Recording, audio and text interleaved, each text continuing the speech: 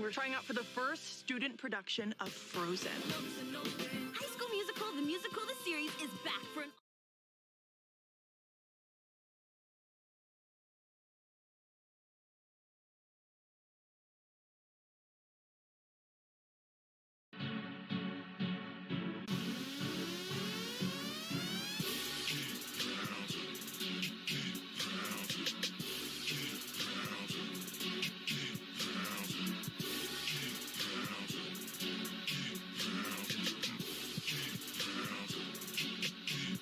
This is my state, this is my team. You know what that means. This is for the black and blue that I bleed. This is for the chance to bring home that ring. But everybody gonna doubt this. So far there ain't been another way around it. We bring heat to the game each week. They just say we ain't got what it takes, we ain't bout it. Well, y'all can just keep saying that we ain't gonna make it. But at the end of the day, this will be the Panthers nation. You know, this ain't a game to us major players at every angle that you can think of. That's why you hate us. Get out the way of greatness. You can look at our faces and see the blood, sweat, and tears that it took to create this. Yeah, I know what you're thinking, but you can save it. Cause even on the darkest of days, you know we're always gonna find a way to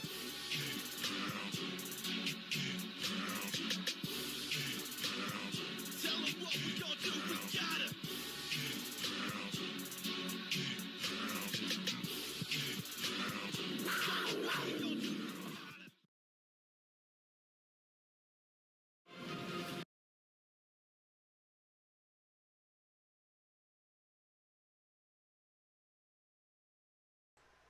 All right.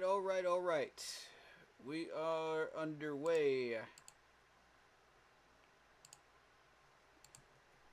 for day one of training camp stream.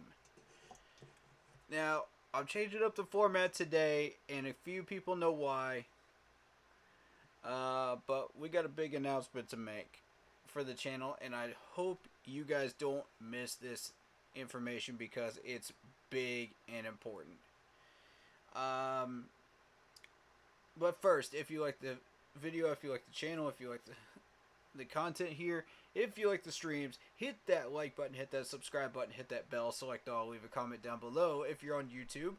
And if you have not already done so, go check out the Facebook group page. Keep pounding in all caps for in-game posts, polls, opinions, and reactions to NFL news, as well as scheduling. Let's dive on in. Day one of training camp. We are officially here, ladies and gentlemen. We've officially made it. And I'm going to tell you something.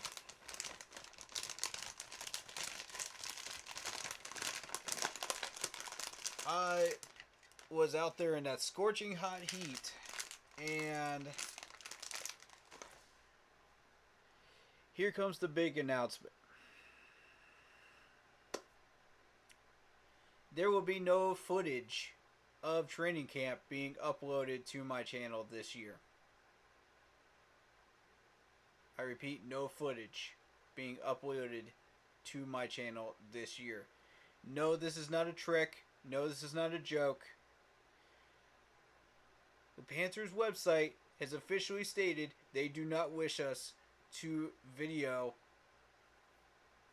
anything in training camp. Anything at all. This is not a joke. This is not a trick, folks. It's a you can't video. Why can't you video? That's the magical question. So, how we're going to change up the format is we're going to be doing streams. We're not going to be doing videos of what I see from training camp this year. I'm going to be going straight off the notes that I get from training camp and just talking about all those notes on stream. And I know that's a lazy and a cheap way of doing things. And believe me when I tell you so, guys, that I would much prefer to be making these videos and recording for you guys footage. But the Panthers website doesn't want us to do that. The Panthers franchise does not want us to do that. And I don't understand it. Okay? Before we even get into the content today, I kind of want to talk about this for 15 minutes because This is important. Okay? This is very important.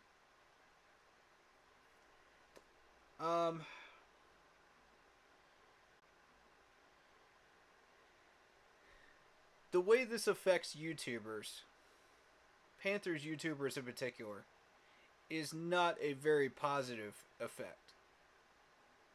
And let me tell you why. A lot of these YouTubers make money off these videos.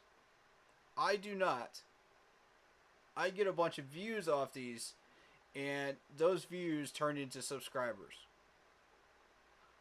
However, without those videos, my numbers are not going to go up this year that much. Hopefully, with the content that I put out through my notes in these streams, and the notes that I get during training camp, the days that I go, hopefully that will make up at least part of the difference.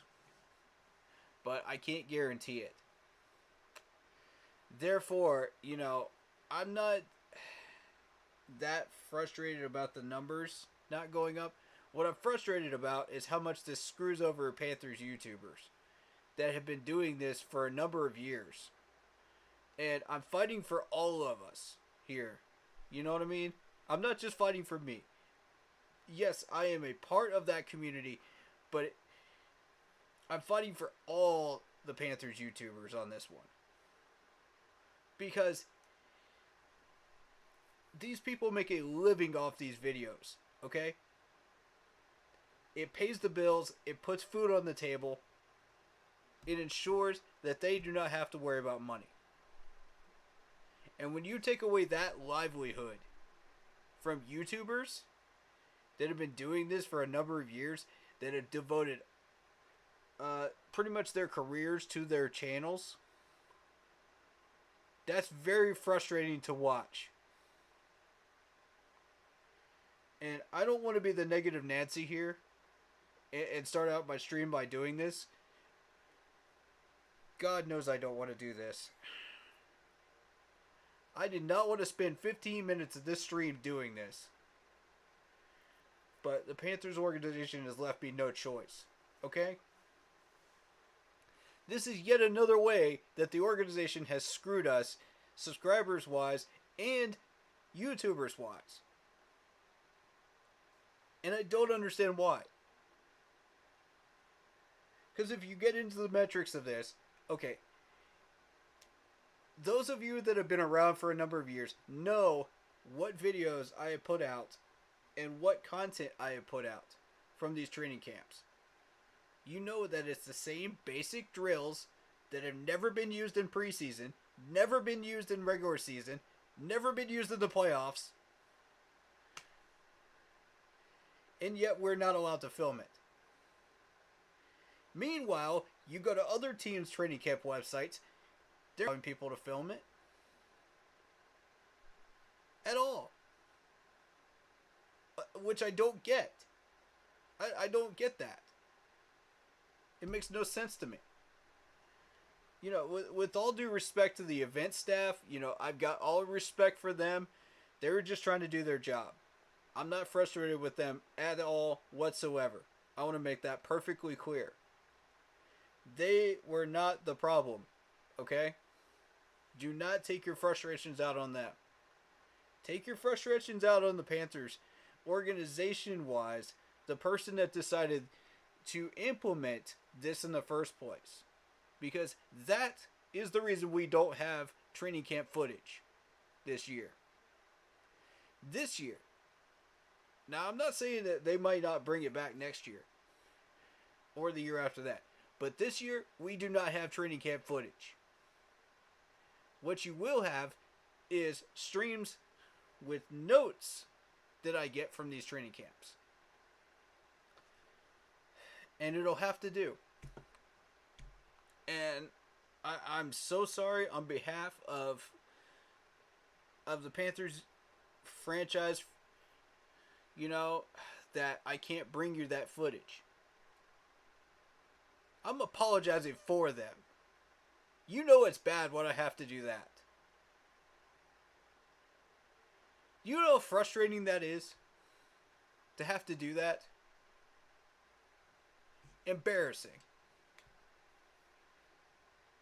You know, one of my subscribers, David, was actually meeting me at training camp today, and he's been there a number of times, a couple of times actually. He's from North Carolina. I'm not going to say where, out of privacy respects, but he was from North Carolina, and he brought his wife, who has never been to a training camp yet. And the fact that that experience was ruined for her because of how disrespectful this whole thing has been frustrates me to no end. No one should ever have to experience training camp like that. That is not a normal training camp day. And that frustrates me. So for the fact that I have to apologize for the organization so that she would have a better experience next time is unacceptable. Get it together. That's not acceptable on any level of the spectrum here. Any level.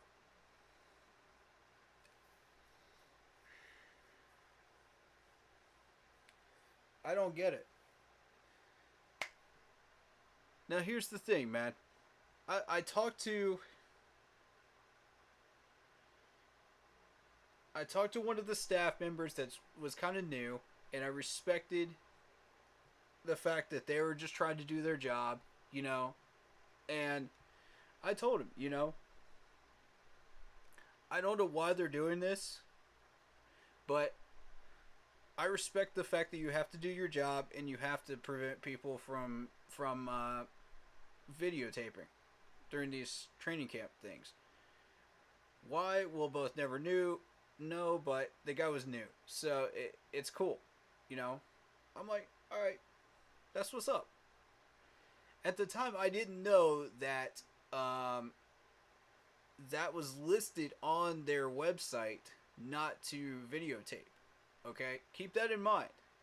I did not bother checking that because typically I've never had a problem with this up until this year. Never had one single problem with this until now. Until this year. And I told the guy, you know, pissing off, I told him, you know, and he agreed with me. And shout out to that dude, man. He was a legit guy, man, and I appreciate his generosity and his sharing of that information so that, you know, we could benefit from it and know what's actually going on. But honestly though, I just want to make sure and double down and make sure everybody knows I'm not frustrated with the event staff at all. They are clear. They're good. They're golden. It's the people that created this idea that we can't video there that is screwing over YouTubers left and right. And yet I go on the internet and I find like 2 or 3 different YouTubers that I follow that have footage out.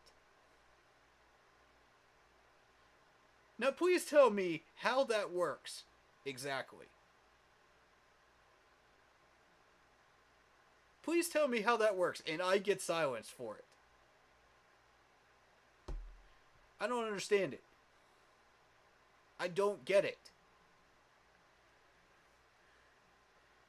And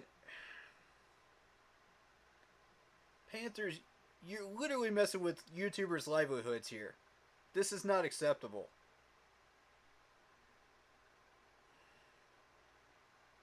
You're messing with livelihoods, man. Now, I reached out to one of the YouTubers, and I was asking, did you get accredited, to the media staff, and if so, fair enough. If you got accredited to the media staff, you would have access to the sideline and be able to get some of those videos that none of the rest of us would be able to get. Fair enough. But for the ones that were not, how did you get away with getting that footage up? That's what I want to know. Because the rest of us couldn't do it. That have been there, today. I would legitimately like to know. YouTubers, feel free to reach out to me about this, man. Feel free. If you're seeing this on VOD, reach out to me. I want to talk to you about it. Because this affects all of us. As a whole. And the reason I'm spending this much time on it on my stream is because it affects all the subscribers here too. And all the viewers here too. Because you guys came here for footage from training camp. You guys came here for educational purposes. That's all we've been trying to do on this channel since the beginning, is educational purposes.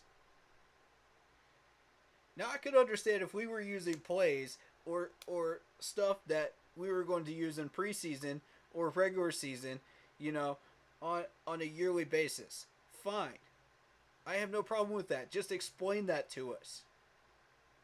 Then I'm cool with you guys implementing this and not allowing us to videotape at these training camps. But if you are not using any of these plays, and these are basic drills, tell us that. Because there is no basis for you to have to implement this.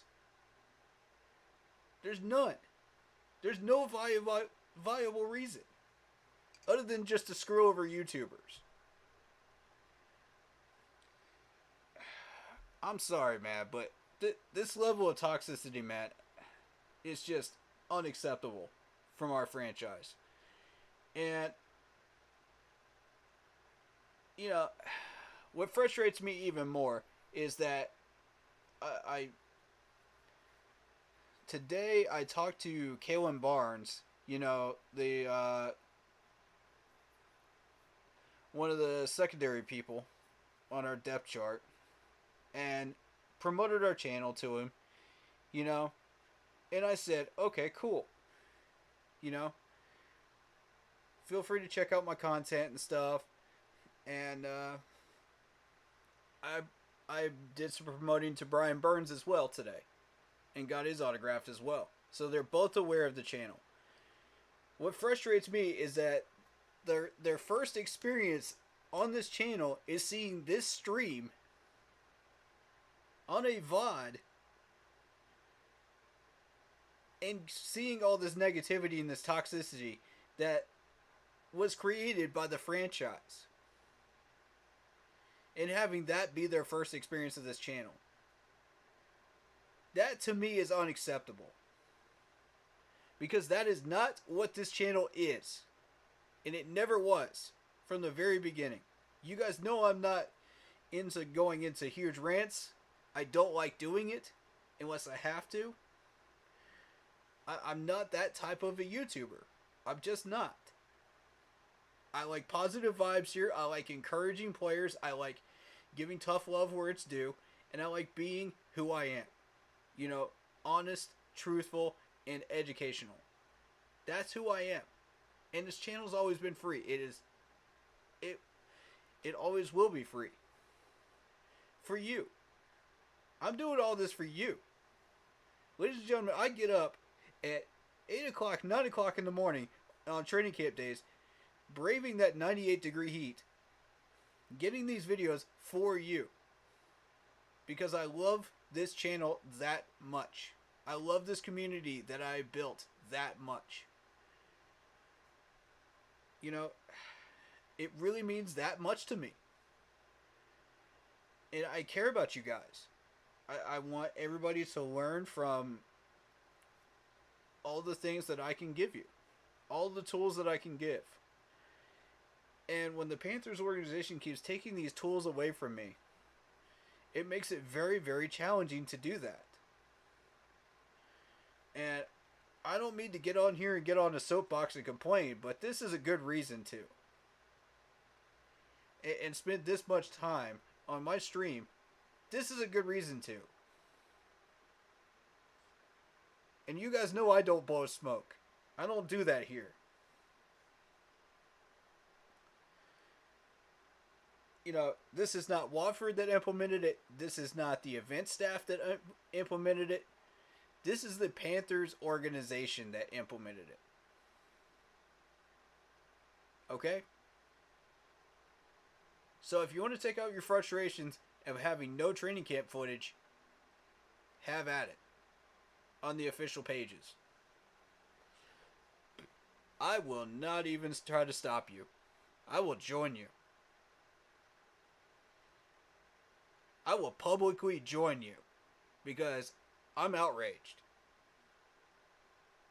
I've been going to these training camps for 5 straight years and never experienced this, even once. It's infuriating.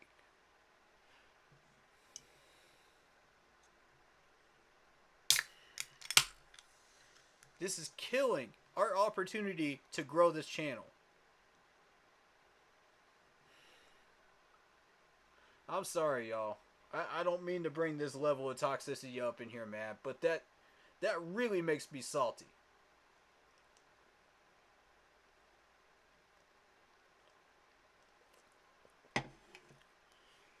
Oh, shoot, man.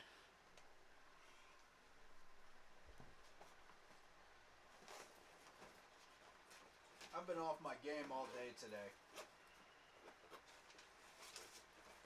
Give me just a second to get prepped up.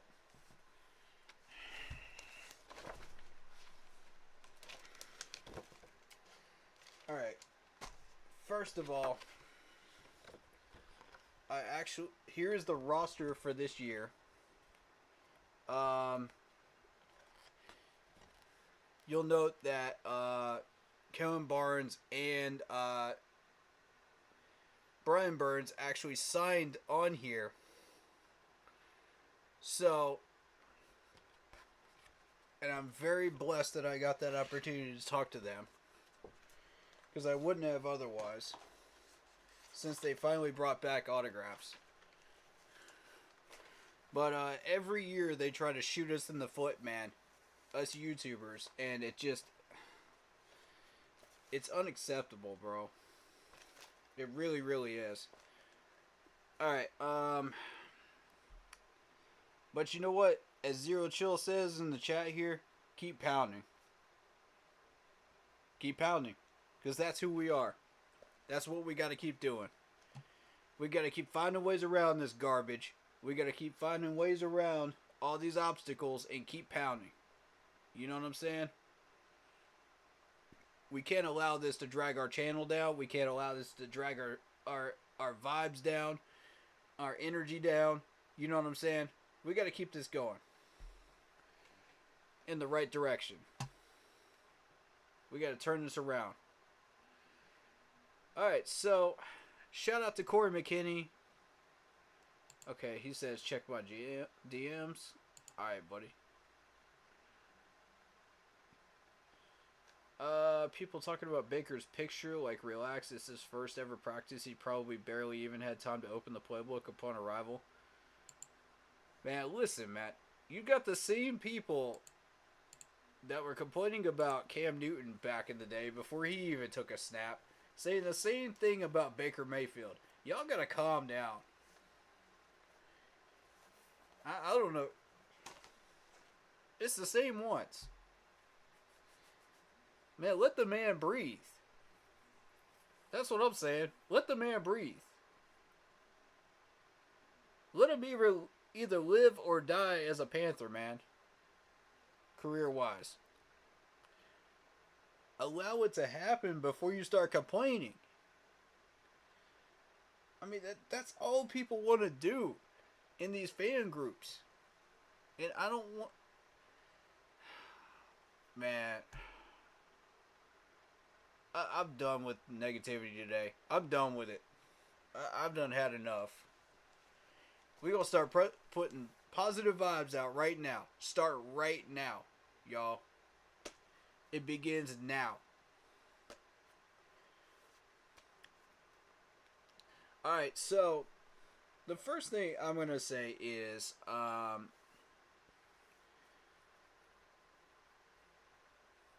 fair warning, I did get very, very frustrated with the no video thing.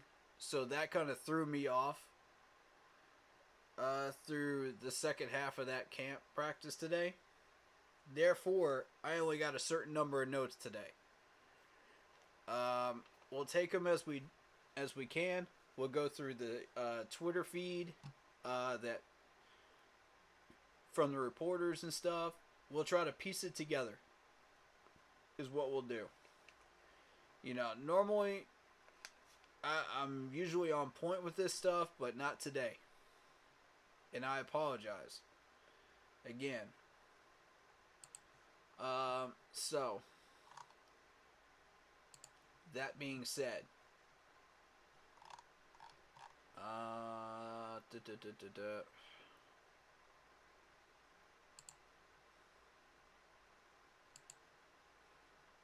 give me one moment to get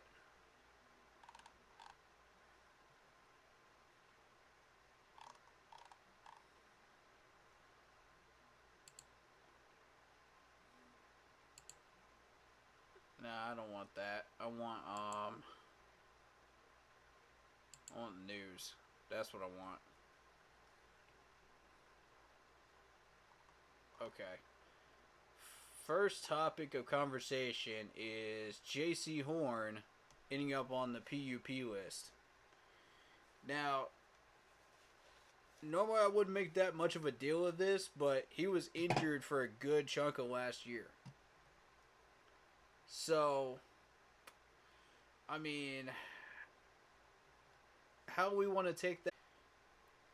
I think we'll be good to go with JC by the end of training camp. You know, he's already signed the big contract, and you know, we'll be okay. We've got a good enough corner room that we can make do in case he's not ready to go. You know, for preseason. But I think by the end of preseason, he should be okay. You know, physically unable to perform list typically doesn't last that long. You know, it just depends on the injuries. So, for those that don't know about that. For everything else, let me put that stuff on the screen for you. If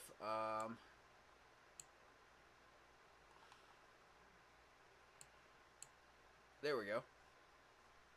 And then boom. Alright. Yeah, I was gonna say if it was gonna cooperate with me today. Technology's been an absolute pain this week. I'm just trying to get through it. And all the tweets are going to be on Facebook, aren't they? Because I saw them in a couple of groups.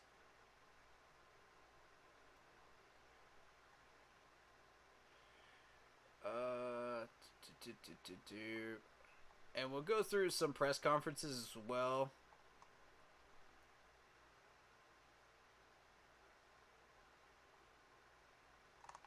I kind of want to start with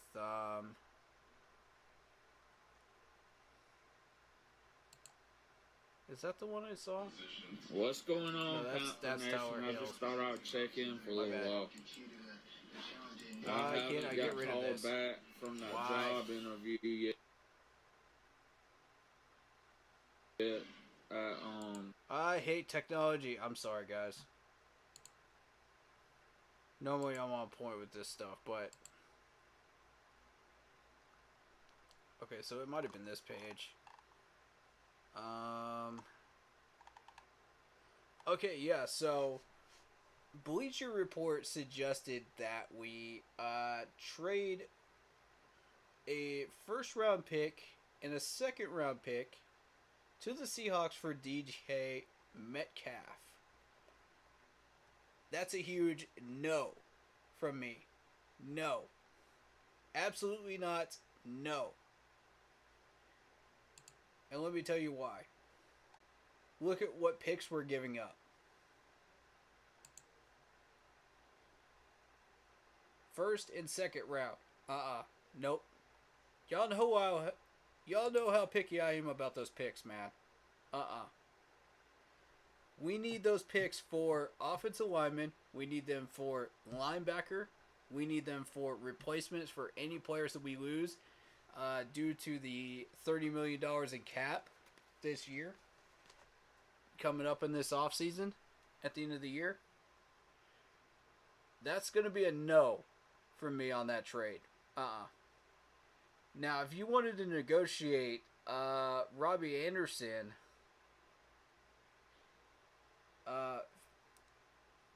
and kind of drop the value on that trade, then we could maybe have a conversation. Maybe. But then you got to look at the attitude that's like a bipolar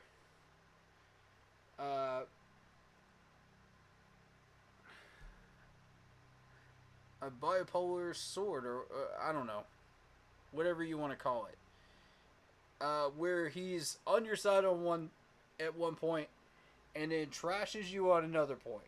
Like, I don't know. We've already got one of those. We got Robbie Anderson. So, I don't know.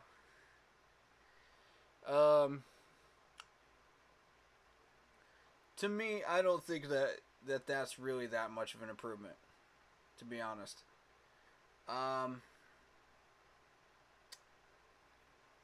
Not for what we would be giving up for it. So, I just thought I would address that. I saw that post like right before I streamed. And I commented not interested. Just straight up, not interested. The other thing I want to get into before we start getting into this training camp stuff is rip to this man right here, Rashard Anderson, our former first round pick. You know, that was before I started really watching the Panthers and really getting into who they are, you know, as a franchise. But from what I've heard about this guy, athlete on the field, and he will be truly missed by this Panthers franchise and fan base. So, you know, hats off to you, man. Rest in peace, my brother. Moving on.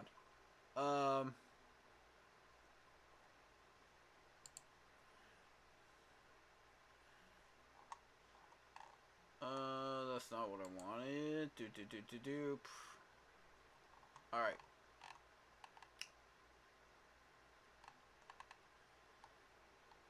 Now, I want to talk about Baker Mayfield first. Let's talk some Baker, you know, because that's what everybody's here for, right? To start off the conversations for training camp day one. Baker was quoted as saying, "I want to be a starter. I want to be a franchise level quarterback for years." Do y'all catch that? For years. And hopefully it's here in Charlotte.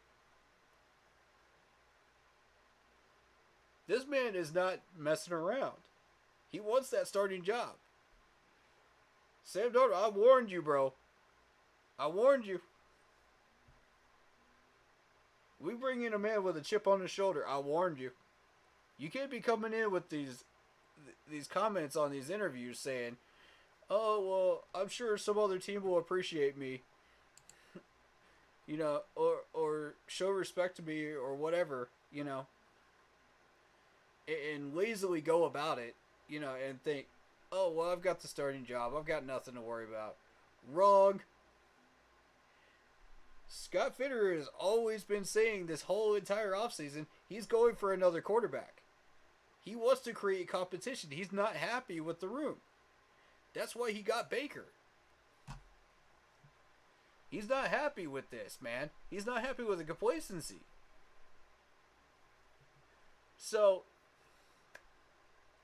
Baker comes in, immediately requests a voluntary workout with the players, and now this quote.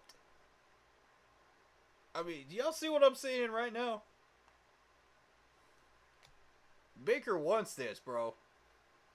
Baker wants this.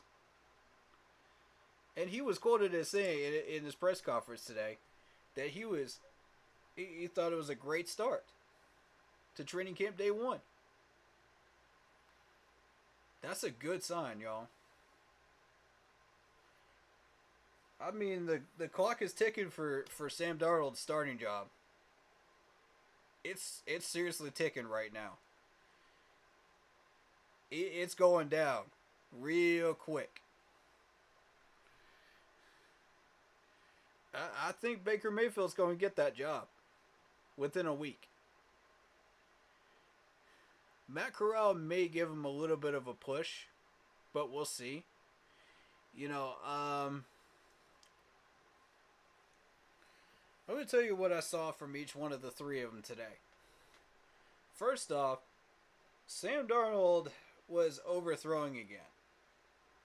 And as y'all know, that's been a main issue of Sam Darnold since we first got him, was those overthrows.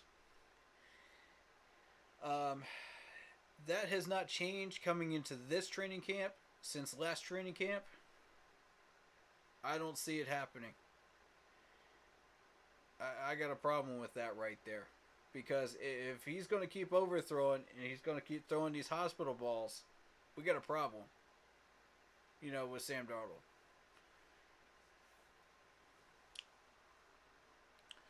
And if Baker shows out the first half of that season, I can see Sam being traded for a pick. Yeah, I agree. I completely agree. I say sell him while he's still high. You know what I mean? While you could still get something off of him. You know,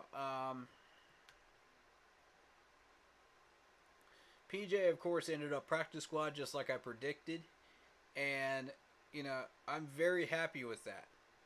Because that's exactly how I wanted this quarterback room to look like, you know, after we got Baker. Now, the trick is, we got to get through this season somehow to make it to 23 to where we can make a division run. And frankly, it wouldn't matter even if Baker did do well this year, it still wouldn't really matter because we'd be looking at about 7 wins max with that schedule the way it is. And what complicates it even more is the fact that Julio Jones just went to the Tampa Bay Bucks. Which, I don't think anybody likes that. I mean, we're going to lose those Tampa Bay Bucks games anyway, probably, because it's Tom Brady. He'll shred our secondary, but because he's, well, Tom Brady. What do you expect? But the thing is, I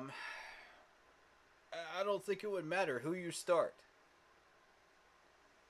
We just got to ride this year out. We got to keep building this roster. We got to keep making sure we don't lose all the key pieces. That's the goal here this year. Corey McKinney says, I don't think PJ is eligible for practice squad anymore. Heck, have to cut it. You'd have to beat Matt Corral out. Well, I mean, I'm not exactly sure. How does that work eligibility-wise? I'm not sure about that. I've never heard anything where you have eligibility. Has anybody heard of anything like that? Like you can only be eligible for so many years at practice squad? I've never heard of that.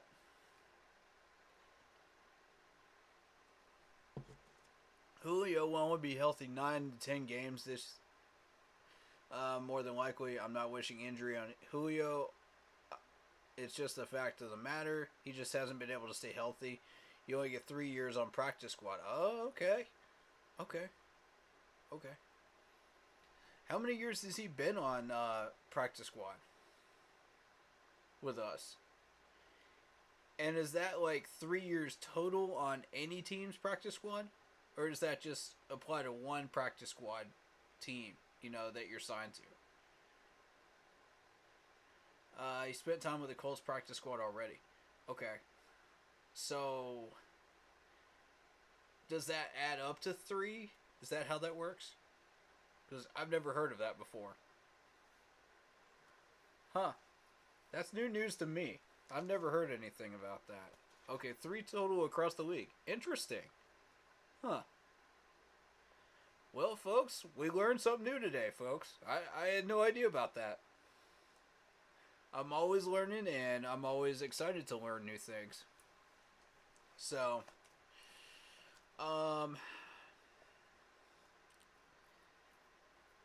frankly, I think Baker will take that job, though. I think he will. And that being the case with PJ, it would be a shame to lose PJ, but at this point, I think Baker is the correct choice for us right now. Going forward, 3 have the offensive line built up as much as we need it to be. 2 to 3 years. And with Baker behind the helm, I would feel very comfortable with that.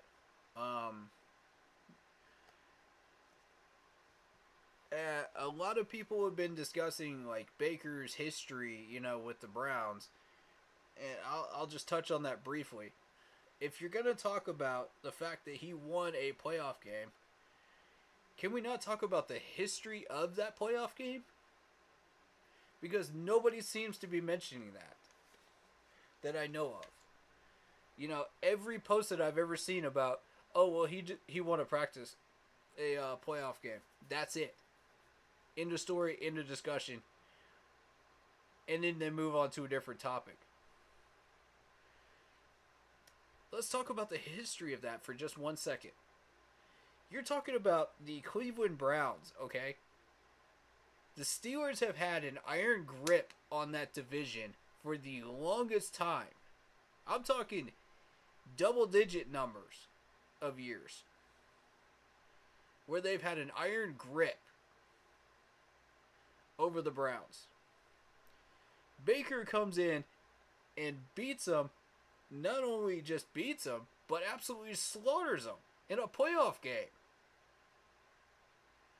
And I mean, way to shake off the weight off your shoulders, man. That game should go down in Cleveland Browns lore. It absolutely should. Not that those two teams are rivals, but you got to respect that game in particular and what it meant for Browns history. Not just the fact that that was one of their first playoff game that they've won since, the 1980s or something like that? No. You got to go further. That is a massive, massive historical win for the Browns. And Baker was the one that made it happen. One of the players that made it happen. Correction. So you got to, when you talk about that, him winning a playoff game, you got to cement him in Browns history. You can't escape that discussion. There's no way you cannot justify that at this point. So I don't know why they gloss over that. And people are going to be glossing over that for years.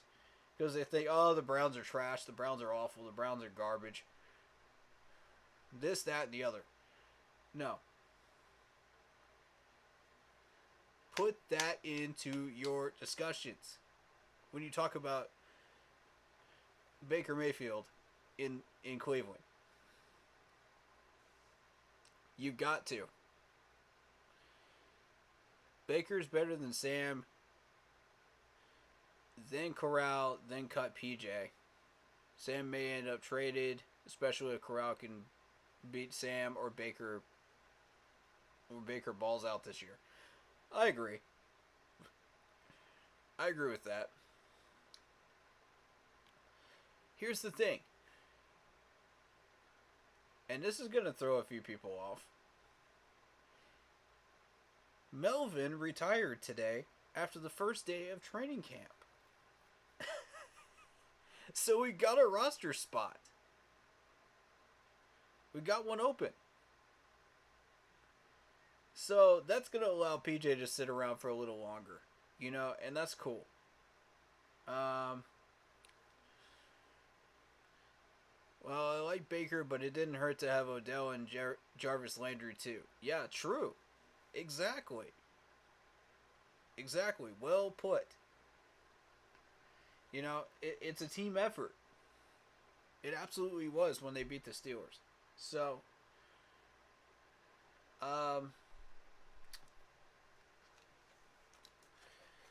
you look at this quarterback battle in perspective. There were a couple of inaccuracies today, but, I mean, there's bound to be some in the first day of training camp. But, you know, that there's going to be sloppiness in the first couple of days. That's just how training camp works. But I am a little bit concerned about those Sam Darnold overthrows, though. Not seeing much improvement there. Thank God Melvin retired because I like my corner depth chart more than I like ESPN's. They had Melvin making the roster over some other guys. What other guys were you talking about that they made the roster over? And granted, that ESPN depth chart that you're referencing has been changing a good bit. Let me see what it looks like now.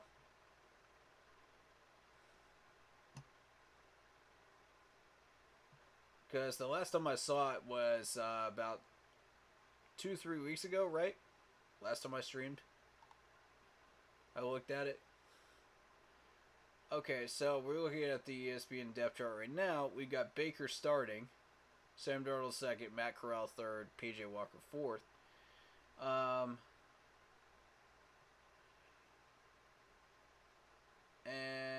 let's see.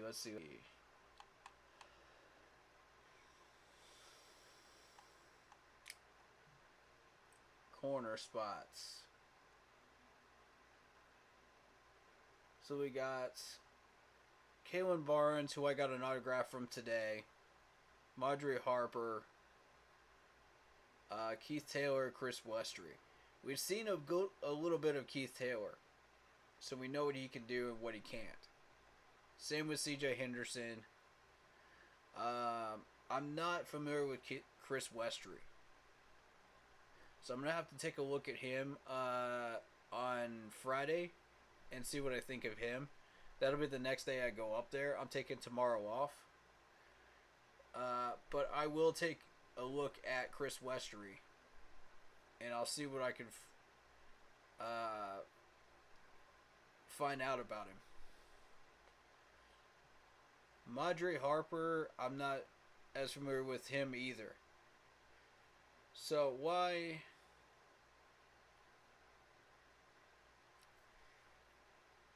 So you're saying you think they're better than Melvin?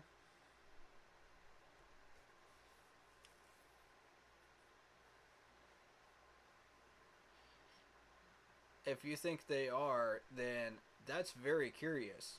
And I'd like to definitely take a look at both of them then. If that's the case. And really find out more about them.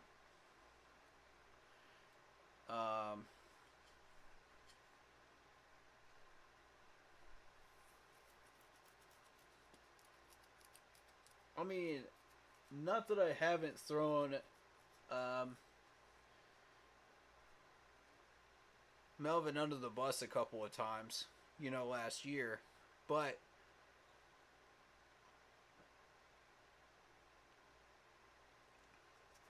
I just don't know that much about Madre Harper or Chris Westry right now. That's why I'm hesitant to say, okay, well, these two guys should make the roster above Melvin. You know, I can't justify that right now until I take a look at him. You know, in my opinion. You know, based on what I've observed. My depth chart was JC, Djax, Henderson, Keith Taylor, and Kalen Barnes with STO and PS. Okay. Okay.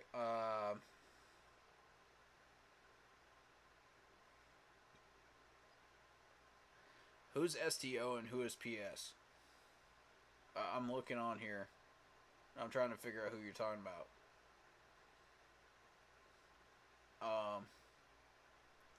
Keep in mind, we'll probably only carry 5 corners. True.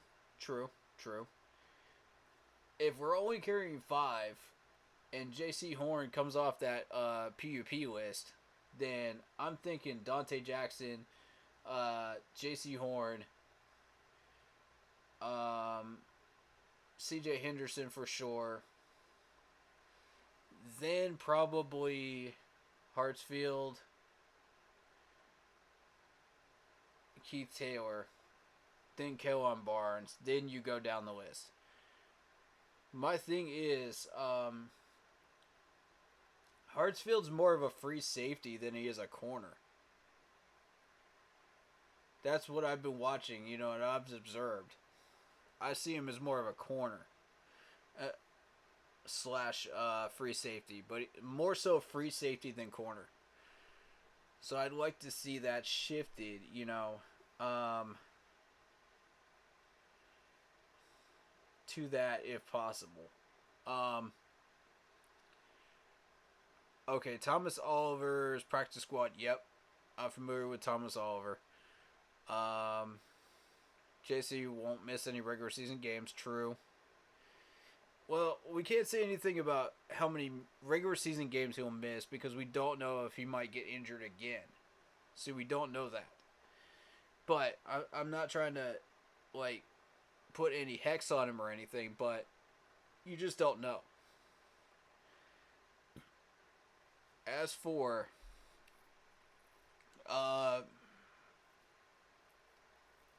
PUP is precautionary, true. Hartsfield may play some nickel, and that's why he may be listed as a cornerback or DB instead of it's just a safety. Oh, okay. That makes sense. That would make sense then.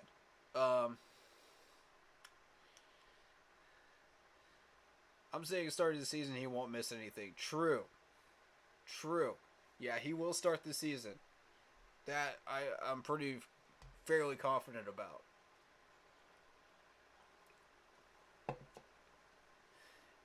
The first hour of that practice today, I was watching Jeremy Chin and Dante Jackson, and they were running through typical run and catch drill. And I have to say, man, Djax has some arms. I mean, if you've never seen this dude in person, I've been watching this dude for about 2 years now, 2 or 3 years now. You watch this dude's arms when he goes up to get these catches. It's like, and he just snags it like an alligator. I'm like, jeez, man. You can tell that man's been working on the jug machine this offseason. Man. But, yeah, I like this corner room, though. I like them. They're good guys. I think we got a solid crew here. If we can keep them healthy, we can do a lot of damage in the secondary, for sure, against other teams.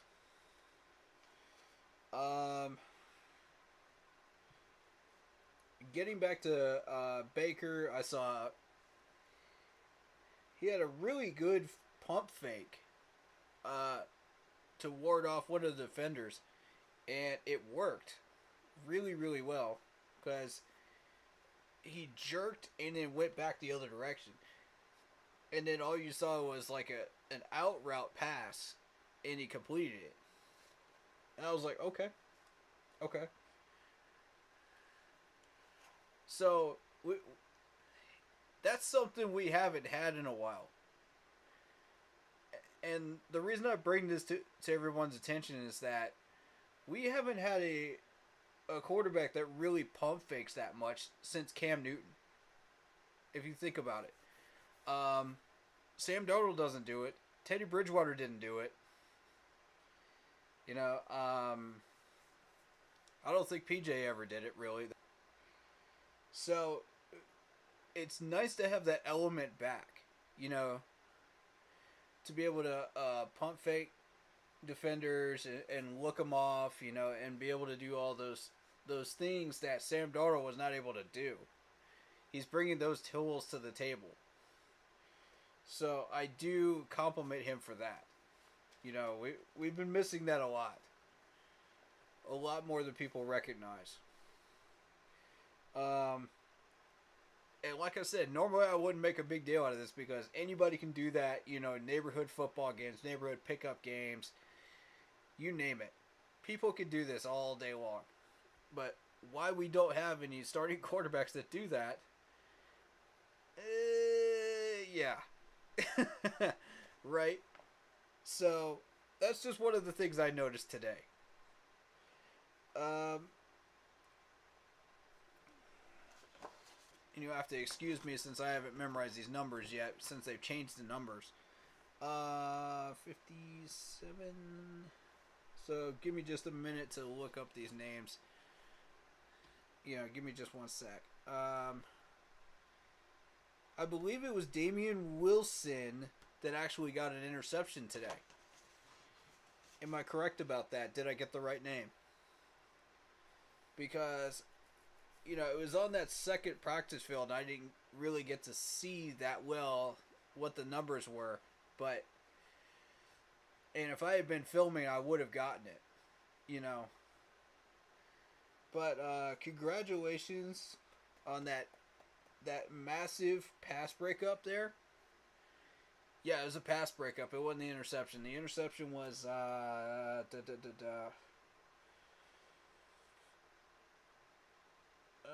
boy. Who actually got that interception? You guys probably remember, if you were there.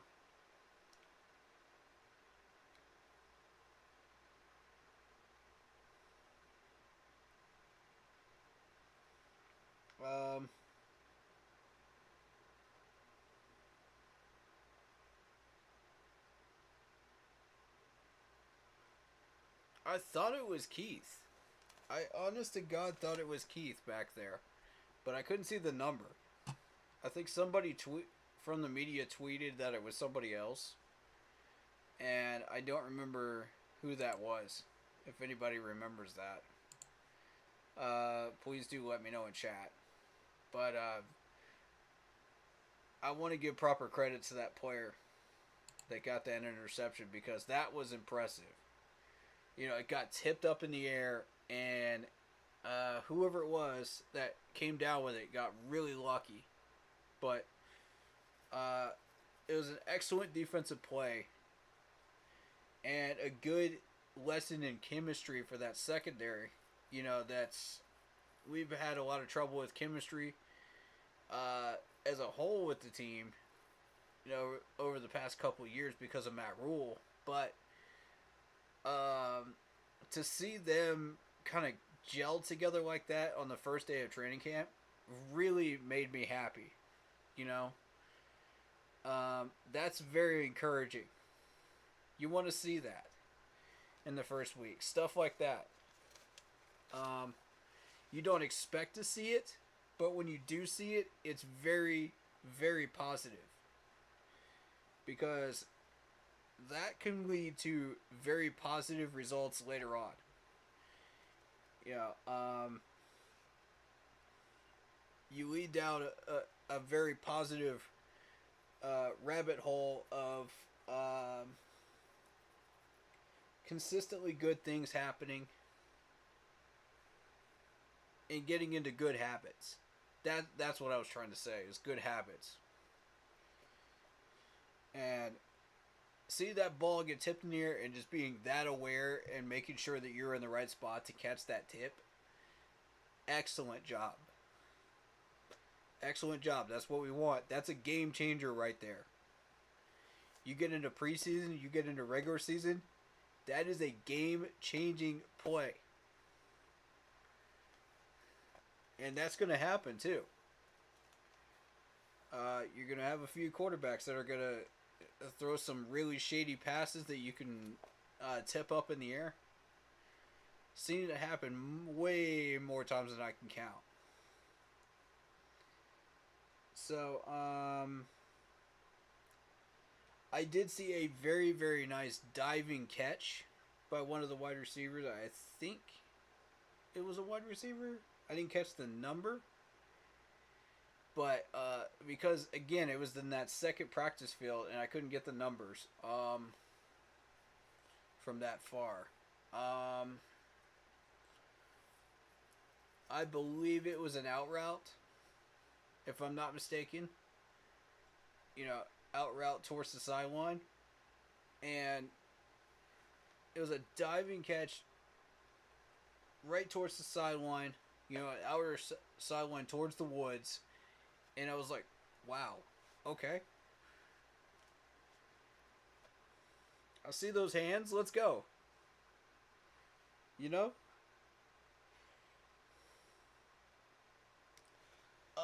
So we did have a couple of overthrows from Matt Corral, but nothing, you know, too concerning. You know, again, it's day one. Unless that quarterback has been around for a year already and has already shown a history of overthrowing, you know, consistently, then I'm not too worried about if it's a rookie, you know, on the first day. You're going to overthrow some passes, you know, that's easy to overlook, you know. But once you get into day 3, 4, 5 on from there, that's when these coaches expect you, you know, to hone that in. Let's get that accuracy, you know, in check. Typically, you'll have that for the first couple of days if you're a rookie. You know, they give you a little bit of a pass on that. Matt Rule did not. He was not too thrilled with the accuracy there, but I mean, we'll see.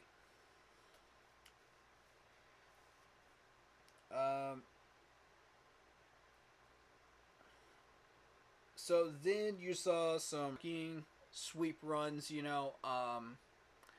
Typically they do these same sweep drills every year, you know, first practice day. It's really nothing new. But the main objective of it is to make sure that these guards and tackles pull in the correct direction. They have their feet in the right spots, they have their hands in the right spots, and they guard the correct gaps. And that's what, you know, you're really looking for in that first day, is those specific things. Once you get further along into the training camp, they expect you to hone that in and really watch where you place your hands, watch where you place your feet, watch what your technique is, you know, make sure that you know where you're supposed to be. And once you've already developed those good habits of about 2 to 3 days, you should automatically know where you're supposed to be on each one of these situations. You know, it's typical rushing drills, but you should already know by that point.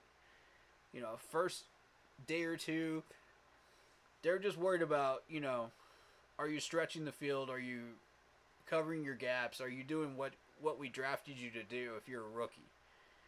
You know, nothing major there. But if you're a pro, they're looking at, you know, are you pulling the correct direction? Are you doing, you know, the next level stuff that, you know, you should be looking at after a year's worth in the NFL? So that's typically what you'll see on those rushing plays. If you've never been to a training camp day before, typically what they'll do is they'll do a bunch of stretching for about 15 minutes of those 2 hours, And then they'll start doing some of those like catching drills, linebacker drills. You'll notice the section where the linebackers are on that first field, along with the DBs, but they'll be separated into a different section. And then the quarterbacks and wide receivers and offensive line, D-line are over on the other practice field on the second one.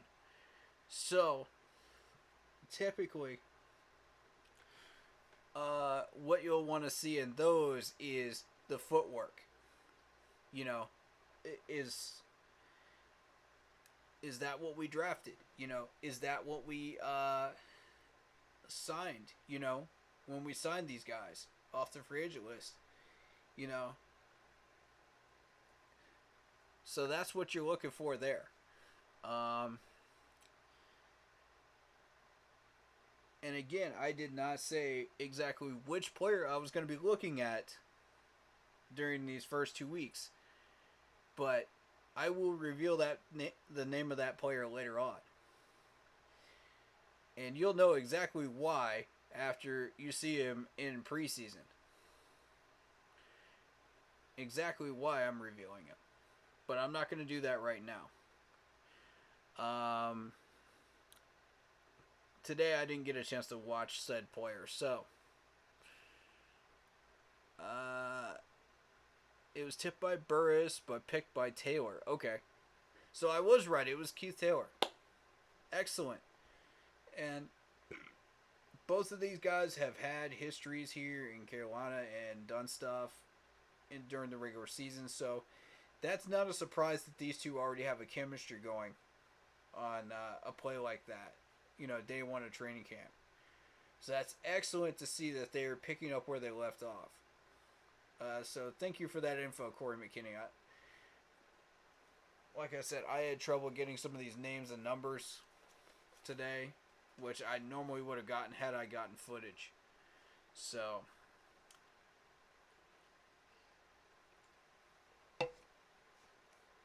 and for those not aware, people are not allowed to video footage, film during training camp, so there will be no footage. So we'll just approach that with streams from here on, you know, based on the notes that I take during the camp days that I am there. And on the days that I'm not there, we'll go by notes that are on the internet. So, piece by piece, Twitter, tweets from the media, plus whatever they decide to put on the internet. So, we'll go from there. But typically, I like to watch these guys in person, and I like to see what we're dealing with, you know.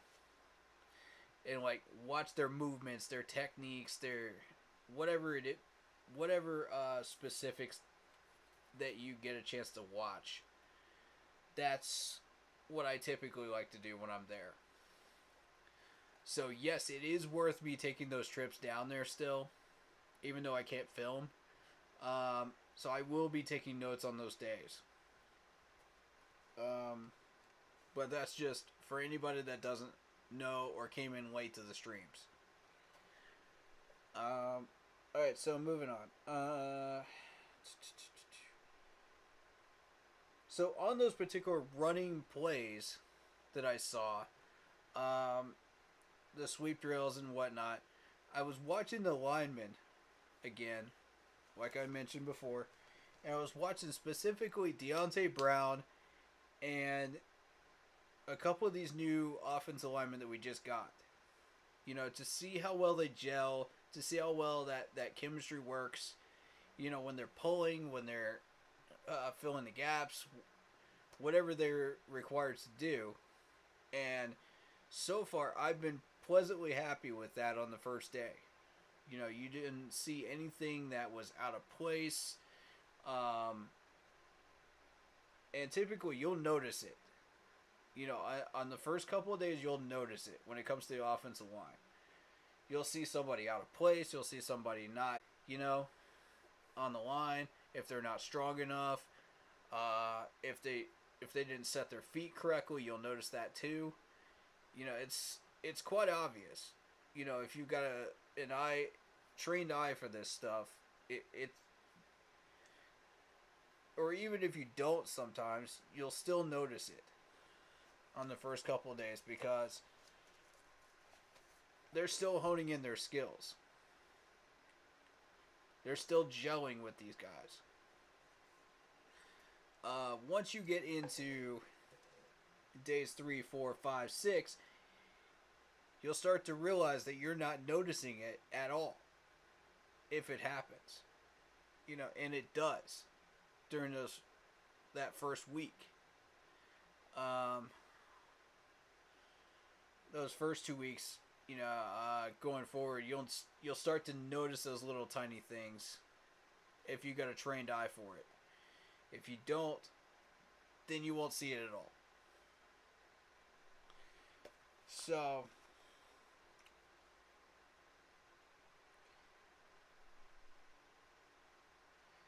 I was really happy with how that worked out. And then you go into the 8-on-8s drills, which is where the action really starts to pick up in these training camp drills. If you've ever been there, you know exactly what I'm talking about. You've seen it. If you've seen the footage from the last few years, you probably noticed it.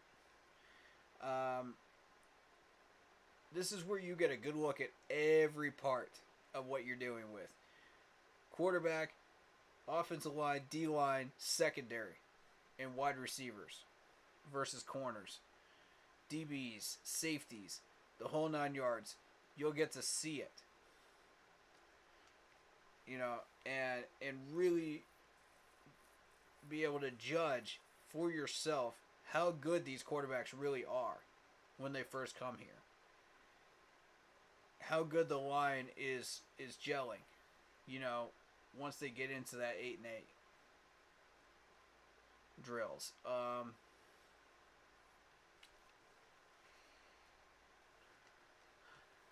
So Corey McKinney says, don't count your chickens before they hatch. Pat Elflin is still on this roster and will definitely make plenty of mistakes. I can't stand that guy solely from a football perspective.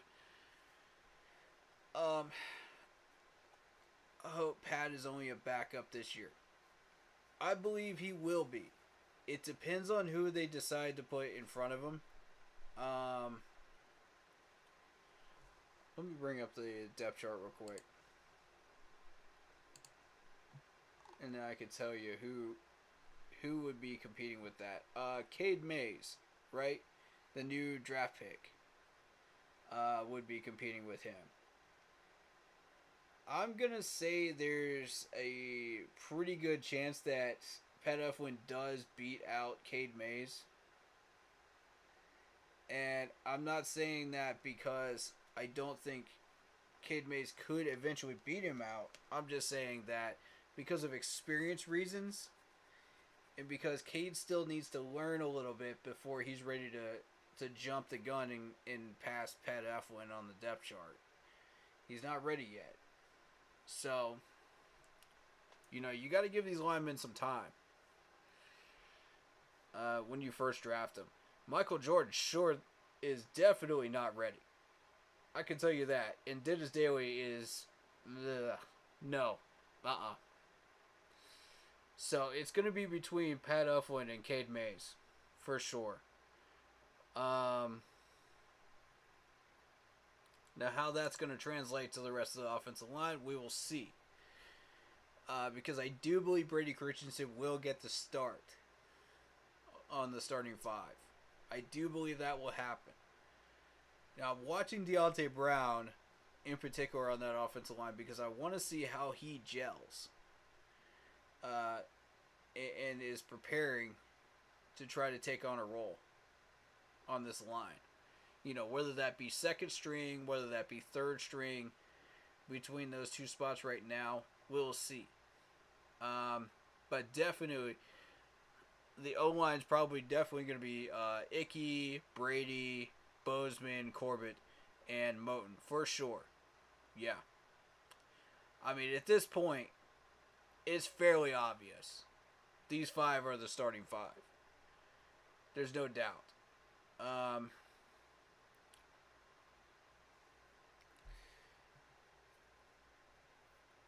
Yeah, Pat is the backup center left guard, right? Mm-hmm. Correct.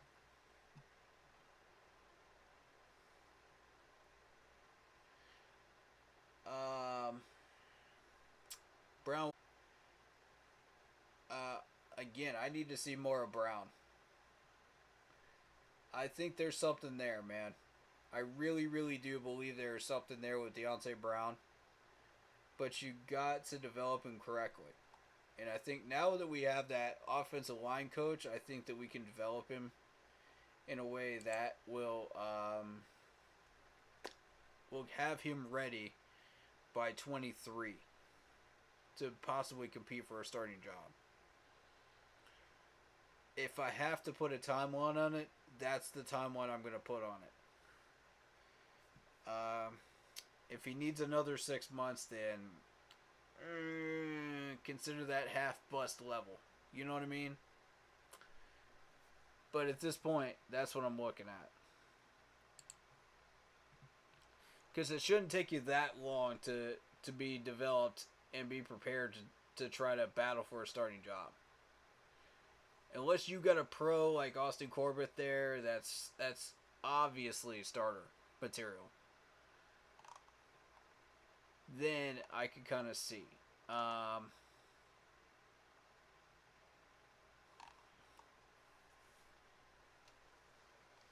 But that's what we're looking at with the offensive line right now.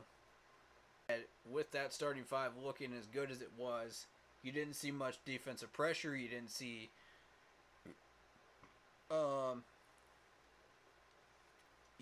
any sacks today. And realistically, you shouldn't. Because with the offensive starting five that we have right now, even as good as Brian Burns is in some of these situations, there's no reason for you to see a sack in day one. Because day one, it is an opportunity to see what these quarterbacks can do, how the ball, what's the technique, what's the accuracy. So you saw some end zone plays where he missed a pass to Ian Thomas in the back of the end zone. Now again, that's a typical Ian Thomas drop, on day one. Doesn't surprise me. And I'm willing to overlook that because he redeemed himself by getting a touchdown catch later on. Tommy Trimble got one as well.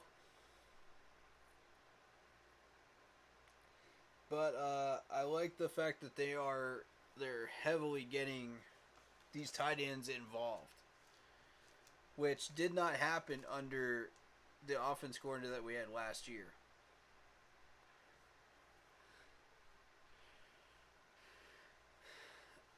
So that pretty much wrapped up day one of the drills.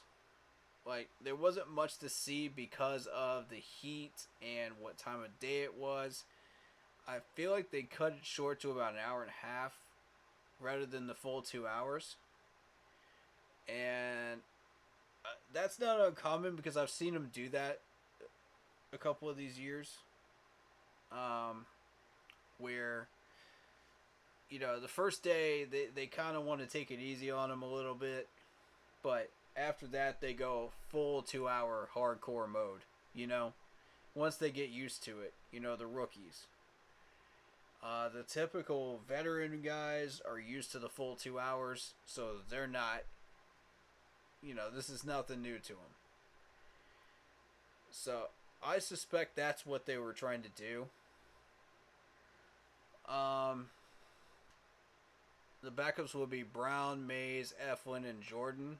I don't know who wins backup left tackle, but I do think Christensen may give Moten and Icky the rare break and fill in for tackle occasionally. Yeah, I could see it. There's going to be a lot of musical chairs with the offensive line again this year because, we've got solidarity in the starting five, but the second string is kind of questionable.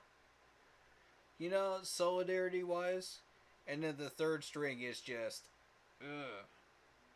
We got to work on that in this offseason coming up. And we're not done building that line. No. We're halfway there, but we're not done. Depth-wise.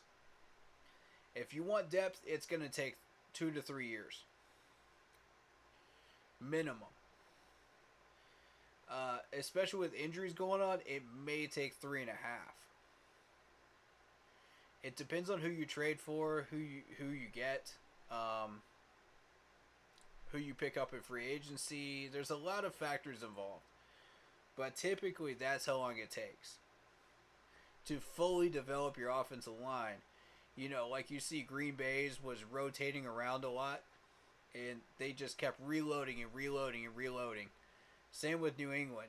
You kept seeing it, and you're going, okay, well, if these guys could do it, why can't we?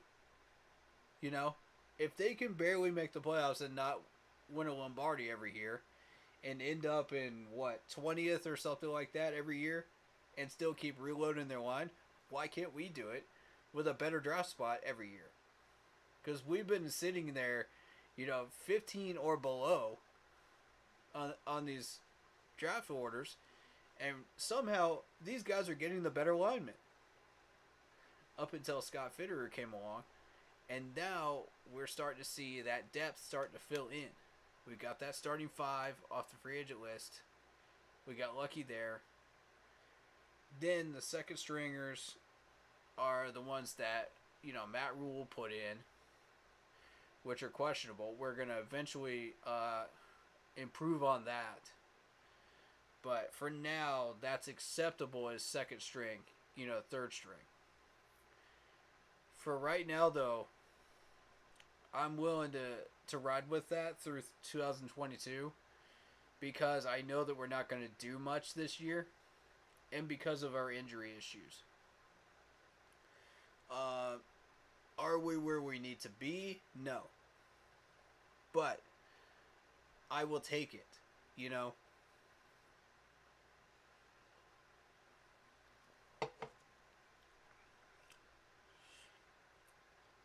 Speaking of K'Wan Barnes, I actually did see him make a play today. So, shout out to him. Respect to him as well. Because I feel like we got a pretty good athlete here. Based on what I saw just day one, I'd like to see a few more days of what he can do and truly open up his skill set, and see all of his tool belt, and see what he can truly offer to us in that secondary. But thus far, I did see that one play, and I did like it. So, we'll see what we get from here on.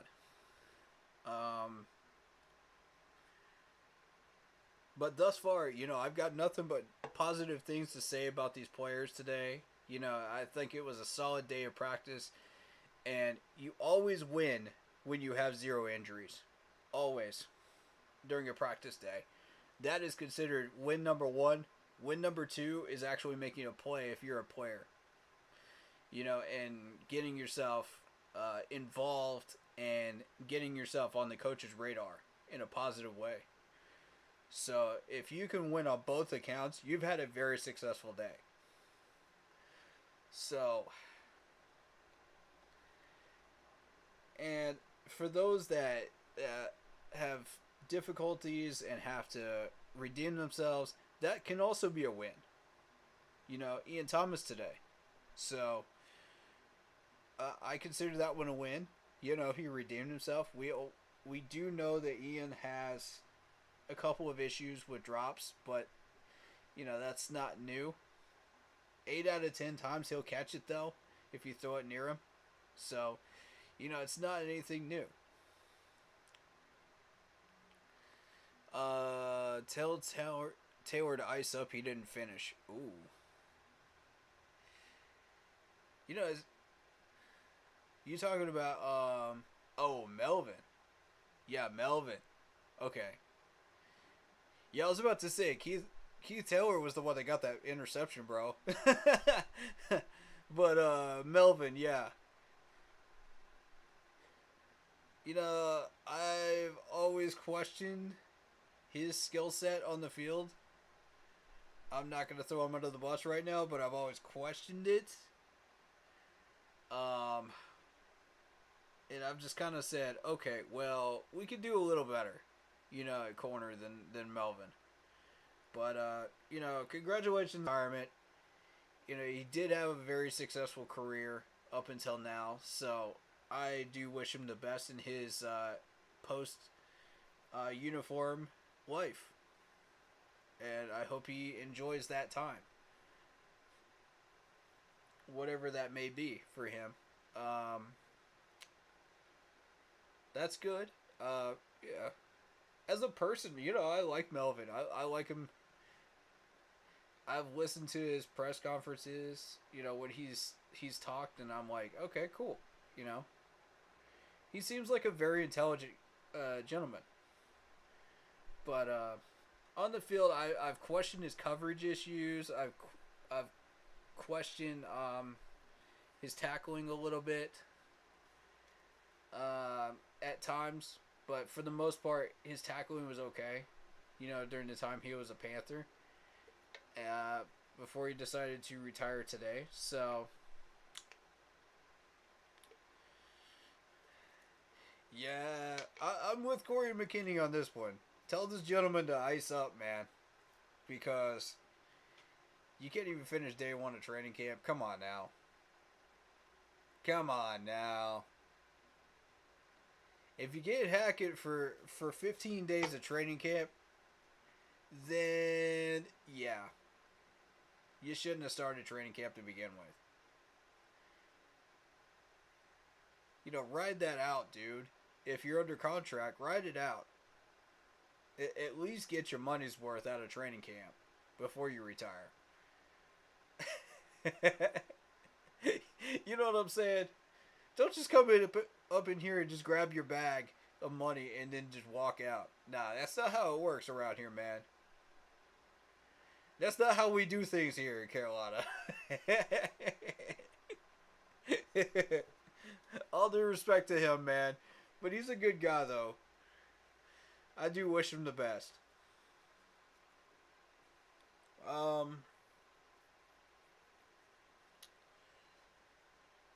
I think that's it as far as notes are concerned. So I think going into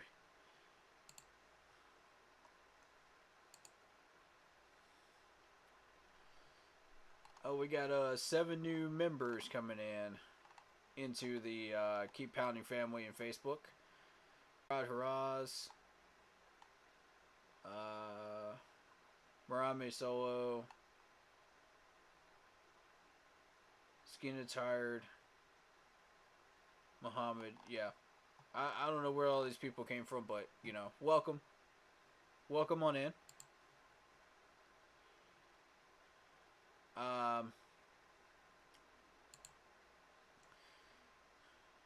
Also, I want to make sure that people are aware my YouTube partner Carol is recovering from surgery right now, and she would really, really, really like a Roaring Right t-shirt. So if anybody has a Roaring Right t-shirt to donate to her, please do let me know. Or if you have not joined Roaring Right yet and you would like to, I was told it was $28. I don't know what chapter each one of you are from, you know, so, but if anybody would like to do that and donate their t-shirt to her, that would be amazing, you know, because she's done so much for this channel and helped us get a lot of the information that we have, and kept this channel running the way it has so far. And she's also the primary reason that PJ got under everybody's radar, because our channel was the first to actually mention PJ Walker. So I just want to mention that. and it was because of her. She found that information. So, much love to Carol. Hopefully your road to recovery is smooth and very much non-painful. Alright,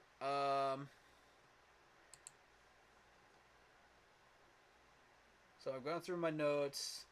So the next thing is, I would think the tweets. I forget which page it was that I saw the tweets on.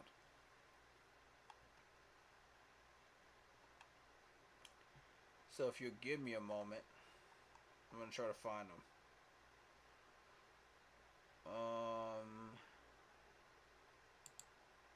It might be this one.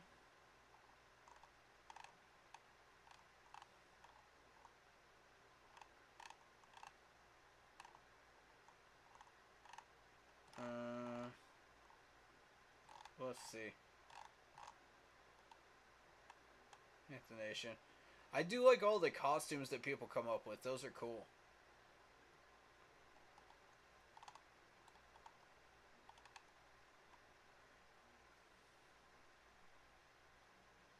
Matt Rule says his job isn't to pick the starting quarterback. That's up to the players. What?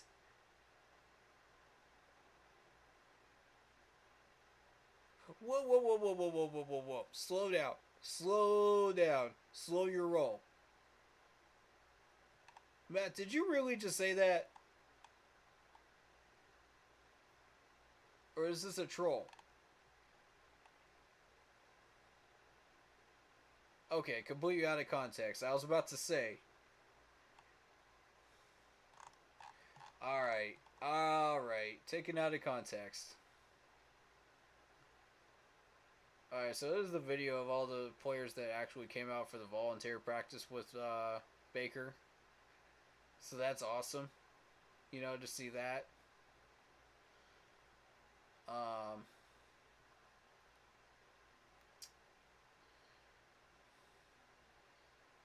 Yeah, there's Darnold.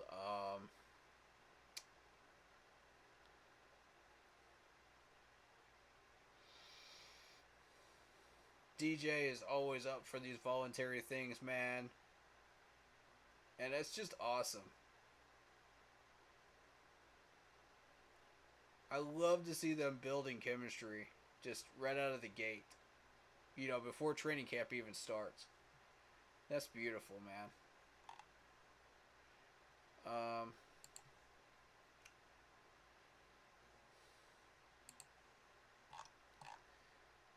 I was looking for the tweets and I don't see them. Camp observations. Maybe it's this one. Yeah, it's this one.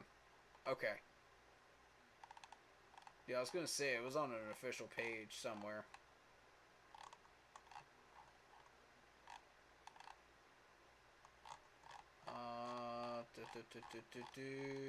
They were here.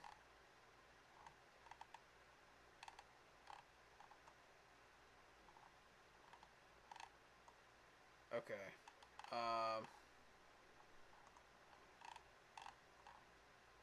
I guess we can go through this real quick.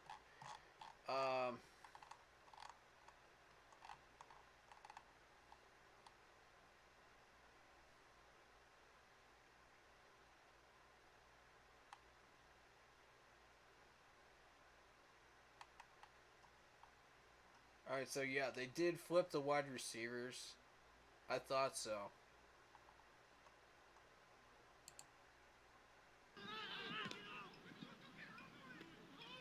Alright, so there's the interception.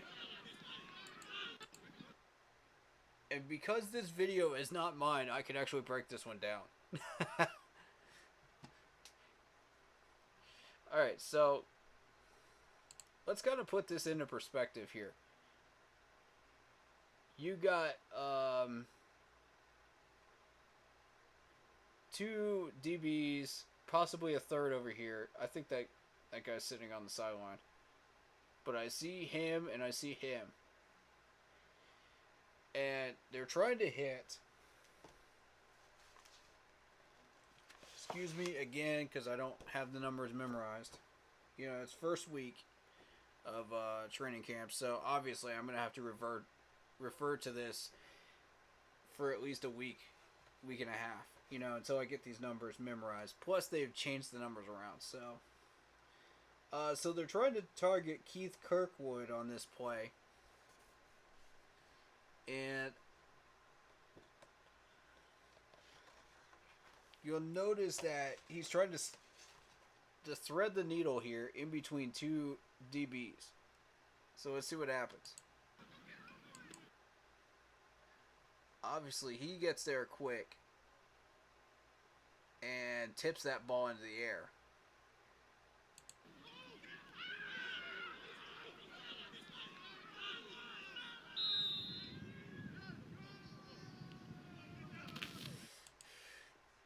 And I mean, that's typical. You know, big play stuff right there. You expect to see that type of thing. It's being difficult right now. Hold on. There we go.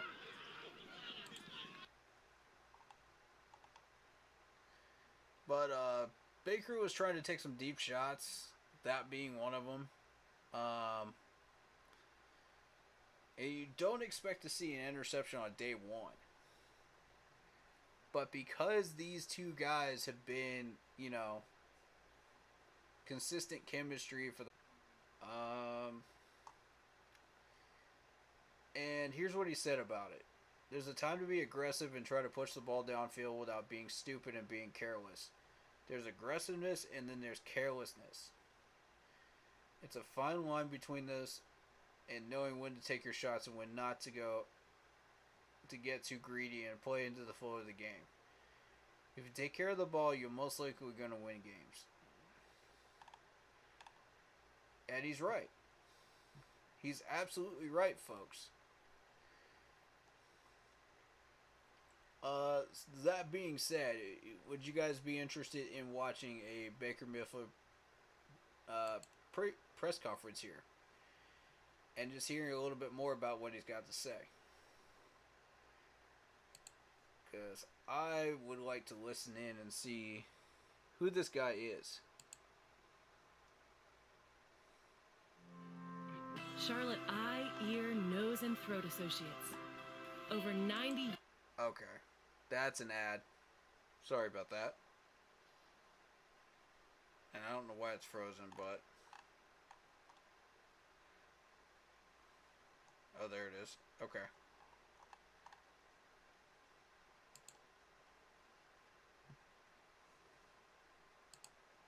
Alright, so let's see what he's training got to camp's say. always the most exciting time, you know. Get to be around the team for the first time, full speed reps, not just on air, and really competing against each other. So it's a great start, and it's a great learning process for me to get to know these guys and really find out what everybody's made of with this competition.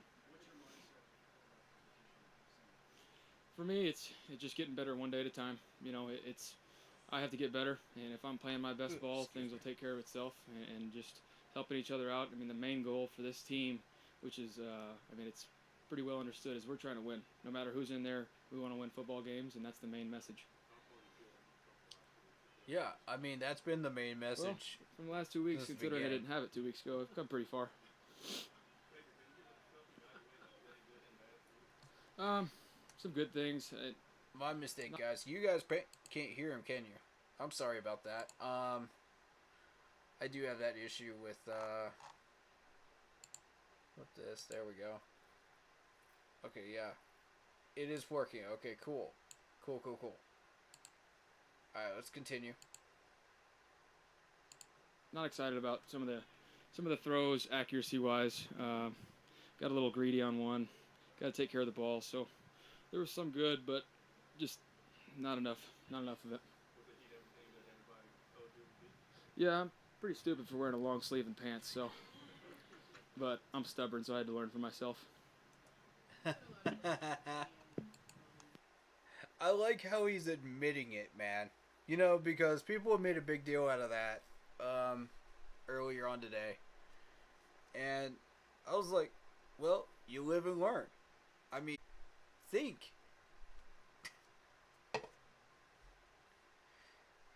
And I'm telling you, all you got to do is do it for one day, and you'll learn your lesson.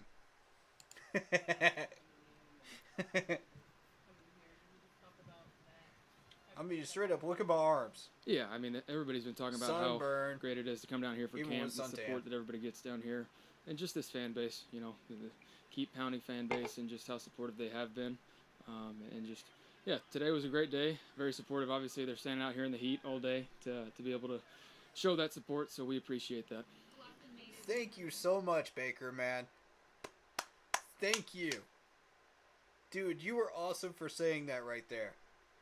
I love you for saying that because, yes, that's exactly what we do, man. We stood out there in that 98-degree heat every day for training camp. You know, and that heat is no joke. You come out there at like 10 in the morning and you're sitting there for a good 2 hours in that baking hot heat. Southern heat. And it's not anything to play around with. That's dedication right there.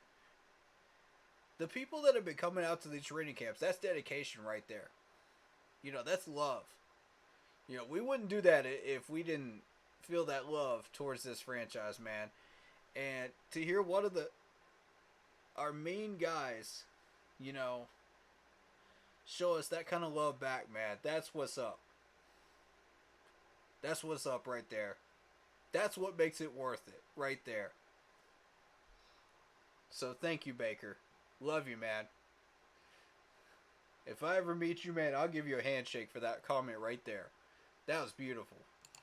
Sam, but the quarterback room as a whole, how do you envision this room? How does it come up to great rooms, but in terms of ability to improve as a full unit and push each other, what's that room like? Hey, turn his reporter Yeah, it's unique because we're all pretty young, you know. I mean, Sam and I are the oldest ones in the room, and we're only going into year 5, so we're able to compete and kind of bounce ideas off of each other. Just the different systems that we've been in. Obviously, they're learning this one for the first time too, so compare it, contrast, and just come up with ideas to see the most efficient way to run things and get this team winning.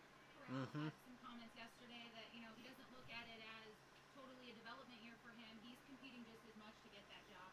What's he like in there as a competitor, and how is he helping push you guys even further, like you need in the actual push as it is? Yeah, I mean, he's gotten here because he's not complacent. He's not just going to settle for being a backup. That's why he's got drafted in the 3rd round. So I mean, he's going to push this room. He's going to help contribute and going to help grab those younger guys and help us develop where we might be working on other things. He's got to be another section of this coaching staff and be able to spread that message that it's all about winning, and he's doing a good job. He's talking about Matt Corral there. He's not talking about Sam Darnold. He's talking about Matt Corral. He was drafted for a reason. Did y'all hear that word, complacent? In that sentence right there? That's exactly what I'm talking about right there, man. He's not complacent. Matt Corral is anything but complacent. And you've seen it at Ole Miss. You know, Baker Mayfield, same thing. That dude is anything but complacent. Alright, let's continue. I like the language that he's using. This is good terminology.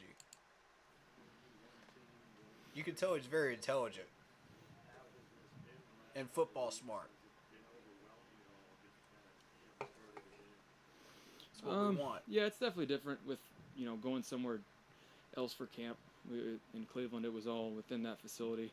But I think this is a great opportunity to, you know, get off campus a little bit and come to this one and really bond with the guys. You know, it's something about being in the dorms and not being able to go see your family, just being in there, having meals together, getting to know the whole staff, your players, and it's just, I think it's a unique opportunity. So I'm excited and looking forward to these next couple weeks.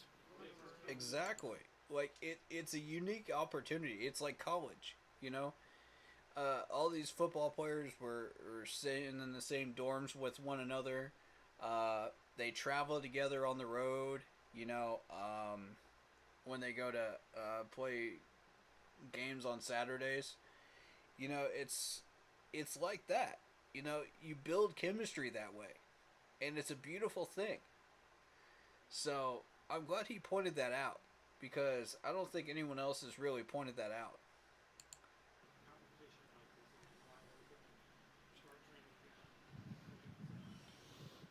Last time this happened would have been 2015 at Oklahoma. I think, but it's title or not, whether it's QB competition, you're always trying to get better. You're always trying to help out the team. So mindset-wise, we can put a label on it, but we have to get better each day and try and help this team out. And I like that. I think she was asking about, like, when's the last time you had, like, competition for a starting job or something like that. For the starting job. And he said Oklahoma. Okay, fair enough. So it's been a minute for him, but here's the thing.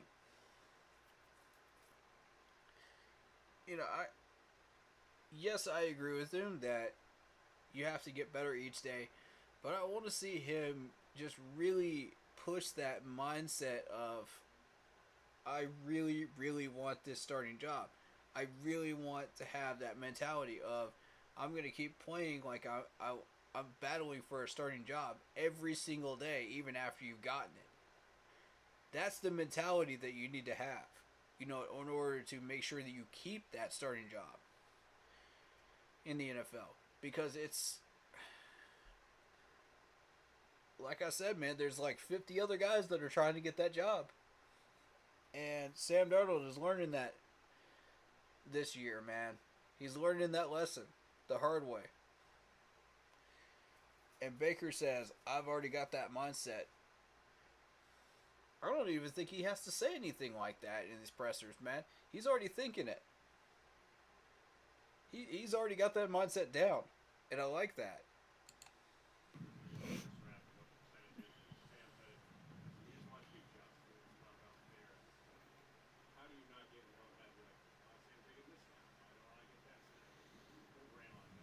Yeah, we talk about the reps. Everything's just, it's transparent.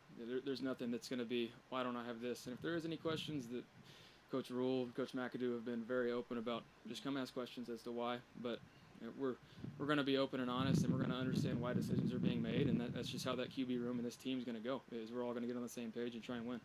Good. Get on the same page. That's going to be more challenging than you think, Baker, with Matt Rule. But, hey, at least it's open door policy.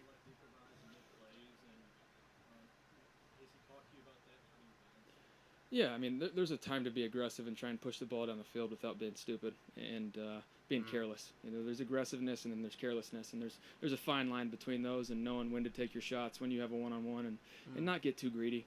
Just playing the flow of the game. If you take care of the ball, most likely you're going to win games. So that's the main motto here. True. Very true.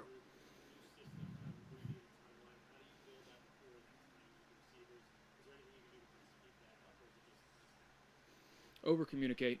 If there's any sort of miscommunication, whether it's timing wise or depth on a route, making sure that we hash it out. And if we have to get an extra rep, let's do it. And if it's something that we can just verbalize and just be on the same page, just don't leave anything left unsaid. I like that. Don't leave anything unsaid. I like that mentality right there. That's something that we had trouble with last year. We had a lot of communication issues. We were overthinking it.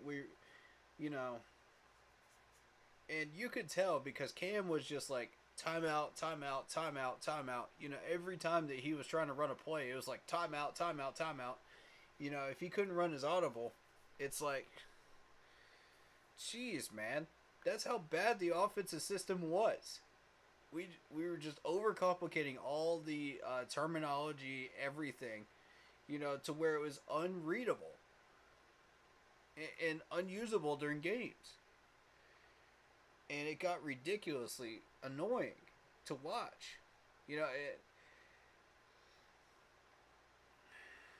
And that's how we kept wasting these timeouts, which hurt us later on in the games. But I like what he said there. Don't leave anything unsaid. If we need an extra rep, we'll take an extra rep to get this cleaned up. That's good. That's very good. That's the type of mentality we need from our leader at quarterback, man. He's got to lead this pack. He's got to set an example for everybody. He's got to say, okay, well, this terminology didn't work. Let's shorten it. Let's try something else.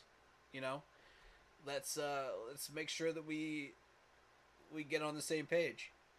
That's exactly what you want. So, very good, Baker. I like this dude. I might wear a sweatsuit. I don't know. Again, another repeated question about the sweatsuits, but whatever. You live and learn. 98-degree heat in training camp. You live and learn. All it takes is one time doing it.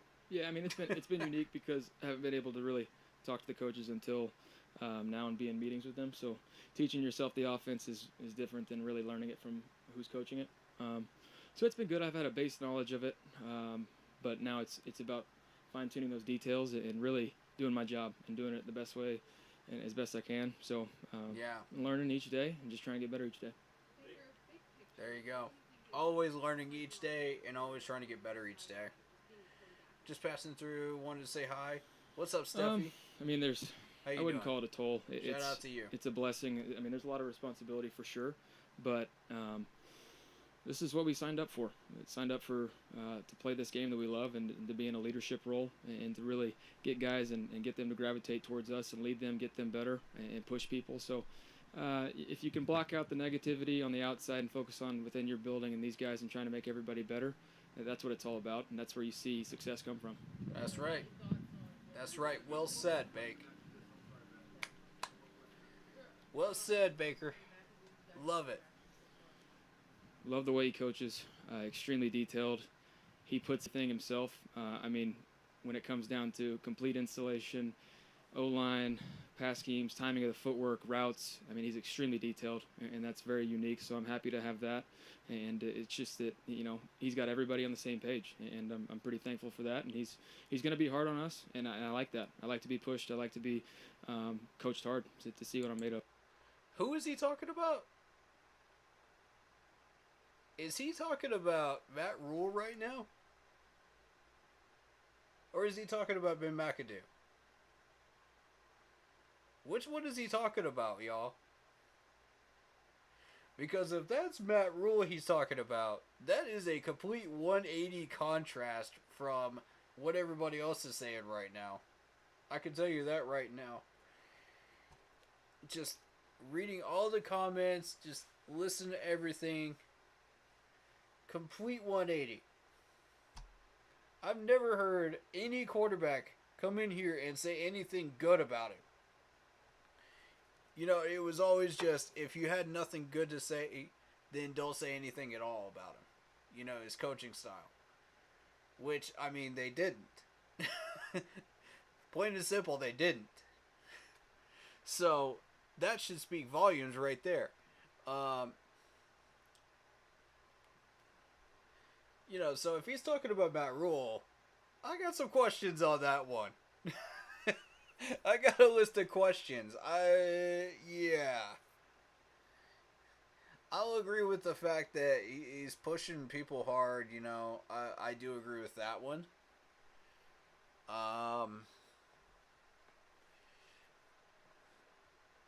But as far as technique and all of that stuff, question mark on that one. I don't see it. I don't see it, bro.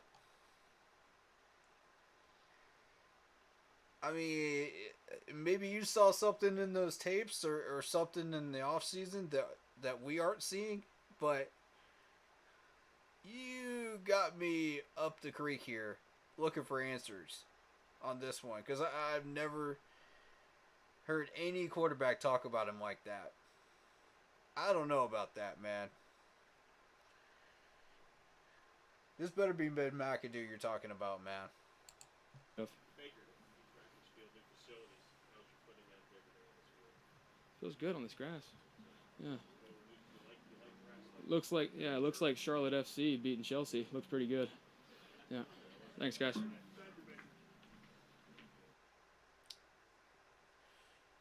So,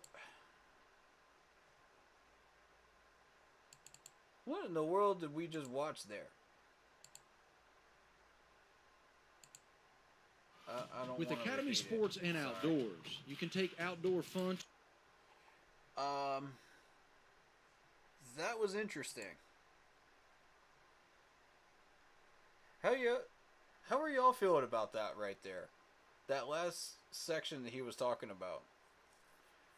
Do y'all think that was about Matt Rule? What's y'all's take on that? That was very curious. Because let's kind of analyze that for a second. Let's take a step back and analyze that for a second. I don't know what you saw in those tapes last year, but the footwork and the technique were not there. Okay? They simply were not there. In a lot of cases. That's laziness. Okay? Secondly, he's pushing people hard. Maybe? Maybe? I got a huge question mark on that one. If you're talking about Matt Rule. Are we talking about the same guy that decided, oh, well, I need 7 years to fully build a team, and pulls out the 50 Cent, was it the 50 Cent line? Something like that? I don't know. Some rap line. You know, and I'm going, really? Are we talking about the same guy here? You could have fooled me, man. You could have easily fooled me on that one. Because I'm not buying it. I'm not buying it on that one, bro. Alright, so let's take a look at this Tommy Trimble touchdown, shall we? Now, this was interesting. This was in the back of the end zone, wasn't it? I don't know why it's... There we go. Oh, that's the interception. Okay. I don't know why it keeps doing that.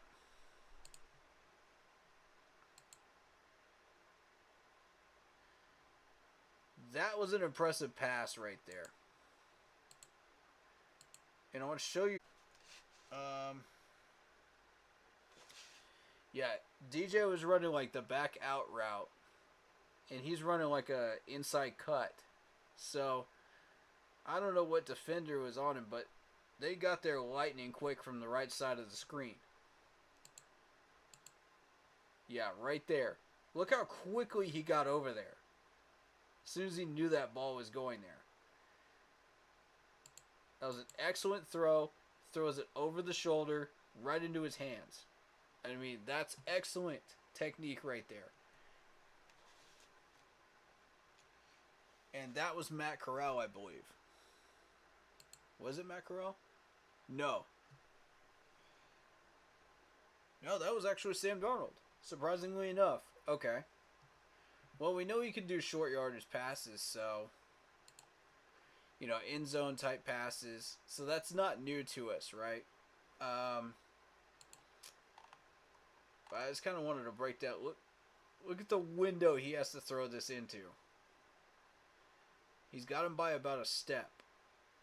But he really didn't even have to move before he got covered.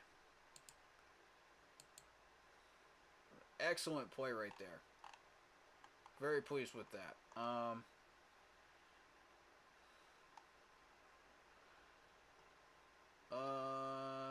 During a run drill, during non-contact practice, Brady Christensen took first snaps to left tackle. Next to left guard, Michael Jordan.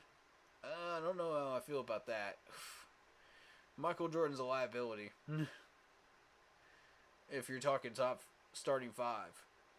That's a little bit of a liability. But if you put Michael Jordan to like second string, third string, where he really can take the time to learn and grow a little bit more, then I have no problem with it. You know. But as a starter, no. Not feeling that at all. Akeem was at left tackle and Christensen was at left guard. Okay, cool. So they're trying to take snaps where they're in different spots and they're trying to rotate these guys. So that's kind of good. In case we run into those situations where we have injuries and stuff like that, where we can rotate them.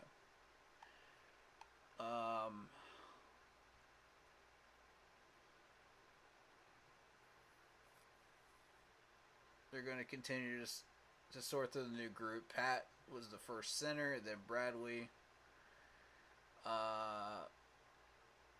worked in alongside Kwanu and Christensen. Dennis Day was all over the line, taking reps at right guard, left tackle,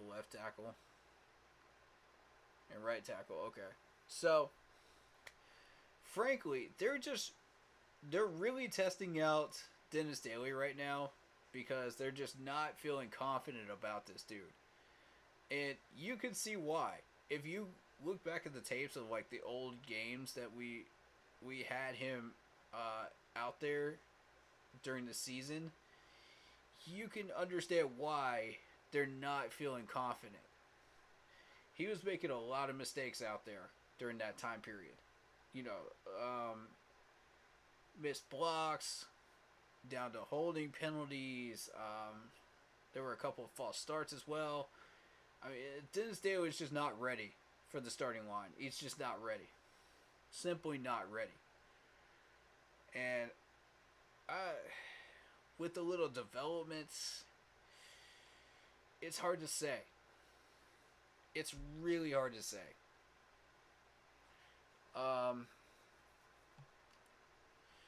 Frankly, I would rather keep him in the deeper part of the depth chart until you've really taken that time to fully develop him and see where his glass ceiling is.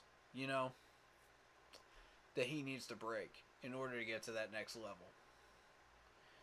Right now, I'm just not seeing it. So, and I don't think the coaching staff is either, because that right there just tells you everything you need to know. With him being rotated like that, that's not a good sign. A few players were in and out during the tent during practice. Shai Smith, okay, don't care about the tent. First man on the field, Matt Corral. Right there. I like it.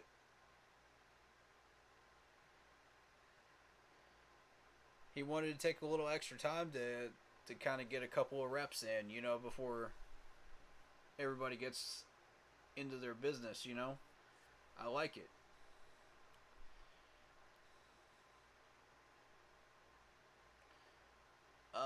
Rule said he appreciated the class Melvin show, calling him before camp to talk about his decision. The veteran cornerback played 10 games last year and was an elder in the room. In his absence, Dante Jackson is again the old man in this position. Yeah, respectively. Now my question is, did Melvin actually take any snaps at camp today? I don't think he did, because I never noticed him if he did. I don't think he did.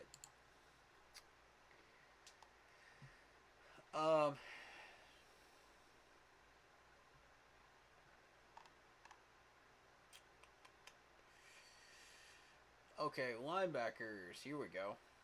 Donald had a reasonably clean day, although linebacker Damien Wilson had a chance at an interception earlier in practice. That is true. I saw that. And I was very impressed with that opportunity.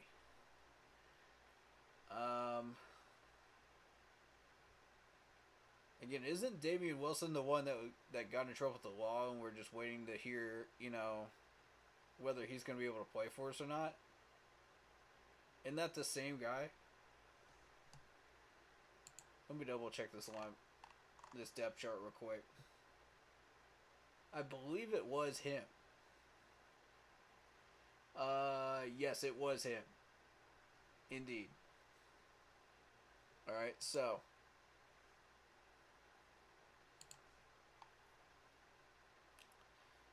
But, good to see the tight ends getting involved. And maybe that might be part of Ben McAdoo's offense, you know, starting to stretch out a little.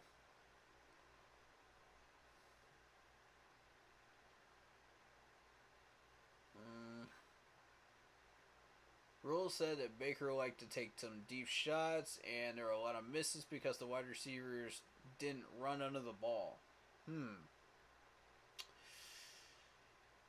That's curious to say because I saw some of those deep shots that he was talking about, and I don't think it's because the wide receivers didn't run underneath the ball. It's just because they were too high for them to handle. And I know I'm going to draw a lot of criticism for that.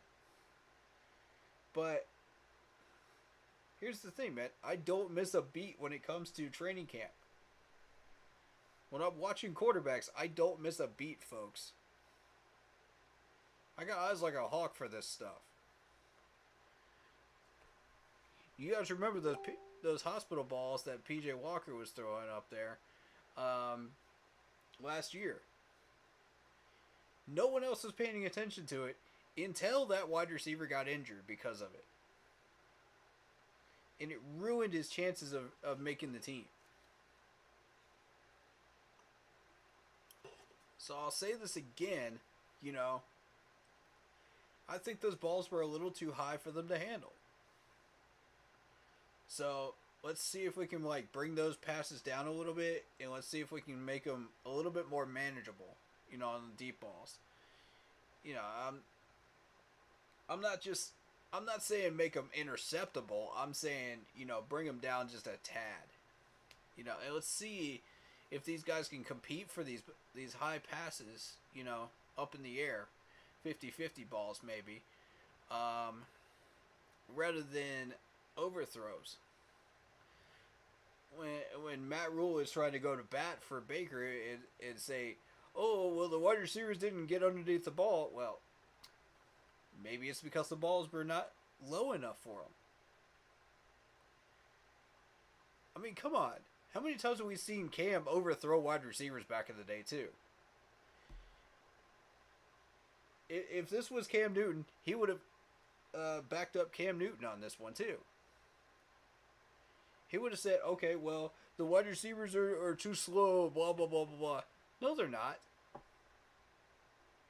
We've been watching Terrence Marshall Jr.'s speed as he's been developing.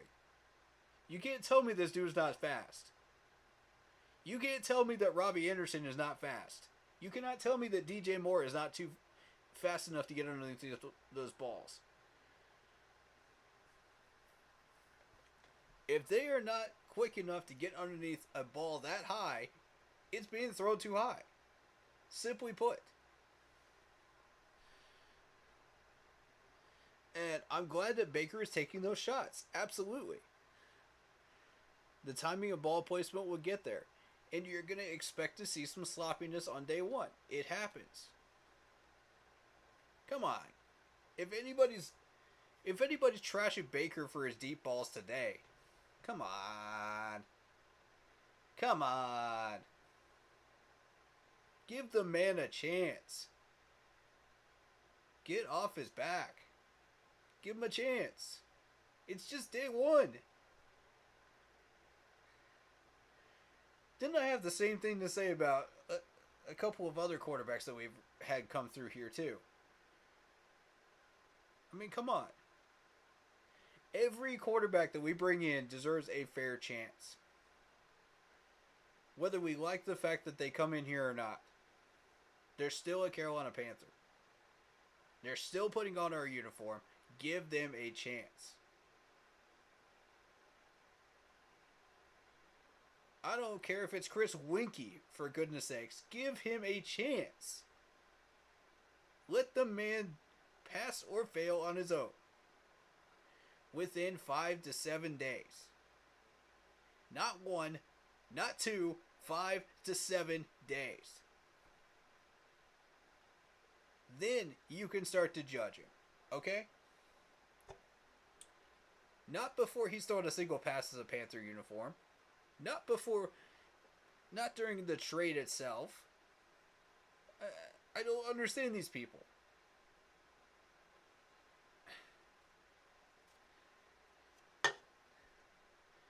And the way it is you got this certain section of the Panthers fan base, and correct me if I'm wrong, folks, but I know this Keep Pounding crew is not like this, because I've personally chatted with a lot of you, and I know y'all aren't like this. But there's a certain section of the fan base as a whole that's just like, well, we're going to hate on everything that you throw out there. Oh, we traded for Baker Mayfield. Let's hate on that. Oh, let's get Cam Newton first draft pick. Oh, they hate on that too. Let's get Luke Kuechly, for goodness sakes. And they hated on that too. These people will hate on anything. I mean, it's just ridiculous. Come on, man. It's the same people.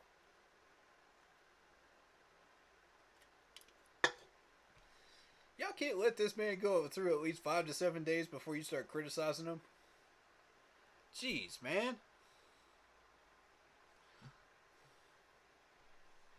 Let him breathe.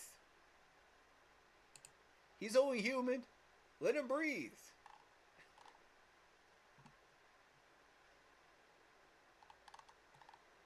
Yeah, I ain't trying to throw nobody under the bus, but come on, man. Let the man breathe.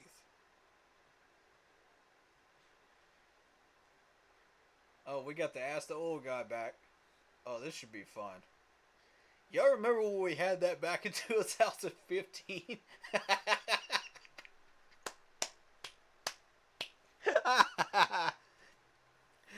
Anyone that knows that story about when I asked about the offensive line back in 2015. Y'all already know where this is going. Oh my lord. Y'all got that back on your website again, huh? Alright. Then y'all should already know I'm not asking any more questions of the old people on the site. Y'all should already know. I'm not gonna waste my time with that. I'm gonna ask some people that actually do know the answer. You know, because I'm associated with a few YouTubers now. You know, I've talked to a few folks that are very smart, and they can find that info for me without having to go through, like, the media and all that stuff. So, you know, in all this, the three-ring circus, so. But, hey, I got all the respect in the world for Darren Grant, though. He's a good guy. You know, but we saw how that resulted in 2015. Oh, my lord. I ain't doing that again. Nope. Let's see what else they put up about training camp. What else we got? Also, I did get FanFest tickets, so I will be there.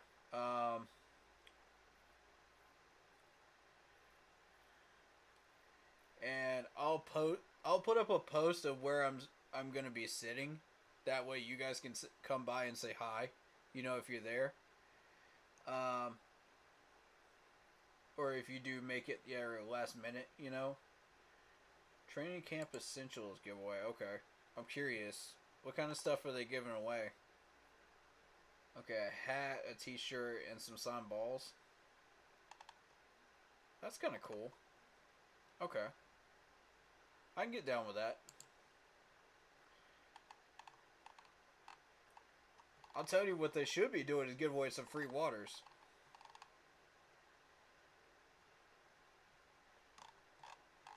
Because that heat ain't no joke, man. Y'all want to give away free waters, I'm down for it. I'll take one. Y'all know what I mean, man. I'll take one.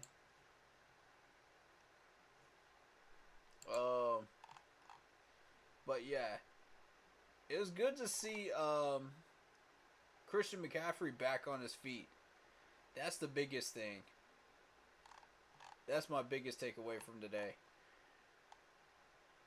Loved it, man. This man is healthy. He's ready to go. I mean, look at those feet, man. Look at those feet. Yes, sir.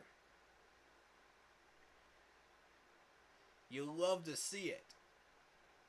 A healthy CMC is a huge bonus for our offense. Again, that is such a huge improvement for us.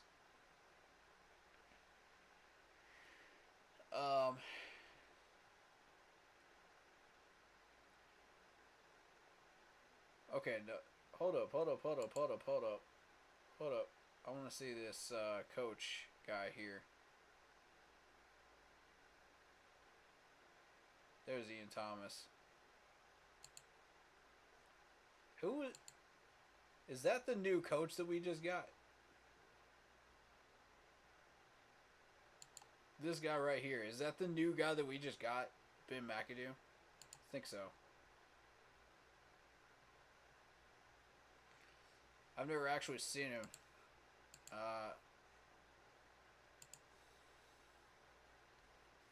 Seen his face before. I've just heard of his name.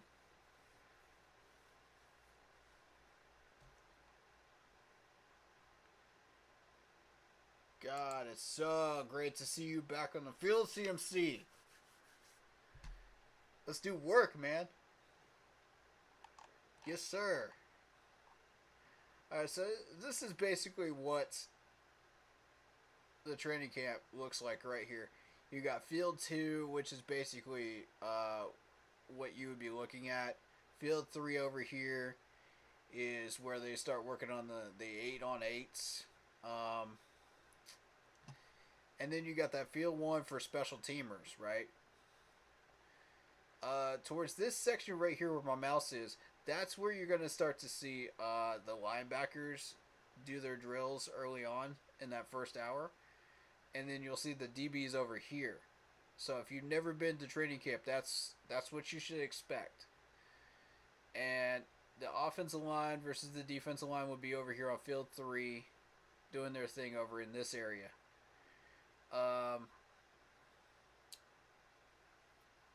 Then it starts to shift towards doing full 8-on-8s over here on Field 3. They shift back over to Field 2.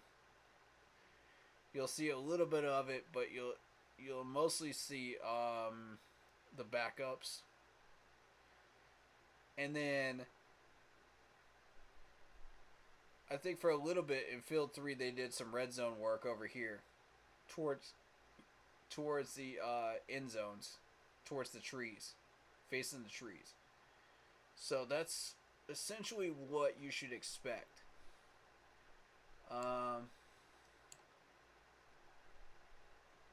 And then for autographs, you'll be sitting here right in front of Field 1 for autographs, right in front of the Richardson building where they're going to be going back in.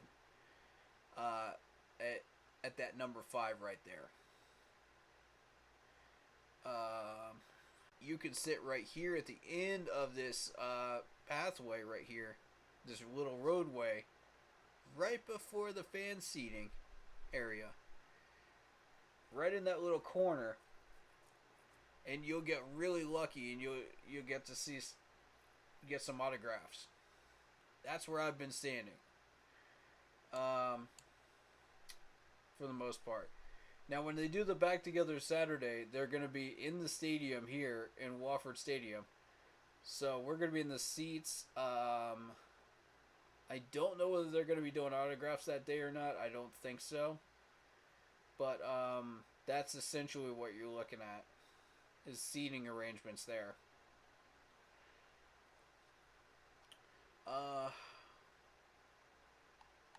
And of course you got your kids area right over here.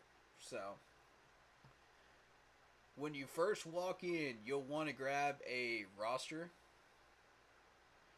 and that's off the table as you go in.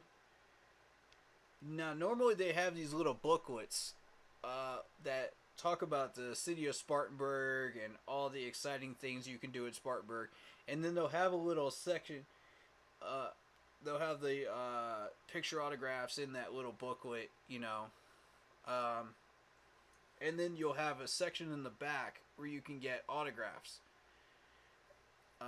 Where you can either have them sign the back of it, the very back of that booklet, or you can have them sign like one of the pages. Let me show you an example of one of them real quick.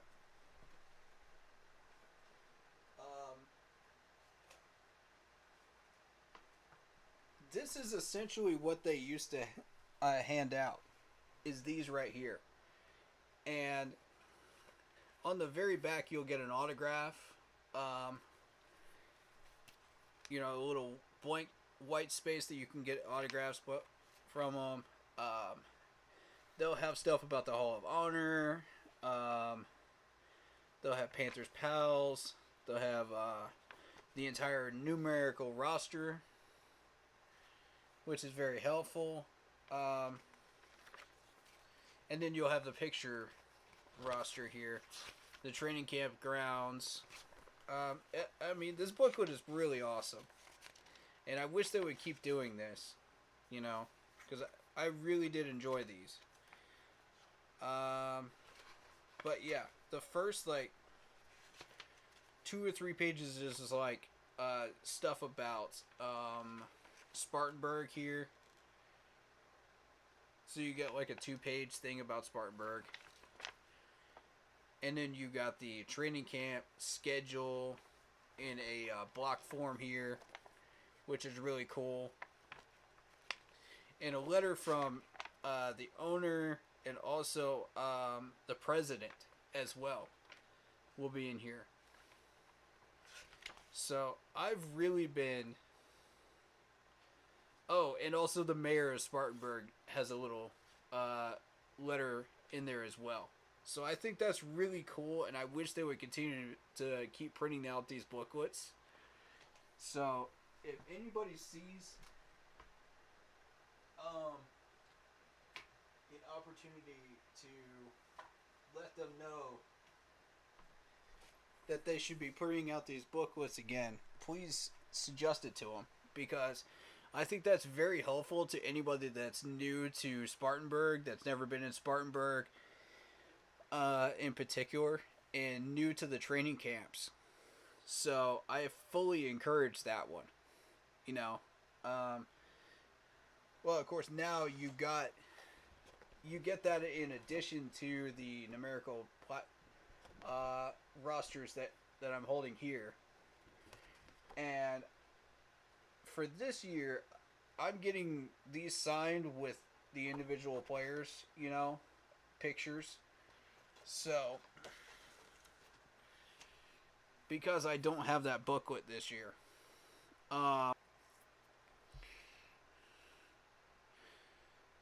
that's what typically goes down at training camp there. And also, I fully encourage people to come in through that entrance right there towards the stadium, towards the Richardson Indoor Stadium, because here's the thing. If you try to go on the other side, they're just going to direct you down that side road, and you're just going to end up down that street anyway, regardless. So you might as well just take that side street right after the entrance to Wofford at that next stoplight. You know, if you're coming down and you see Krispy Kreme on the right, it'll be the next one after the Wofford traffic light. That's the one you'll want to go down, because they're going to direct you there anyway. You just go all the way down that street, go all the way to that light take that right, and it'll be an immediate right into Wofford. You know, that's if you're new to Wofford and you've never been. That's a little tidbit, you know, and you're guaranteed to get a parking spot, you know, if you get there on time, you know, within 15 to 30 minutes. Guaranteed a spot. Now, you may end up parking in the grass somewhere, but, you know, it's still... It's a lot of fun, you know, if you get a chance to watch them, but the heat is unbearable some days. Like, what was it today? Like 80 something? Y'all have no idea how bad it can possibly get in these training camps. The worst I've ever seen is 98. And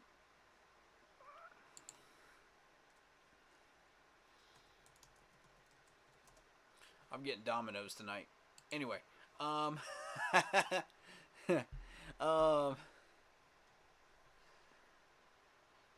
yeah, 98 degrees in that humidity. God help you if you're not used to that heat. If you're from the north and you're visiting down here, and you're wanting to go to one of these camp days, that heat will kill you if you are not used to it. Carolina fans, stand up, let's go. Probably won't happen, but I wish a magical season, a fairy tale every year. Love this team. We have been through a lot as a fan base, and we will keep pounding. That's right, man. That's right. That's exactly right. Love Domino's. My fiance hates it. I don't understand it one bit. Yeah, Domino's is delicious, man. I've been kind of turned off the pizza lately because I had that food poisoning from Pizza Hut about a year or two ago. But, you know, I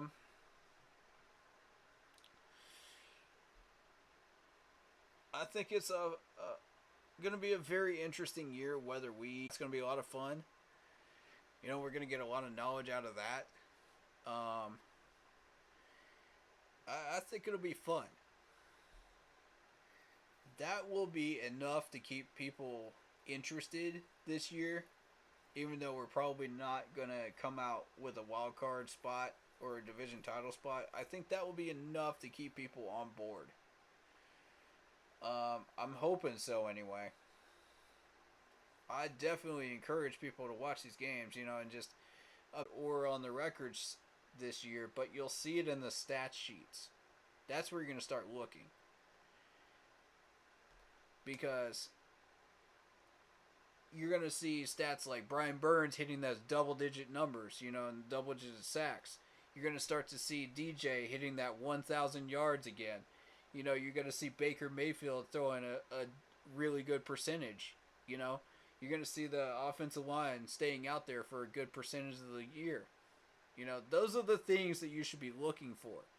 That's the signs of progress this year. You know, and granted, it's not a win on the scoreboard. It's not a win on the record numbers, you know. It's not a win on the win-loss column. But, you know, I'm saying it's a win in a way. That we are still continuing to create this masterpiece. This, you know, this chef's masterpiece. And it'll take a year or two, but we'll get there, man. And I think Baker's the man to lead it. I do think Baker is the man to lead it right now. What if Luke and Greg commentate our Thursday night game? Oh man, that would be fantastic. Do you know how lit that would be? We're already breaking out with these black helmets. And then if Luke and Greg Olsen commentate on that game alone, the hype would be out the roof for that game. My goodness. the ratings would go higher than anything else we played this season.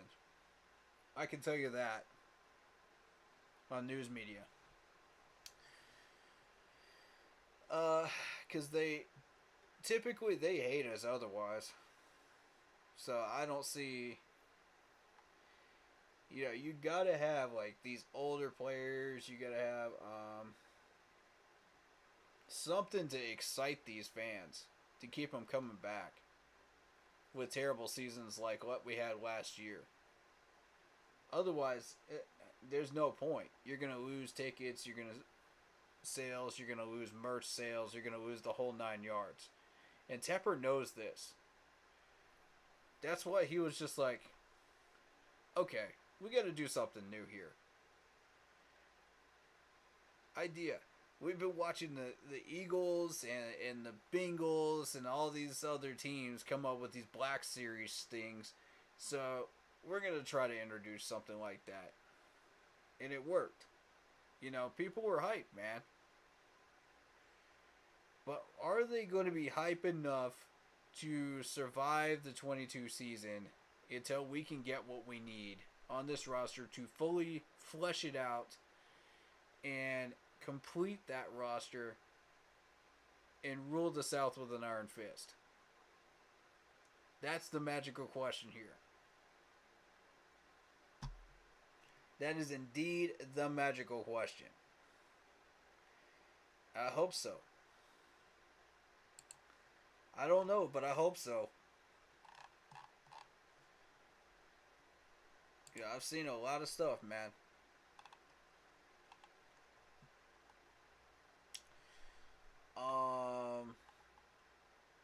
I don't really want to hear from Matt Rule on our training camp day. I want to hear from Scott Fitterer. That's what I want to hear. Where is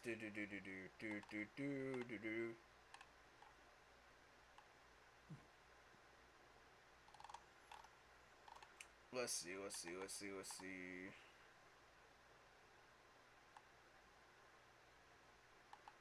Speak on moving day. No. Don't care about that.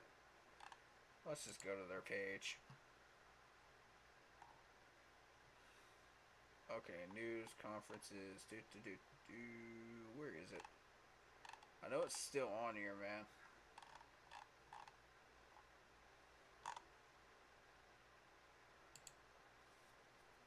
Because that's what I want. Because honestly, I was listening to, there it is. Scott Fitterer press conference. There we go. That's who I need to hear from. Because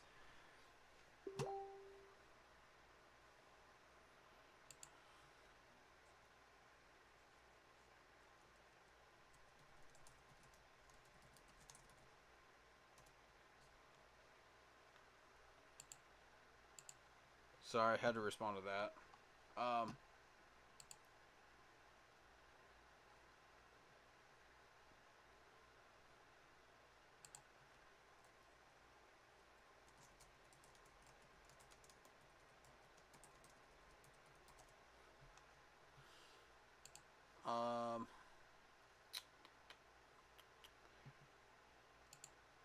Let me see what Carol sent me. Camp room, amazing. Okay.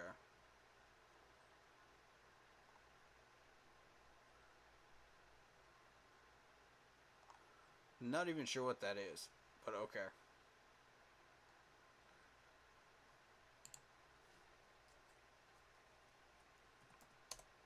Alright, most of y'all don't know I take care of family, so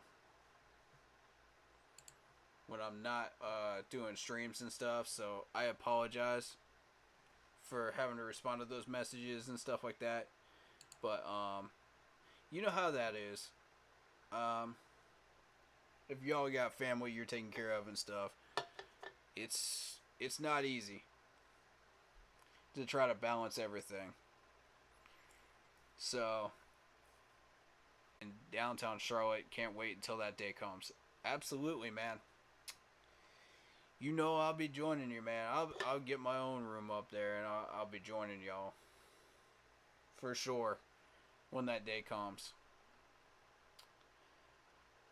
As far as when we have the team to do that, I don't know. 3 to 4 years, if we develop correctly, we can take our shot.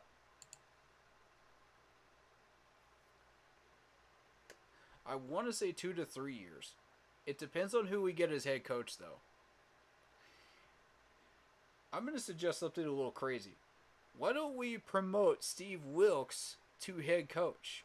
We saw how well he did in Arizona. And I know I'm going to get a little bit of flack for that, you know, considering the coaches that are out there. But I think the answer's within our own franchise right now. I think it is. You know, I like Wilkes a lot. I think he's the answer to our problem. He was very disciplined and very technical when it came to the players, and he was very strict when it came to making sure that they had self-discipline and endurance and the whole 9 yards of things that we really need to work on, you know. And we've been missing those elements ever since Scott McDermott.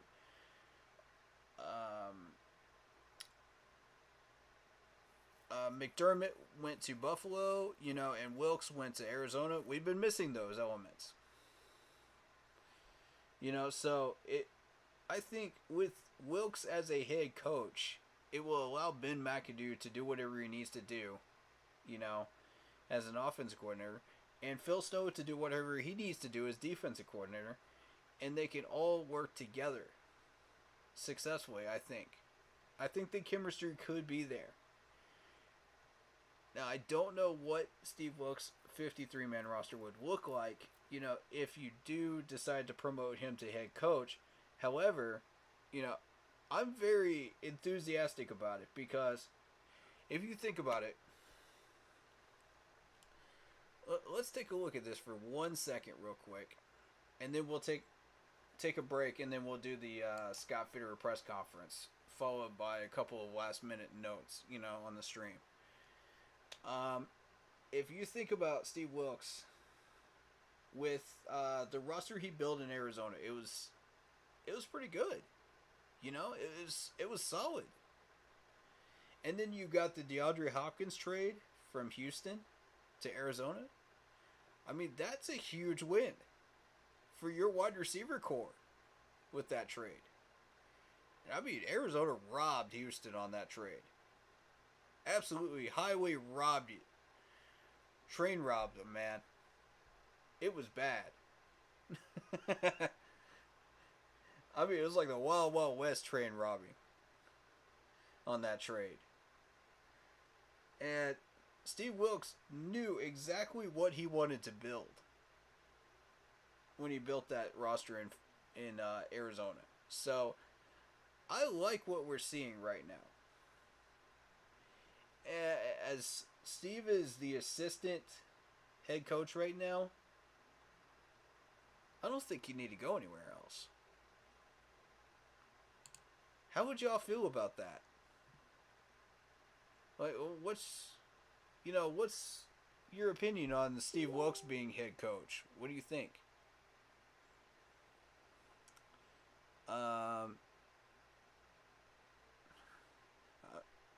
Miss having you here, Lock Poppy. Appreciate you, man. Shout out to you. Are you concerned about J.C. Horn being healthy the whole season? I agree with Steve Wilkes. Rule doesn't sniff the playoffs or doesn't improve. He should be gone. Absolutely.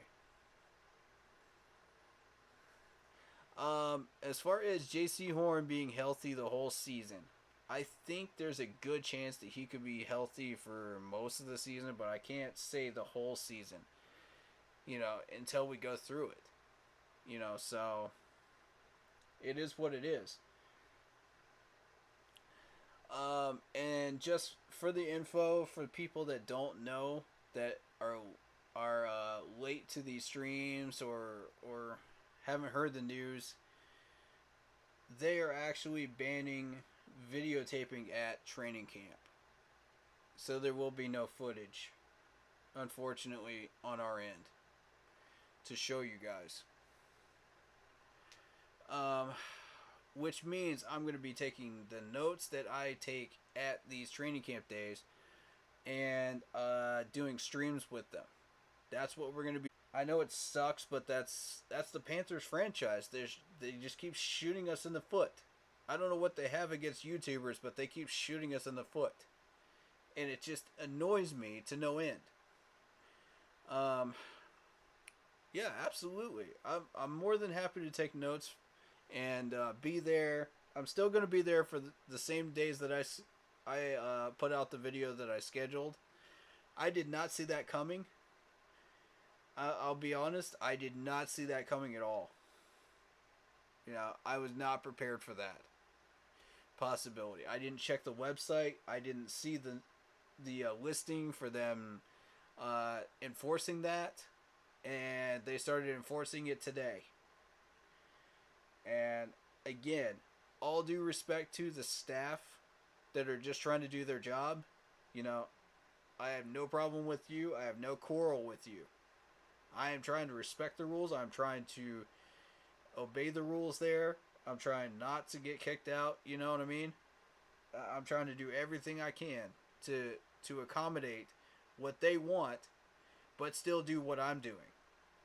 You know, and every year they make it more and more challenging, and it annoys me to no end. And this is just not acceptable. Because not only does it affect me, it affects other YouTubers as well that are getting paid for these videos. That are trying to pay bills with that money and put food on their tables. You know what I mean? Like, that's just... It's not acceptable. I don't know whose idea this was, who implemented this, but that's the person you should be blaming for this. The fact that we have no content and we're not growing this channel this year that much. We may grow it by about 100 subs, but you know, I'm not worried about numbers at this point. I'm talking general consensus of all YouTubers. This hurts everybody. Subscribers and YouTubers alike. You know, what they don't realize is this is half of their fan base is on YouTube. They don't get this. Okay? Why would you alienate half your fan base on the internet? It makes no sense to me. Over some basic drills that they do every single year. That they're not even using any drills that they were going to put into preseason games or into regular season games. It's the same stuff. You can go back and look at the films. I don't understand it. Stop punishing the YouTubers. You know, if you want to film this stuff yourself, Panthers, go for it. Just let us know that. You know, be fair with us. If you want to run some of those plays that you're going to run in preseason and regular season, let us know that. Communicate with us. You guys are all about transparency within your own organization. How about us? Aren't we first? Jared Richardson used to think so. It just makes no sense. You're alienating your own fans doing this. I don't get it. I don't want to get into another rant, but I already did that the first 30 minutes of this stream. I don't want to do it again.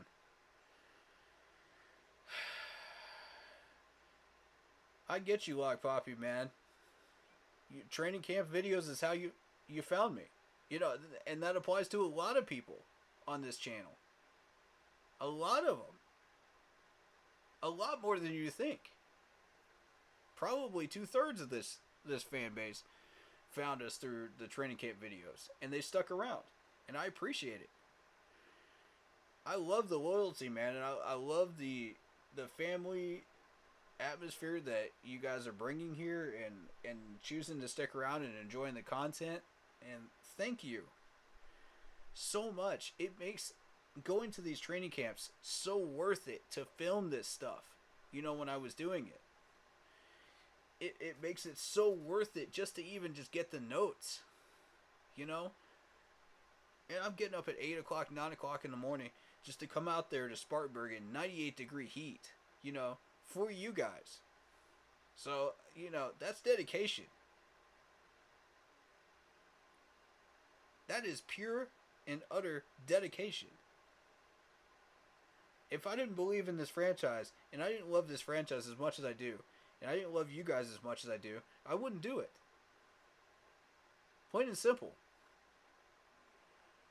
If I didn't believe in educating this fan base, in this crew, I wouldn't do it.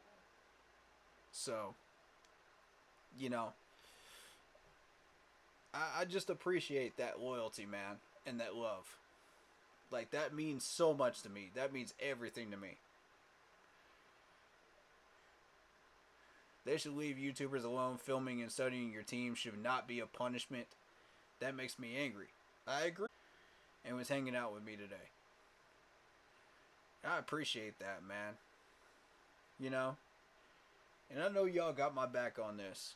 If I have to end up fighting this. I know every one of y'all is going to have my back. And I don't want to have to go down that road. I really don't. Y'all really don't want to fight the Panthers YouTubers. I'm telling you, you don't want to do it. It's not a good idea. It's just not smart. They forget that we have the power to boycott and not buy anything. They forget that fact.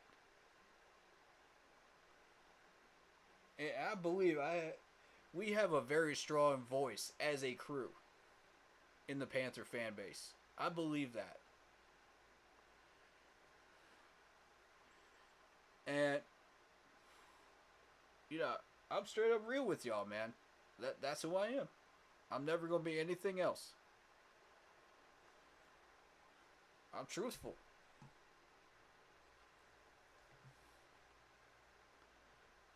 And I really don't understand what their vendetta against YouTubers is. Because we've never done anything to hurt y'all, man. Like, since when has that bothered anybody? To film just basic drills. Like, it's not like I'm filming, like, the big secret plays and secret throws that you guys are working on, you know, up in Charlotte. Come on, man. What's the secret here? What are y'all trying to hide? There ain't nothing to hide. Everybody knows about Baker Mayfield. I mean, everybody knows about this new offensive line. Come on, man. Come on, y'all. What exactly are we trying to hide? We're about to have a 6 or 7 win season, for goodness sakes. Come on. What are we hiding? I can't think of a single thing.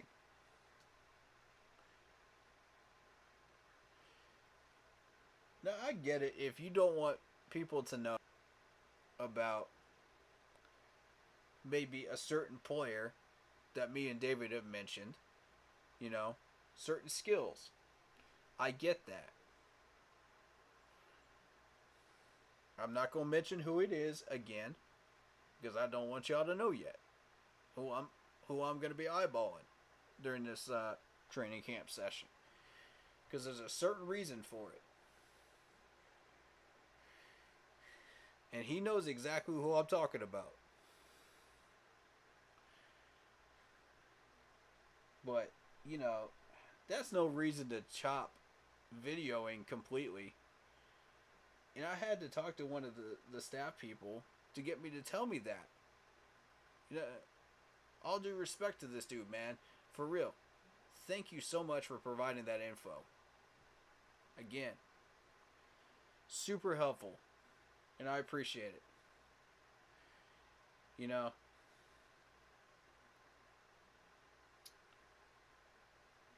And me and him had that same exact conversation. We're just like, I don't know why they're doing this. And the dude was new too, you know? So I was like, cool. That's awesome. You know, I wish him the best of luck in his new job and his new endeavors, you know, with the event staff. I hope that works out for him. Because he seemed like a really nice dude, you know? So, but they started getting concerned about videoing during the joint practices with the Ravens, and it went from there. And I don't know who complained about it, why it's a problem, but it's here now. You know, and we're all just going, what? Really?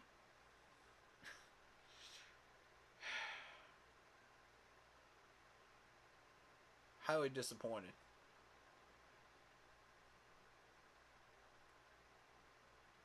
That I've got to apologize to somebody that had their first experience in a training camp, that is a friend of mine, that is a subscriber here, you know. That's not how it's supposed to go. I really don't like the fact that when I promote this channel to a player on this team, that this is the first thing they hear about, is the fact that I'm spewing a bunch of toxicity about the fact that we can't video during practices. I hate that. That's not what we are. Y'all know this. Y'all been around for how long now? Y'all know this. That's not who we are. Highly disappointed that that's the first thing he sees. I don't find that acceptable, do you? Come on, man. It's not complicated, Panthers. Management, it really isn't. This is a terrible PR stunt. This is exactly what it is. It's a terrible PR stunt.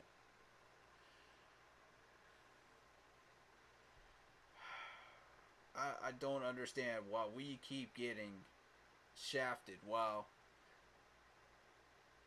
the media gets all the spoils. You know what I'm saying? Like, if you got a media badge, you get all the spoils in the world. You get free refreshments, free food, free whatever it is, you know? And they treat all the other YouTubers like dirt. When's the last time that a YouTuber without credentials actually got treated with respect? Unless they had a certain number of followers or subscribers within this fan base.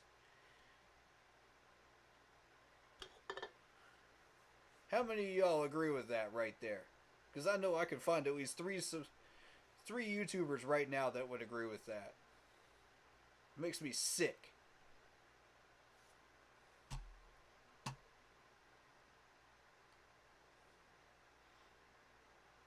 Now, if any YouTuber contacts me that has credentials, let me know how you got those credentials. Because I'm very, very interested in learning how to get those credentials. Because apparently that's the only way we're going to get any respect. That's the only way we're going to get what we really need to keep doing what we're doing. Because if we keep going on this same path, I don't see it. If they keep disallowing video, this is where we're going to end up.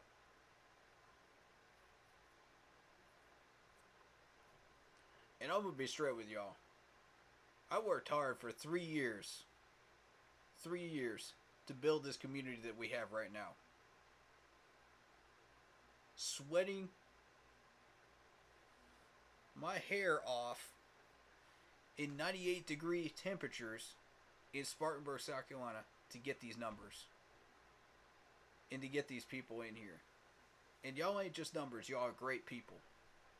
Y'all are human beings. People like Lock Poppy here, man. That's why I do this. I toiled in that hot sun to get people like Lock Poppy to come up in here, man, and become family. That wasn't easy.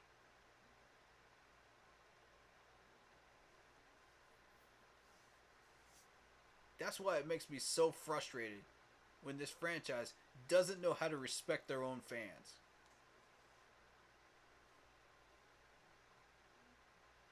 They constantly throw us under the bus. And no, I'm not just painting a narrative. No. No.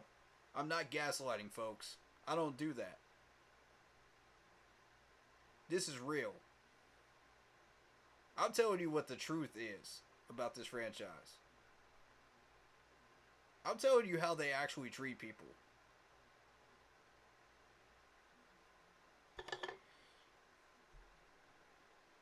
Now, I would love somebody to come from the franchise and actually defend their position right now. Go ahead. I will allow them onto this stream and I will listen to them. I will hear them out. I want to hear your side of this. Why did you feel that it was necessary to do this? I will welcome that 3-ring circus up in here just to hear the explanation. I'll do it. I'll do it, man. I got no problem with that.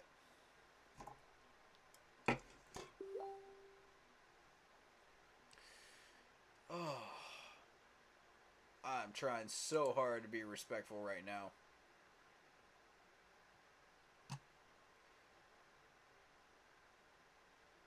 My dude David knows, man. We had some private conversations today that I used some language that I would not normally use on this stream. That's how angry I got. And you know that's not me. Panthers management, please listen to me when I tell you this. Do not throw YouTubers under the bus. It is not a smart idea. That is going backwards, not forwards. A war with these YouTubers. You don't. Please don't start one.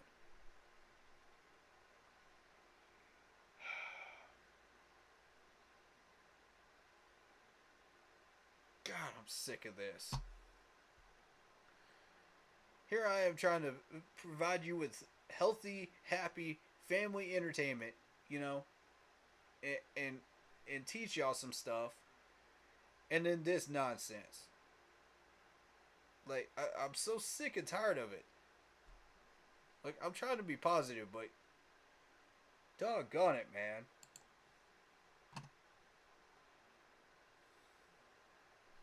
I don't like being like this.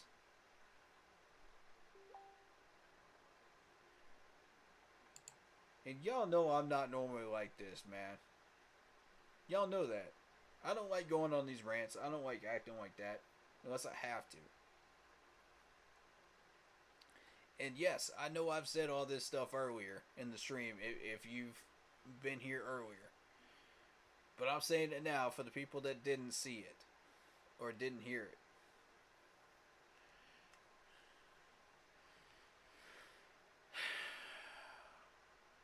It's a positive atmosphere here. Love it. They're just trying to bring us down, including the media on TV. Yes. Yes. Yes. Big facts. Big facts, David. Thank you. I don't understand how more people aren't seeing it. I don't get it.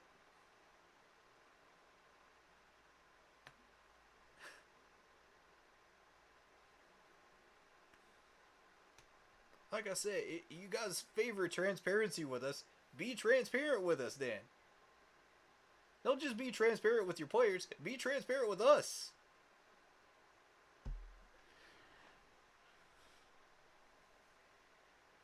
It's not that hard.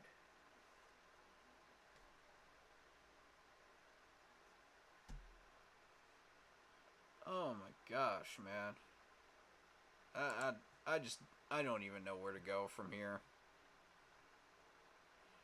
Okay, hold up. Okay. Cool. Pizza's in the kitchen, awesome. Alright. In that case, I'm going to do this Scott Fitter press conference, Dan. Let's see what he's got to say. This is before training camp, so keep that in mind. I don't even know what that article is with Christian McCaffrey in it, but I'm not interested at the moment. Alright, let's go.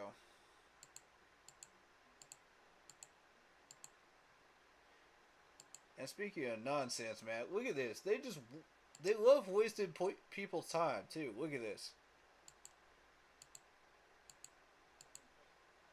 Okay. We literally have a press conference, and it takes them 12 minutes, 12 whole minutes, for them to finally bring out Scott Fitterer to do, like, a 15-minute press conference.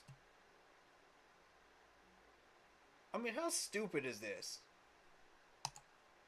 Anyway. I've always had a beef with that one. Like, quit wasting everybody's time. Do they realize that we have a short time span to be able to focus on stuff like that? Like, honestly, I don't get these people, man.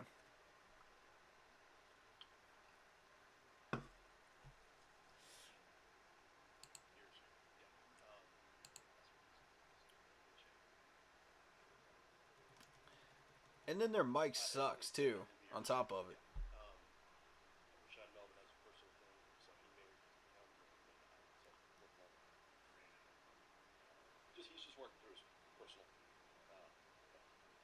Okay, he's working through some personal stuff, huh? Okay. That's Melvin, right? That's probably why he retired.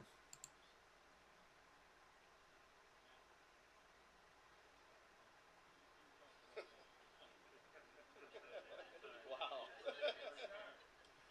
That's an insult to Matt. Man.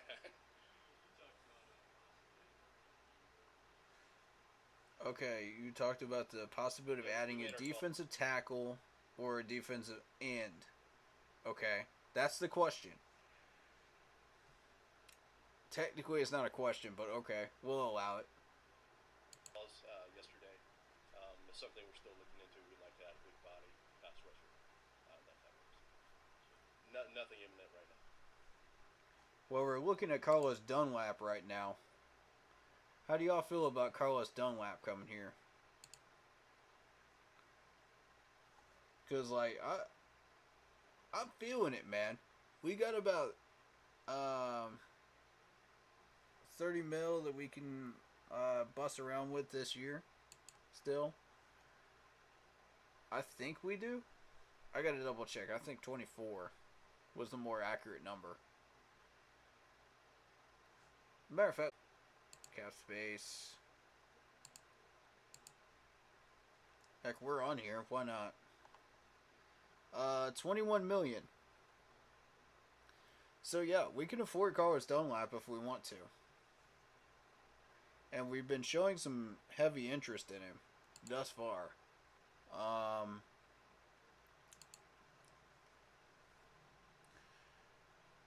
That's the magical question, you know, are we going to keep pursuing him with everything that's been going on? Honestly, I don't know. You know, time will tell, but we do have the money to pay for him this year. But we'll only be able to pay for him this year, though. That's the problem with the 30 mil in the red next year.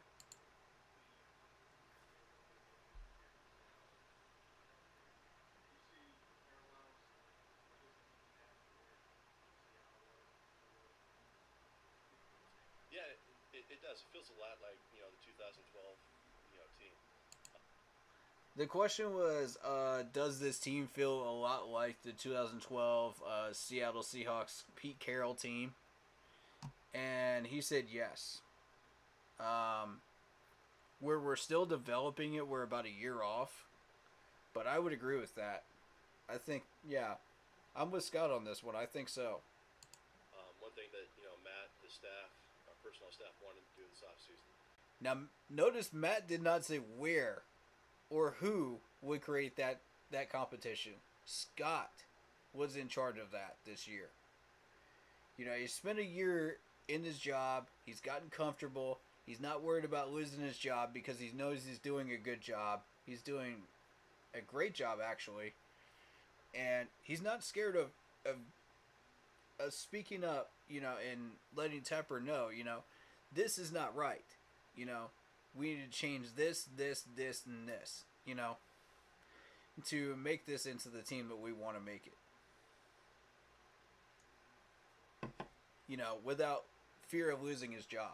During that first year, you know, Matt was Tepper's golden boy, you know. But now Scott's starting to grow that spine and say, okay, I'm taking over this team. Matt is not capable of getting this done. It's time. So, and Scott pretty much took it upon himself to find all those players that were going to be competitive. And we got lucky with the Rams players because I did not expect that. Nobody expected that.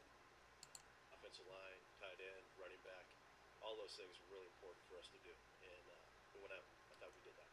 Correct. They are. All of those spots are.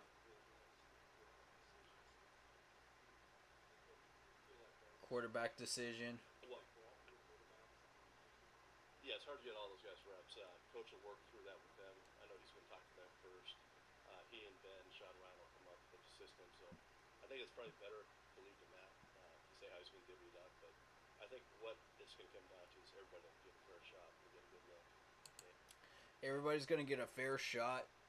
He's kind of leaving that up to Matt to decide. That makes me a little nervous. Matt deciding the majority of the things in this team right now makes me nervous.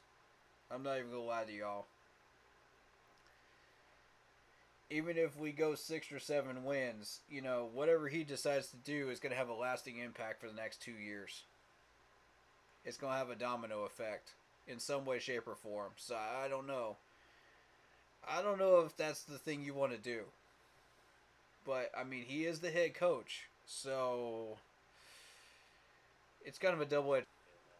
Take what you can get. It'll become obvious over time.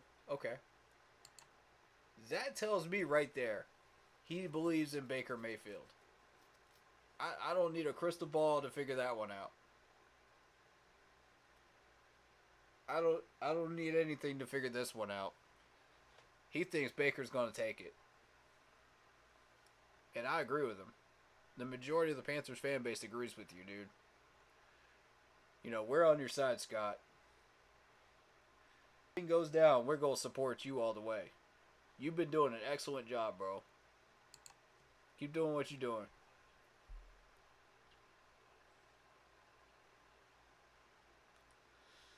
Yeah, you know, I think we have good players on our team right now. We like the guys we have.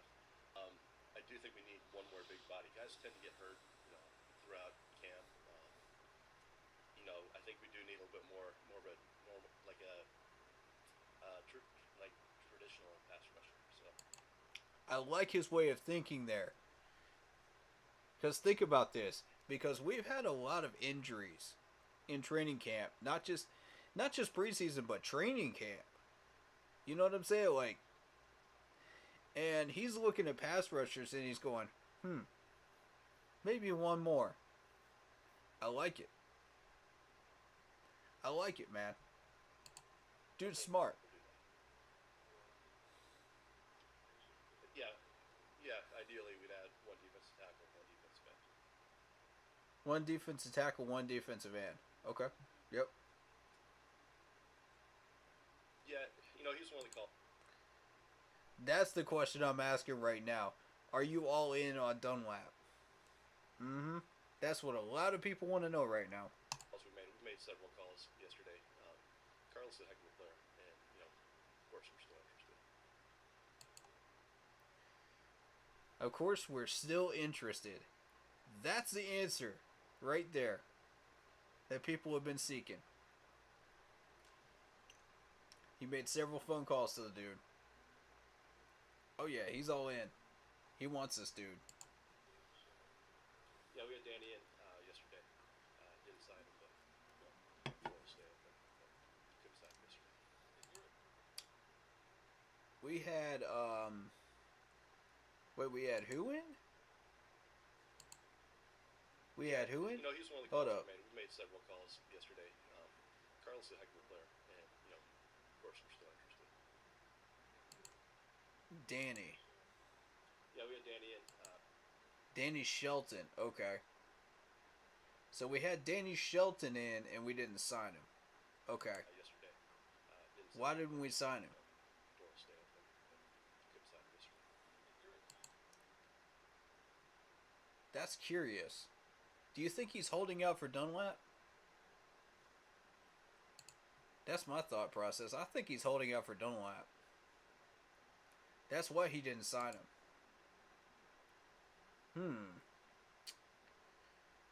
Interesting. I mean, if you get Dunlap's a very, very good player, man. I love Carlos Dunlap.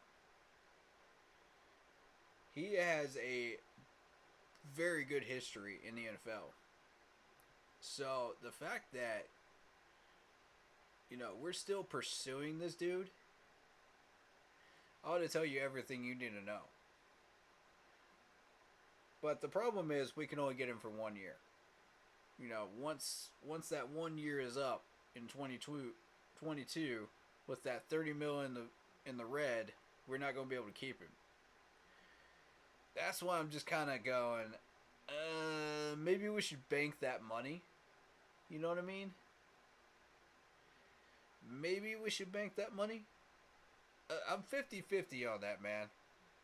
It's a double-edged sword because you would love to have him for extra time, but if you keep him, you have to toss other Panthers players to keep Dunlap.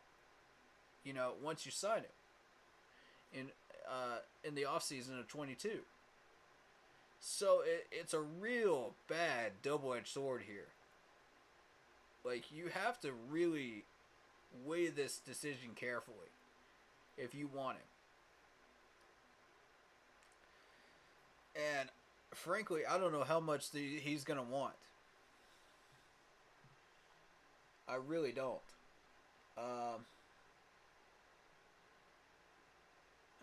That's not what I want. That's not what I want. There was a free agents list, and I'm looking for it right now. That I kept up. Was Dunlap on this list? That's what I want to know. Because you got Von Murray, Melvin Ingram, Reddick. I'm looking to see. His name does not show up on that list. That's interesting. Okay, let's check him on over the cap.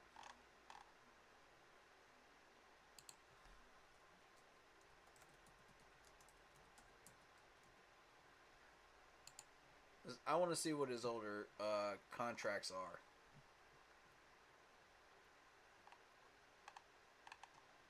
Yeah, see, this dude's been with the Bengals and the Seahawks.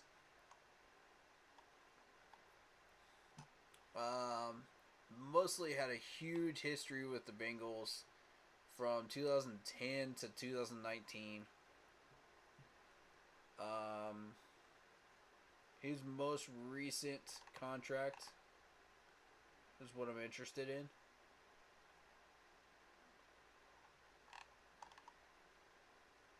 which was $10 million for 2 years. Okay, so 4.9 paid on the cap, and you earned 5.2 average per year.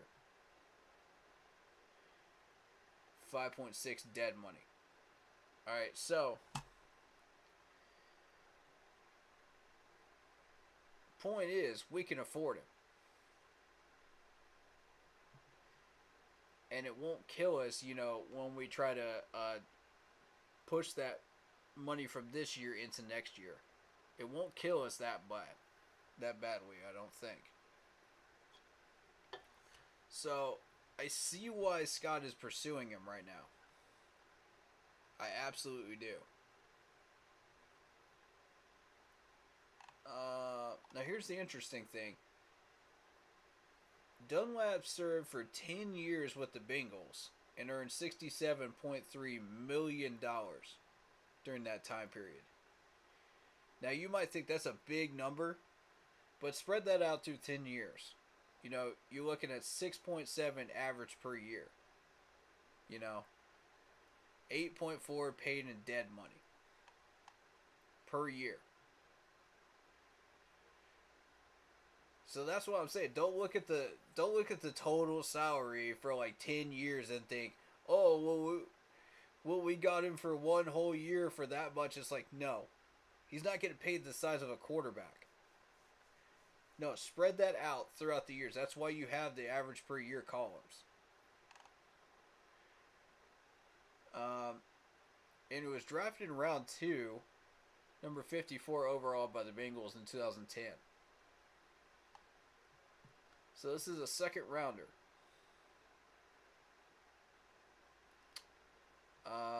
Statistics wise, let's take a look. And I think it's important to note the amount of snap percentage. Like, this is something that normally you wouldn't pay attention to, but when you start looking at older players, this is where it starts to become a factor. You're looking at the Seahawks alone, you're looking at 53.7% of snaps last year. 2021, you're looking at 38%. So they used them a lot less during that second year. But think about this. 24 tackles, 10 assists during 2021. During those 38 snaps. 2020, you got 7 solo tackles, 7 assists, and 5 sacks. Which leads me to believe there may be an injury history here. During 2020. There might be something else going on. Maybe they weren't using him in the correct packaging.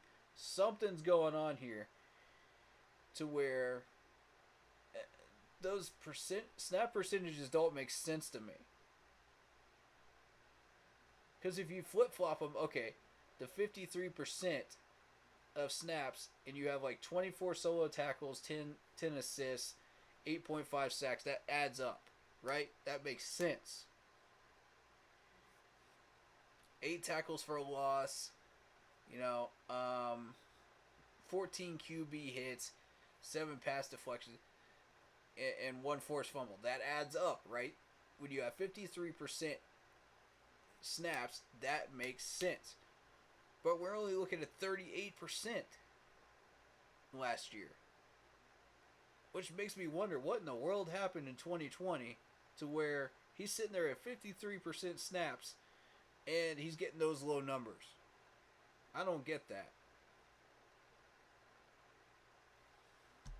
That don't make sense to me.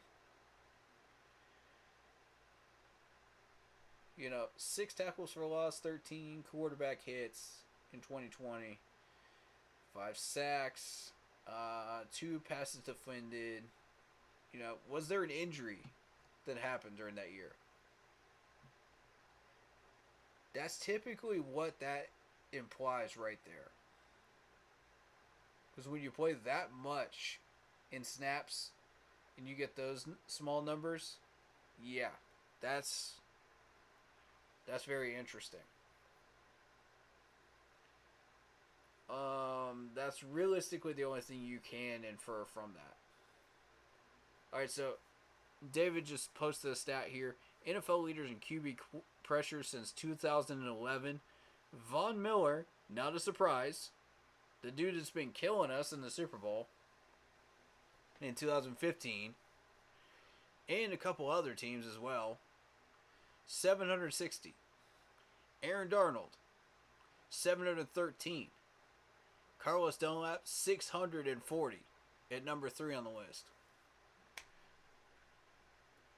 Now are y'all starting to see why we like Carlos Dunlap right now? For that cheap price? Now are y'all starting to understand why this man needs to be signed here for $5 million? To where it won't kill our cap in the rollover? I'm here for it.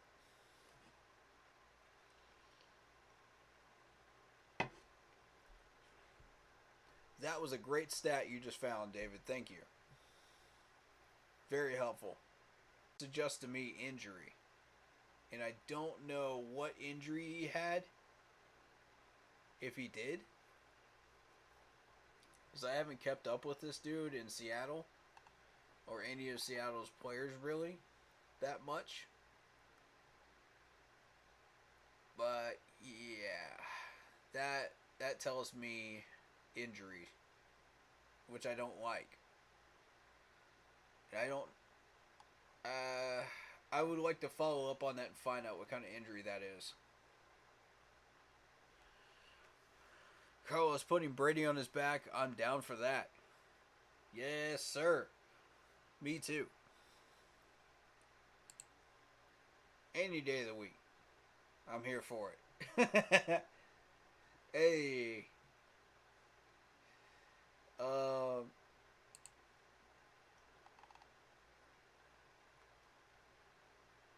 But realistically, the main thing I wanted y'all to see was the contract.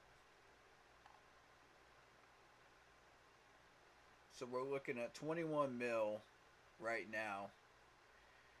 If we sign Carlos Dunlap right now, we'd be looking at about 17 mil. 16, 17 mil. That would roll over. You know? Whatever we don't use in injuries, you know, and re-signings during training camp, that'll be that right there. That'll be that money. Here's what I'm going to show you. 2023. $30.5 million in the red. Yikes! Active cap spending.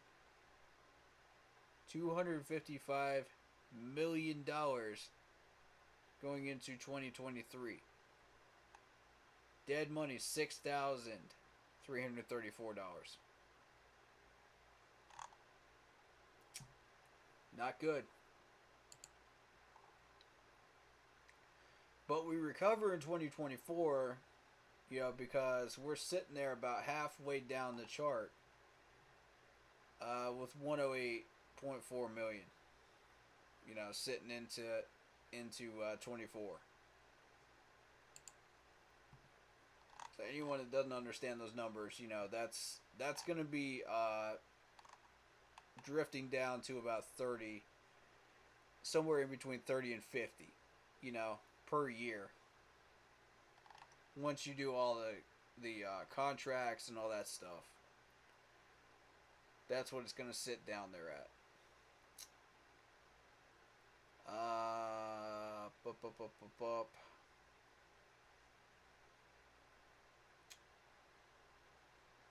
So I do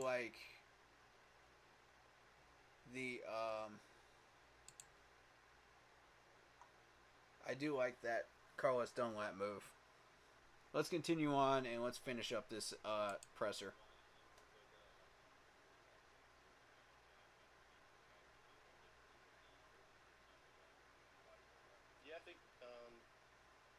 efficiency, but I think we're going to bring those guys in.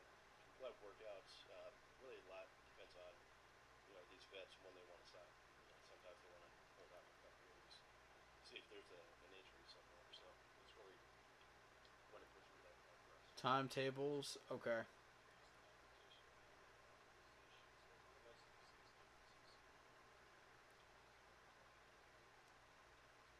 I really like the vibe of this group. There's a great energy in this group as a whole. Just as in team meetings, stuff we go. I think the question was about the progression of the players that we have between last year and this year, and I kind of like that question actually, because there's very few reporters that would have the courage to ask that question. It's a very, very relevant question that does deserve an answer.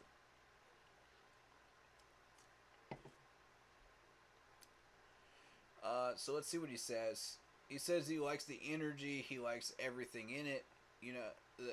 That they were providing during the meetings and stuff like that. I want to see progression-wise. Talk to me about a couple of players. How are they progressing? Everybody's like hugging each other. Generally, like we're genuinely happy to see each other. That's something that's not always there. This is like a natural thing. And, to General happiness to see each other. Okay. me, that's really one of the biggest things to have a strong community.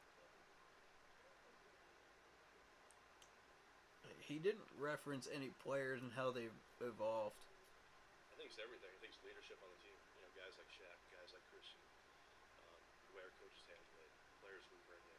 It's all of it, and it's got to happen naturally, and it is, and it's really exciting to see. Mm-hmm.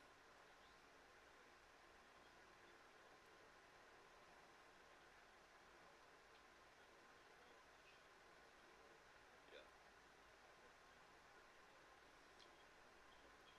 We want them all competing. Like we all want them to have the mindset. I have an opportunity to start here. There's no pressure on him to do it. We're gonna allow him to learn, but he's in the mix. PJ's in the mix. Sam, Baker, all of them. We're gonna let it play out. But the thing is, we didn't want PJ's in the mix. Early, but we love the fact he has that competitive mindset. Okay.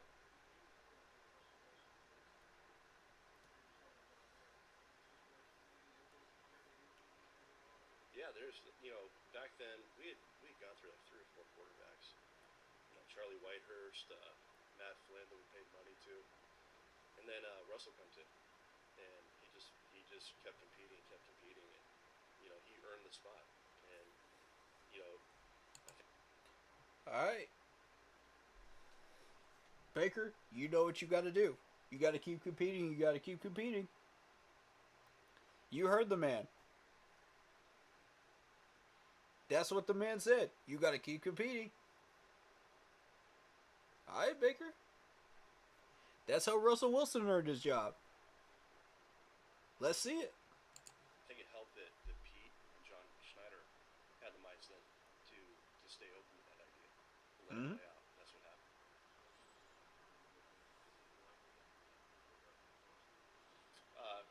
Yeah, there's a good chance. It's something when we get there, we'll cross that bridge. But I'll get with Matt. We'll work through it. But probably. Whoa. I think it helped that Pete and John Schneider. How many quarterbacks did he say? To stay open to that idea, to let it play out. Let me see. Let me see.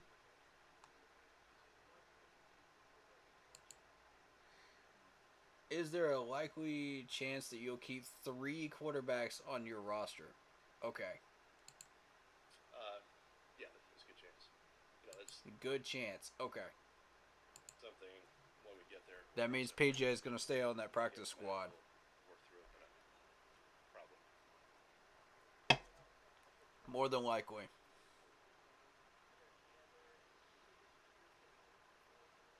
Yeah. It's funny. Ben McAdoo came in this morning. He's talking about offensive line. What's the lineup going to be? It's going to be a tough cut. You get to those 8th and 9th linemen. We're cutting good players. And a lot of those guys can start and play for us. So, offensive line.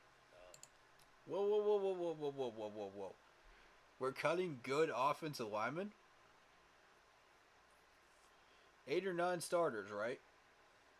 You're cutting good offensive linemen, this man said? Now that's a huge question mark.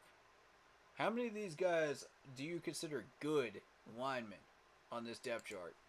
And I want you to think very, very carefully about this, because we've seen some of these guys play. Okay? Let's not get this twisted. Okay, we know the starting 5 are going to stay there. That's not a question. We know it's going to be Icky, Bradley, Corbett, Moten, and probably Pat Affleck, right? Or Brady Christensen. Moving up there, right? Now, when you talk about good offensive linemen, you're talking about, when he's referencing these guys, right? He's talking about Tacklenberg. He's talking about Michael Jordan.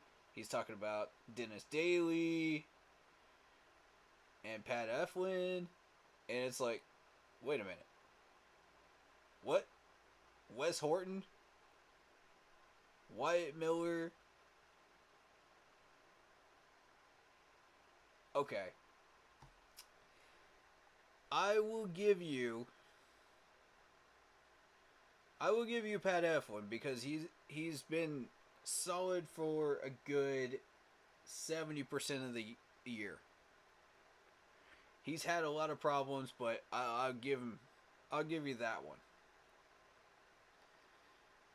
But when you're talking about good offensive linemen, we're talking about people that are getting cut that are good offensive linemen, okay?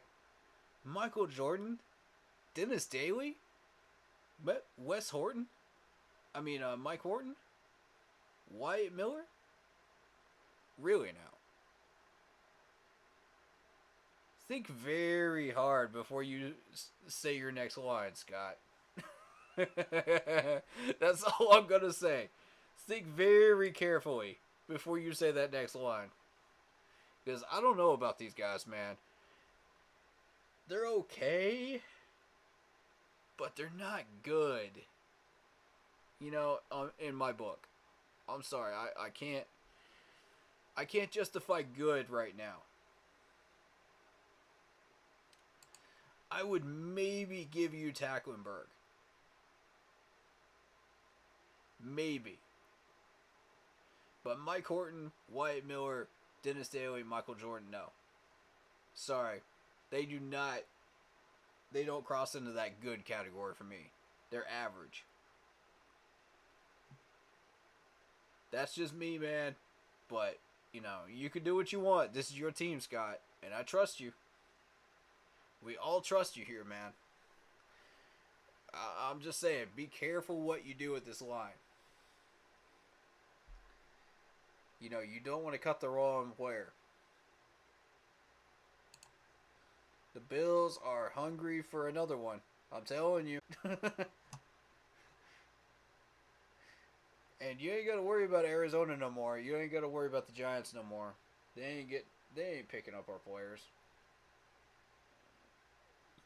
Jets are too dumb to pick up our players. Even though half of these players came from New York. You know, Sam Darnold, Robbie Anderson, there's at least 3 or 4 of them that came from New York. So they're not smart enough to actually pick up ours. These guys are going to go to probably division teams. I'm thinking Saints, Buccaneers. Both of them are looking for players right now. Be very, very careful. And with Sean Payton looking for another job here soon, you know, if you've heard the rumor, the man's looking for another job soon. I don't like that. Be very, very careful. That being said, let's continue. Let's hear this next line. I don't know about good, though, bro. I'm sorry. I can't jump on board that train. Tight end is a good one. Running back for that Okay, if you're talking about tight end and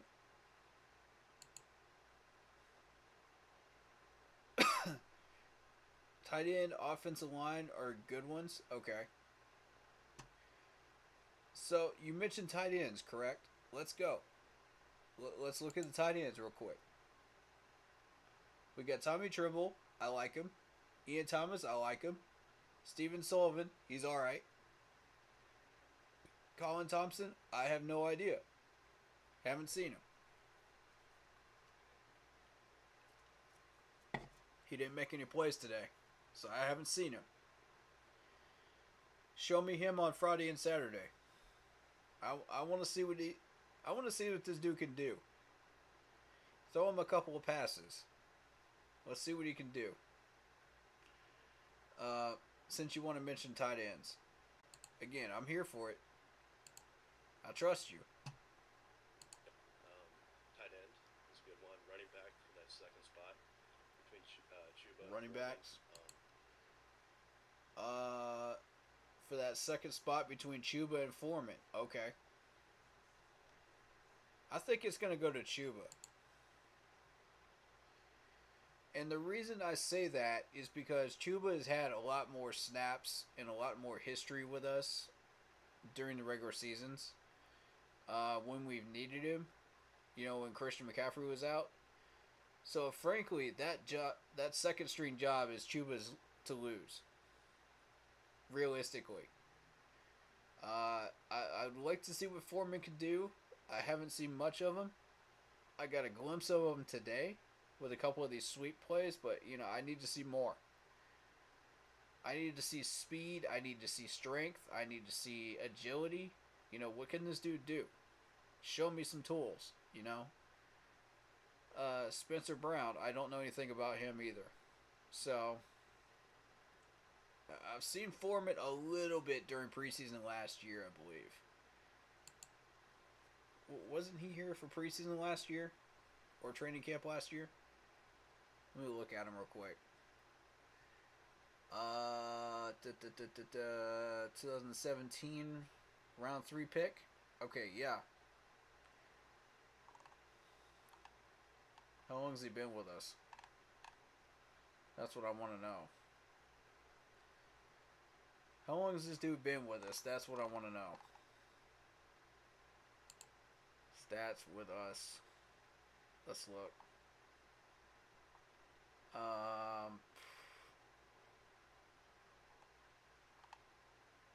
Oh no. We just got him. Okay. Fair enough.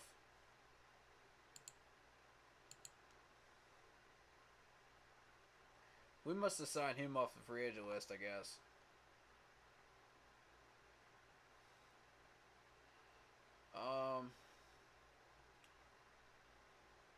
But again, you know, I only saw him a couple of sweep plays, and that was really it today. I need to see more of that. Spencer Brown, like I said, don't know anything about him. I need to see more. Alright, let's continue. What else do you got to say? You know, the receivers, just how that's, 1 through 5 there. Linebacker. I mean, there's competition across the Wide receiver, linebacker. Okay. Here's the problem with linebacker, alright? Who in the world is Isaiah Graham Mobley? Like, I have no idea who this dude is. I've never heard that name in my life.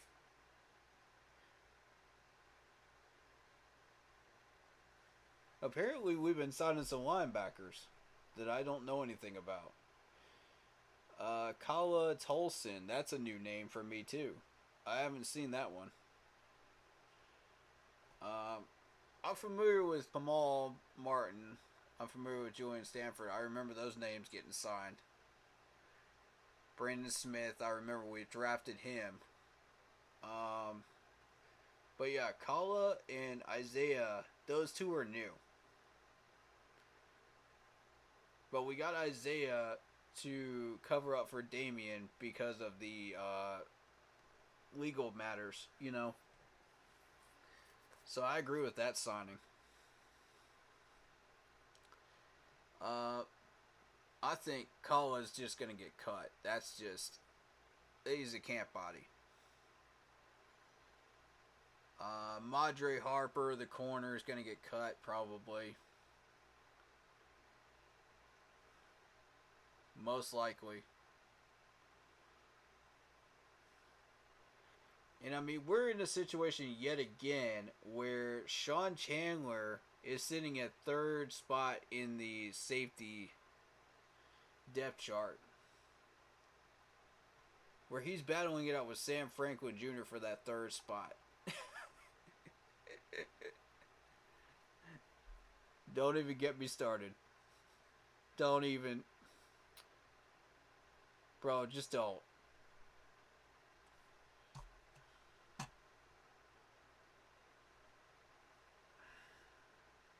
Like, literally, Sean Chandler is a free safety. He's not a strong safety.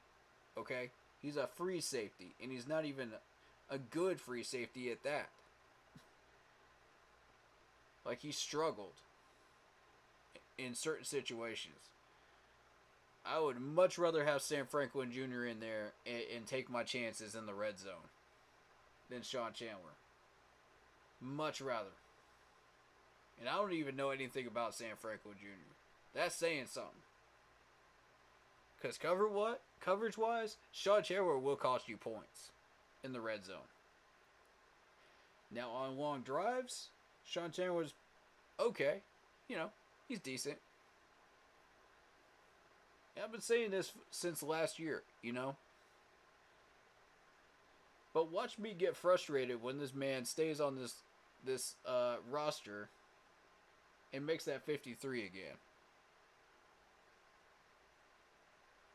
I'm calling it right now. Scott, please. For the love of all the green grass in the world, do the right thing.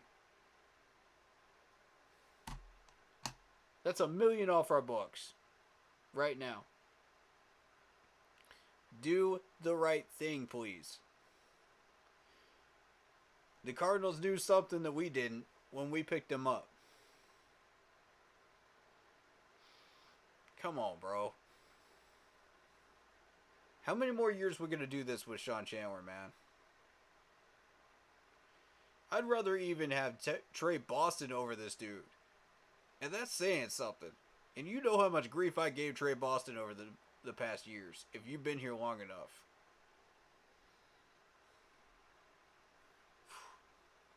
I threw Trey Boston under the bus so many times.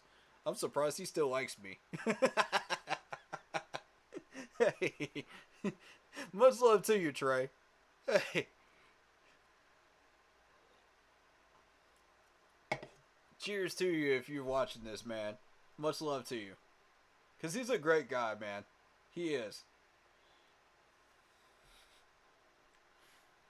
That was tough love that I gave Trey, though. For like the longest time. And I would rather have him over Sean Chandler any day. That's saying something. Coverage-wise. We're talking just coverage-wise on the field. Okay? We're not talking about personalities. We're not talking about who these people are off the field. We're talking about just on the field. Okay? We need to get all the clowns and ghosts out of Carolina. I'm tired of this, man. I feel that right there. I feel that right there in my soul. Let me go get my clown makeup. Let me go get my clown makeup. Because we all know one clown that's still in Carolina right now.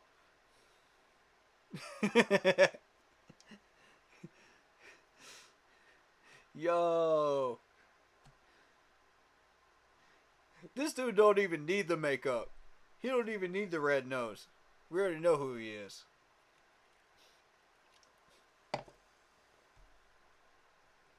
Bruh.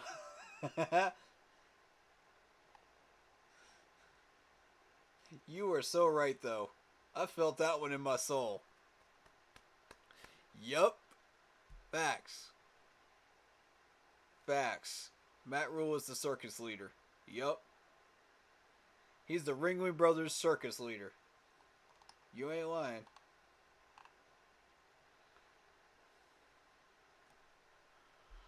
Oh, man.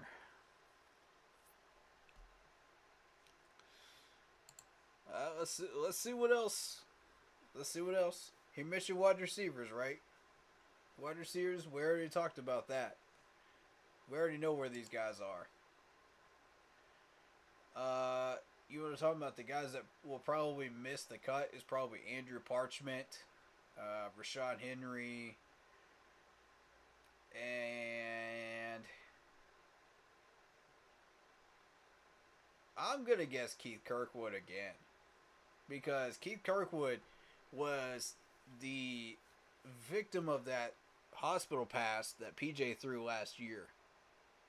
That got him injured and knocked him out of camp. So yeah, that's my guess as far as the 3 wide receivers that are gonna get cut.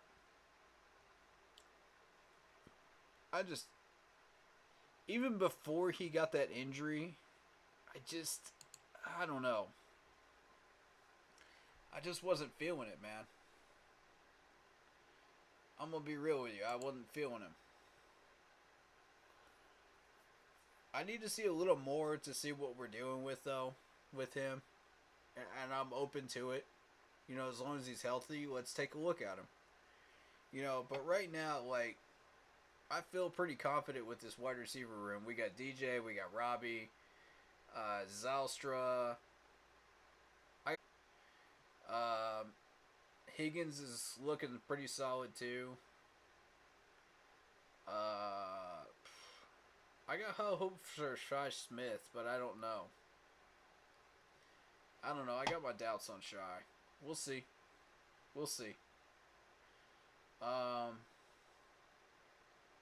Andre Roberts is kind of a new one for me. I got to take a look at him. But Rambo was that interesting undrafted wide receiver that we signed. And I would love to take a look at him a little further. I'd love to see what he can do. You know, show me that on Saturday. I'll take a look at Rambo on Saturday. When I can see the entire field, you know. Throw a few to Rambo. Let's see what he can do. I'll take a look at him then.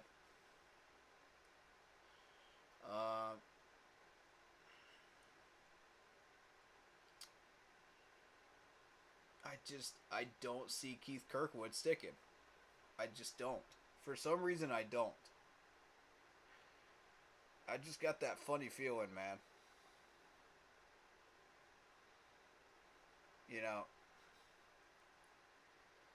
And I'm pretty spot on with this, usually. So, we'll see. Maybe he surprises us. You never know. I would love to see him surprise us and do well. That would be awesome. You know, that would be a real beautiful story. You know, coming back from that injury from last year and then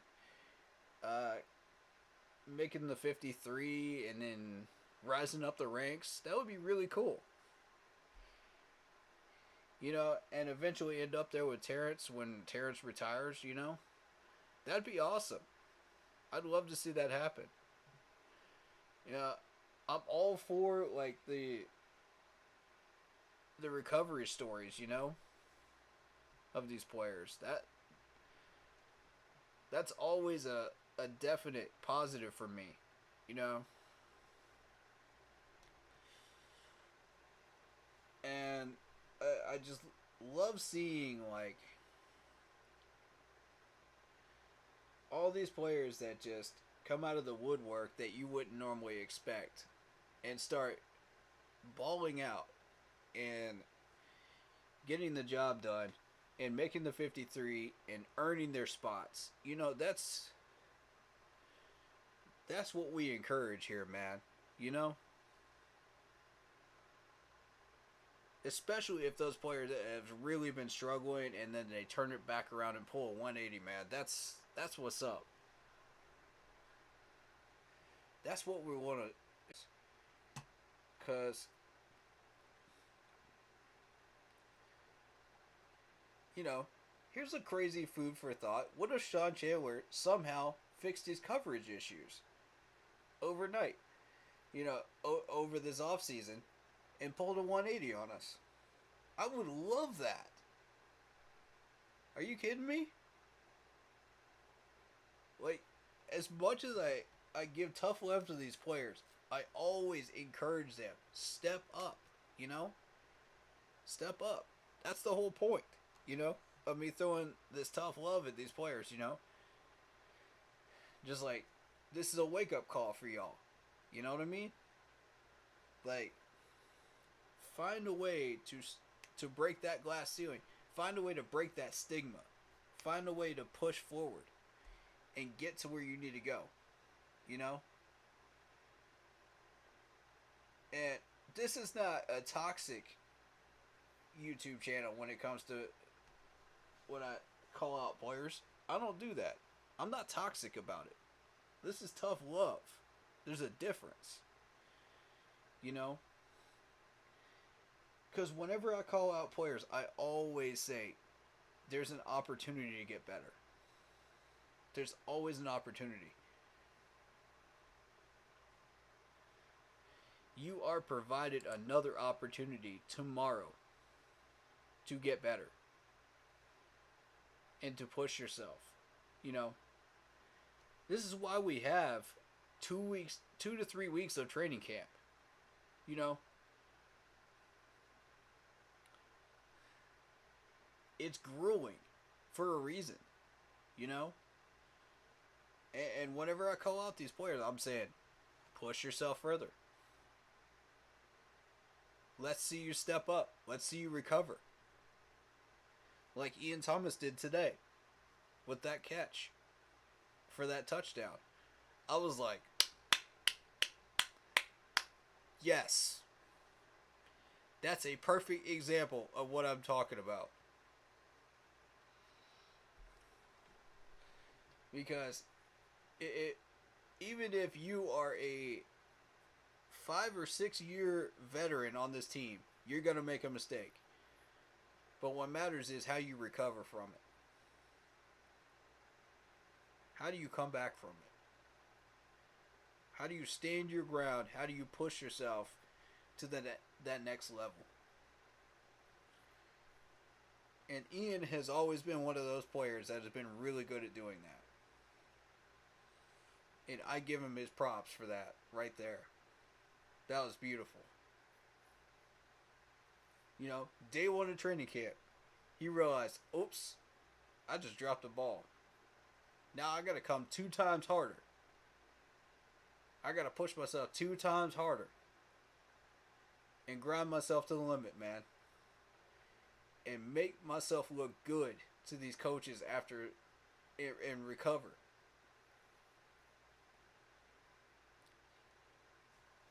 And you see it all the time. You see it in high school ball. You see it in college ball. You see it especially in the NFL.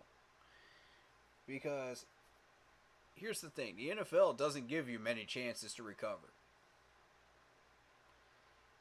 It really is.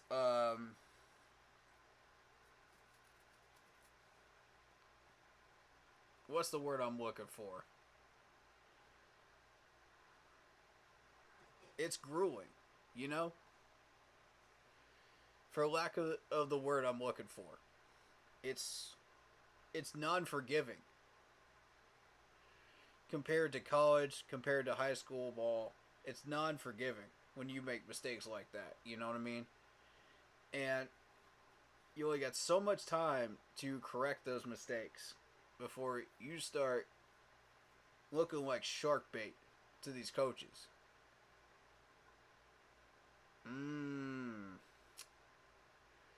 But my man Ian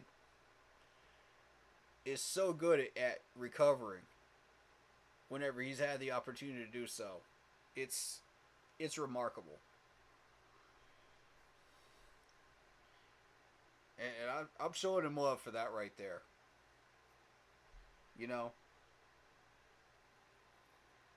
Ian's always been my dude. Ever since I first saw him in that preseason game, he's always been my dude. You know? I got respect for this guy. Through the moon. He's one of those players that's motivated. And really does push himself. And I really do encourage like all the players on this roster to learn from that and to motivate themselves. You know, use that motivation, use that energy, motivate yourselves. Break through that glass ceiling. There's so much more on this roster than what you're seeing in day one. So much more. You're seeing all the sloppy mistakes on day one. Sure. That's natural. That's normal.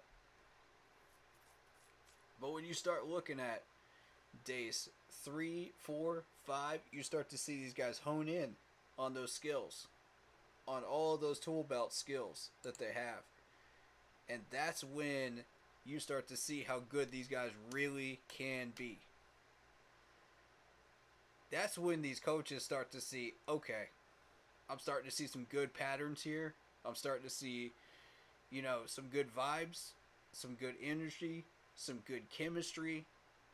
All the things you're looking for, you know. And with that comes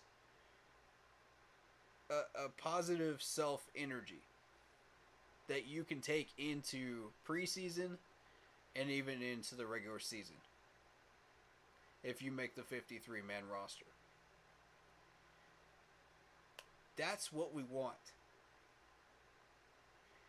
And when you have a roster full of 53 men that are wanting to do that right there, that are willing to push themselves and willing to push their limits and break those glass ceilings every time they step on that field in those uniforms, that's what you want. And it's only just day one, guys. It's only just day one. Give them a few days, you'll start to see it on the field. You'll start to see tangible results. You know, until then, you're going to see a little sloppiness. It's natural. Even from some of the veterans. You know, and I'm willing to overlook some of that stuff, you know, in favor of what is going to come out of it. And I'm sure the coaches overlook that a little bit too, you know, but not too much to the degree that, you know, we're going to get lazy with our metrics system, you know, but still, you know, you could overlook a little overstep here and overstep here on day one, sure. Day 2, 3, 4, that's when you should start seeing that stuff hone in. That's when there's no excuses. You know, you don't let that become a habit. That's the main thing. You don't let those bad things become a bad habit. And you'll start to see both sides when you start looking at this team on Saturday and into next week. You'll start to see those patterns. They'll start showing up.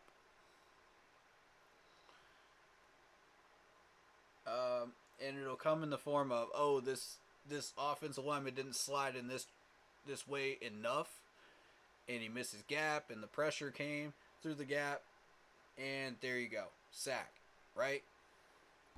Or it'll come in the form of a number of drops, you know, versus catches for a wide receiver. Or it'll come in the form of maybe a missed coverage for a linebacker versus the majority of the time where you're getting pass deflections and recovering.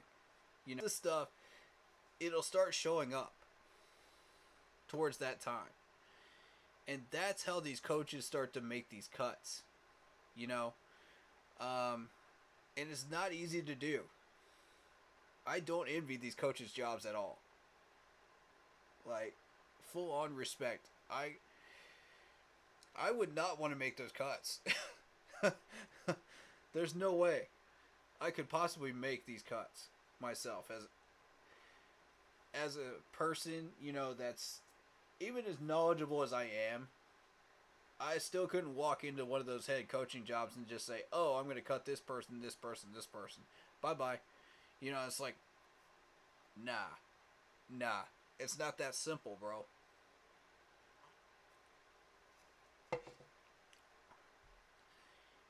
You gotta really have an eye for this stuff. That's why, you know, in order to build a 53-man roster full of these people that really build chemistry and really are happy to be around each other in the locker room, and it's about more than just that. You know? That's the start. That's the start of something beautiful. When you got those positive habits going on, and you got the vibe, you got everybody in chemistry working together, and I'll provide an example of that today. Keith Taylor. You know, perfect example of what I'm talking about. These guys have been in sync since last year, and they never lost that chemistry. They're just picking up right where they left off. That's what I want this roster to look like. Right there. That type of chemistry. Full 53-man roster of it. You get that where they're hardworking, they're willing to put 110% into every play that they study and put on the field. You're going to get results. Point blank, you will get results. You will get wins. It will take time. It will take patience. And yes, it will take hard-earned sweat to make that happen. But it will happen. If you are willing to put in that work.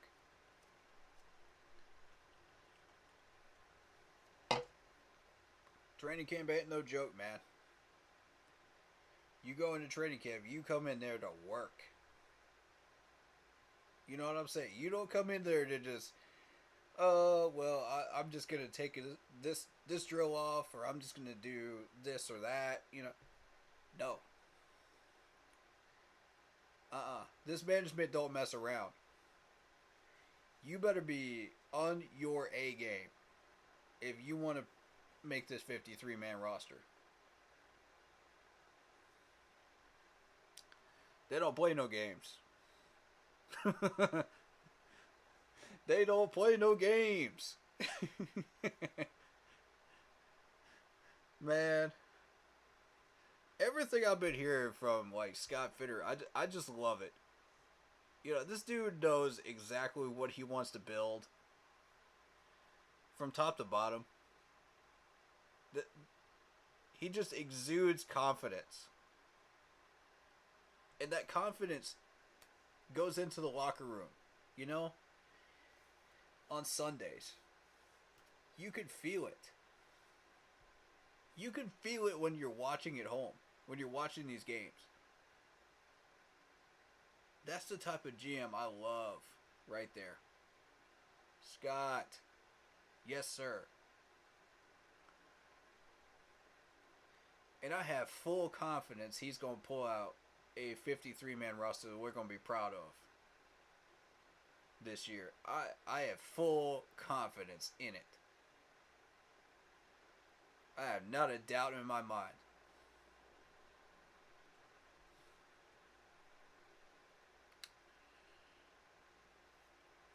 I got questions about Matt as far as like building a 53-man roster, but as long as he's got Scott by his side, you know, we should be good as far as that's concerned. You know, he's proved it a couple of years now, so I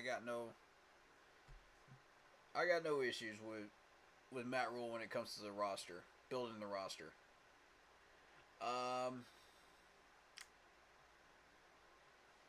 Yeah, it's going to be an interesting year.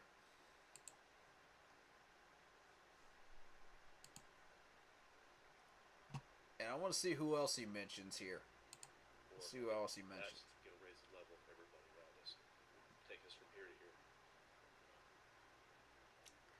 And that's the name of the game right there. Take that level of the game from here to here. Exactly. Every year. Progress that. Progress that. Keep it moving. Don't stop. Keep that ball rolling. That's what we want.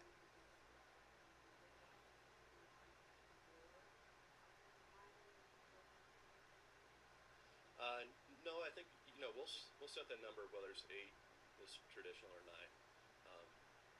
We're not going to cut a good player if we can sneak him through somehow.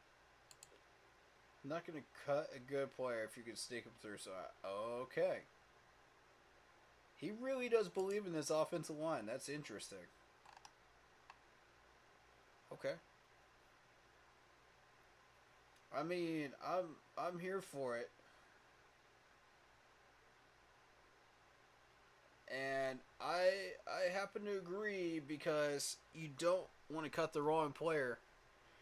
Because there's a couple of teams lurking. You know what I'm saying? So, with the offensive line being what it is, yeah, there's a couple of teams lurking. Bills are one of them. And I would hate for one of these linemen to go to the Bills. I really would. When we don't need them to. So, that being said, I wouldn't cry if we lost Dennis Daly. I wouldn't cry if we lost Michael Jordan, or Mike Horton, but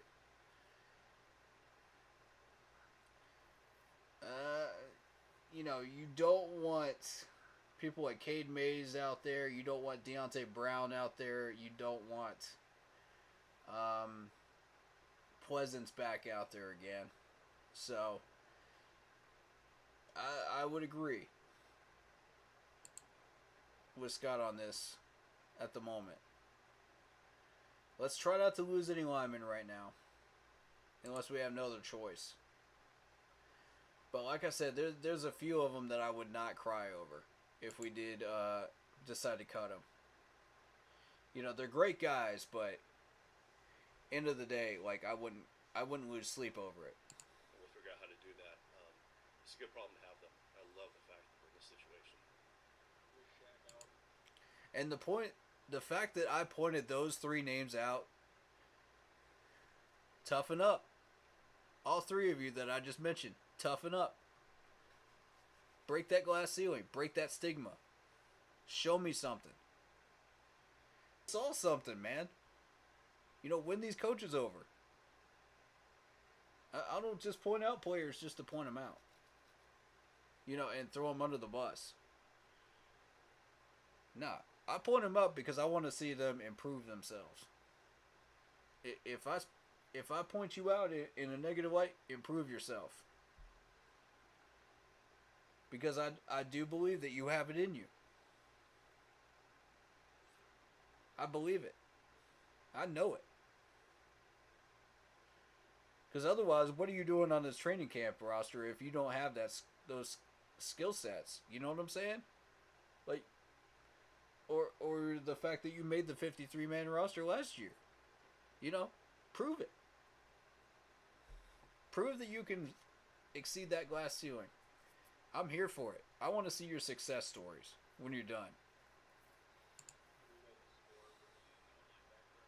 Let's go.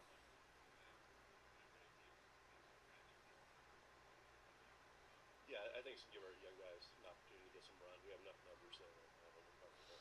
Yeah, Shaq's going to be right in the middle of the room teaching those guys, working with them.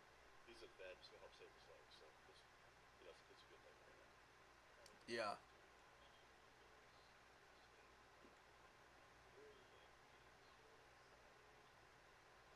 We extended Ronnie. I don't know if it really went sideways. I just think our offense as a whole wasn't clicking. I don't think it was Robbie. I think it was just the whole thing. Robbie. It wasn't right, and I think it affected a lot of people outside of him. Hmm. I think Robbie's in a good place. I saw him this morning. He's upbeat. He's happy. So we'll just go from there. Okay. I like the fact that he's in a good place mentally, man. That's good. Maybe he'll start taking that to the field and doing some good stuff with it. I know Coach they'll limit his reps. Handle him in preseason a certain way. And, I know Christian went out and he's got a program he's on. I'll let him get into that, but I think overall, I think the plan's been really good. Hopefully, he'll stay healthy this year. I want to say this: we're finally taking steps to limit injuries of these players that have had bad injury histories. And before this, we weren't exactly doing that. We were putting these guys in before they were ready to come out there. We were just allowing these injuries to pile up. And here's the thing, man. We're finally doing something about it. Now, whether these are the right steps to take, I'm not entirely sure. To make sure that these guys stay healthy and stay on the field for the majority of the season. We'll just wait and see. But at least we're doing something. And that's better than our predecessor, Ron Rivera. That's better than John Fox, did when he was here. So, I just want to point that out. So, I believe it's Scott that implemented that. But whoever it was, we're starting to learn. And that's good. That's a very, very good thing. Now, we'll just see how this works. I don't know how it's going to work, but we'll see.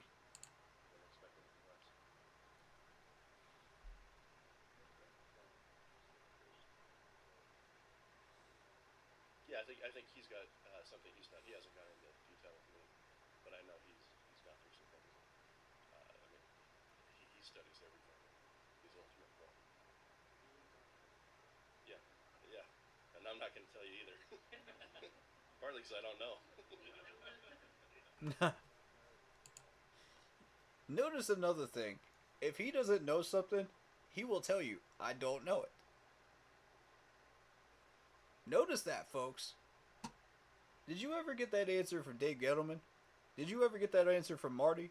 No. Did you ever get that answer from Ron Rivera? Matt Rule? John Fox? No. You never got that answer.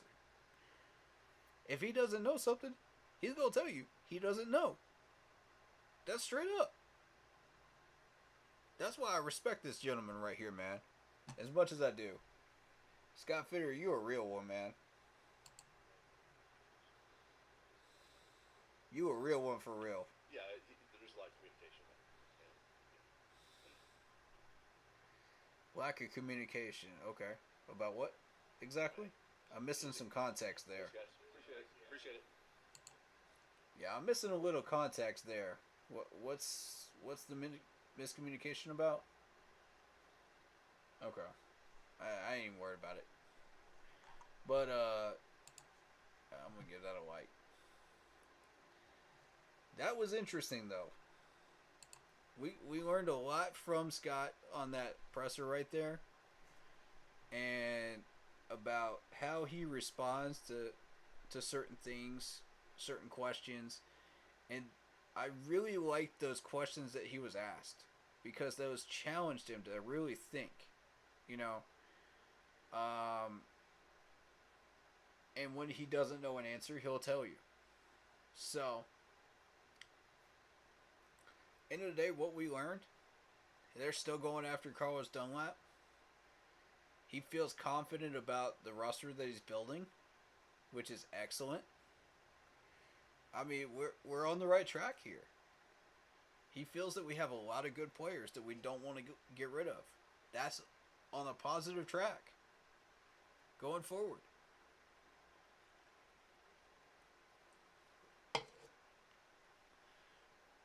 And I'm going to ask Matt Rule once again, please don't derail us. Please take the training wheels off of Scott Fitterer because we don't need him no more. Scott knows what he's doing with this roster, man. I'm telling you. Let the man be. You know, let him do his job.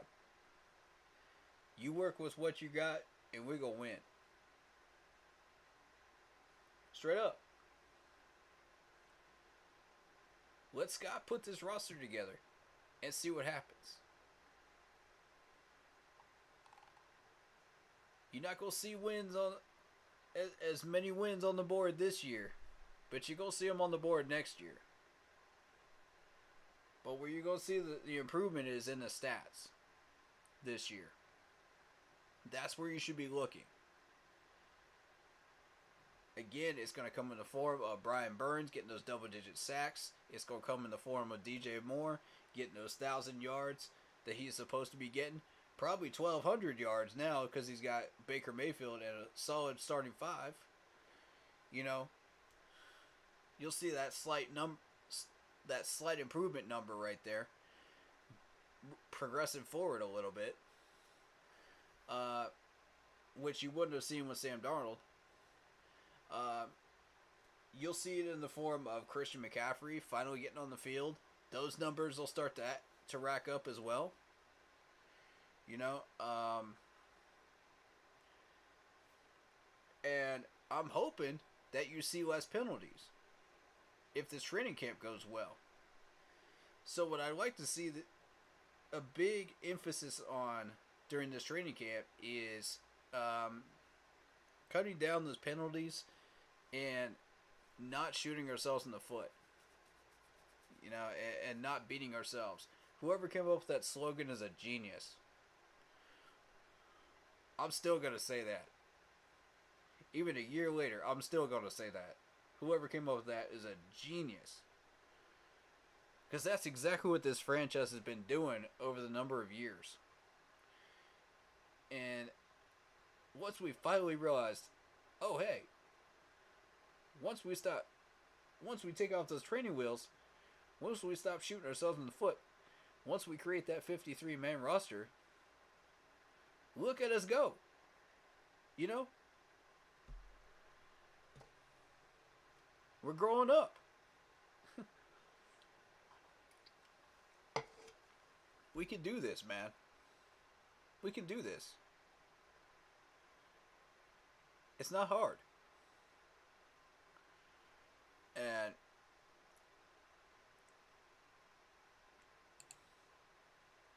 I'm so happy that we have Scott, man. This dude is saving our franchise. And people don't even realize it. People are sleeping on Scott Fitterer right now. They're completely sleeping on this man. Because they think, you know, it's just business as usual with the Panthers, man. It's just business as usual. We're going to be in the bottom of the league again. I mean, if you ask NBC, they still think we're going to get 2 wins. You ask NBC, they still think 2 wins. That's insulting. That's incredibly insulting. Don't y'all agree with that? That's insulting. You look at this roster right now. You tell me.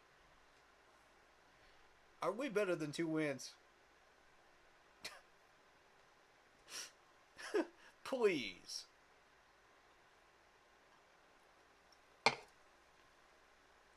That's the news media for you, though. They don't respect us. It's been like that. Ever since 2015, when we rose up. Actually, sooner than that, 14. If you really want to track it that far back. Because we were doing so well in 14. They hate it when you buck the system. Like, how many of y'all have seen the movie Moneyball? I know it's a baseball reference, okay? But it makes so much sense in context. Because the big giant teams in the NFL hate it when you buck the system. With the budget that we have. With the players that we have. Nobody wants to see that happen. If you're making billions and billions of dollars like Belichick is with the Patriots. Or the Steelers with Mike Tomlin. You know, nobody wants to see that happen. They don't want to see their power get corrupted by a small team like this. Yet here we come with a 15-1 record. Shock the world, baby. And we said, enough of that. Enough of that. We've been held down for too long. It's time to roar.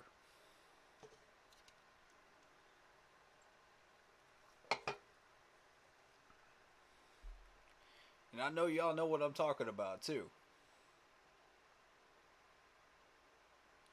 How many years has this team been put down and pushed around? Browns fans know what that feels like.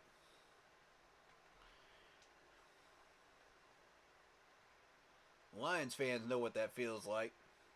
Jaguars fans know what that feels like. They're tired of it. The Browns got tired of it. You see what they did.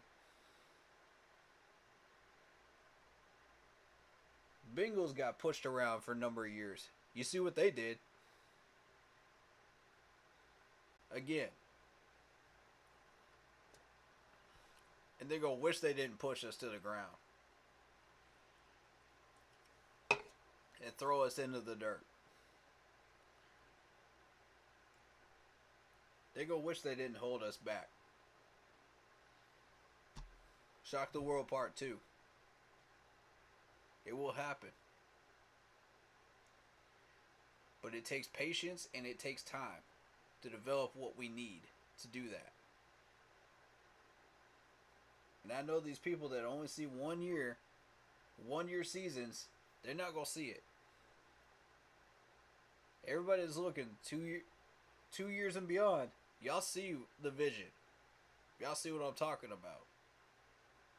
And y'all see the opportunity that's sitting right there in front of us. And I mean, it is the most golden opportunity we are ever going to have before that NFC South gets reset.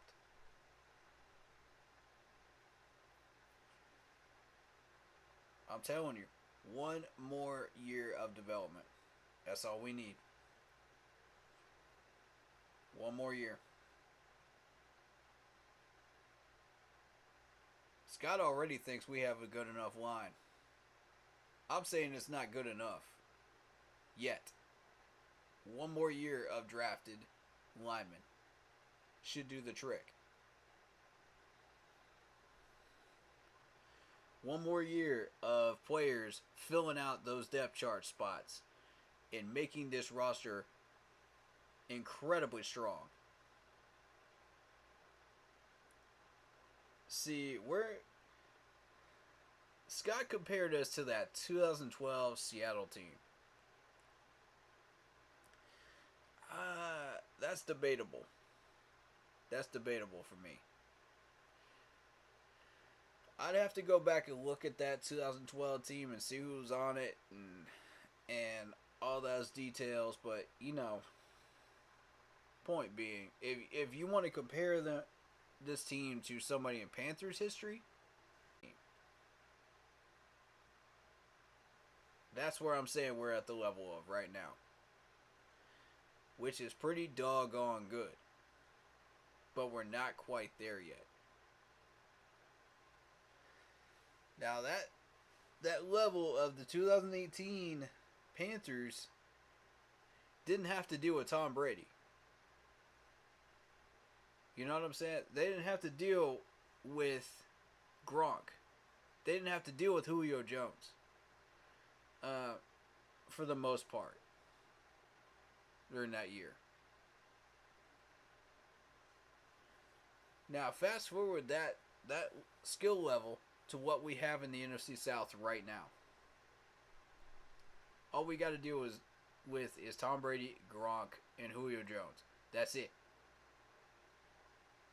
Because back then, we had to deal with Sean Payton, we had to deal with Drew Brees, we had to deal with Matt Ryan, we had to deal with the whole 9 yards. Calvin Ridley, the whole 9 yards, man. And I mean, that was no joke. And that's without Tom Brady running us into the ground.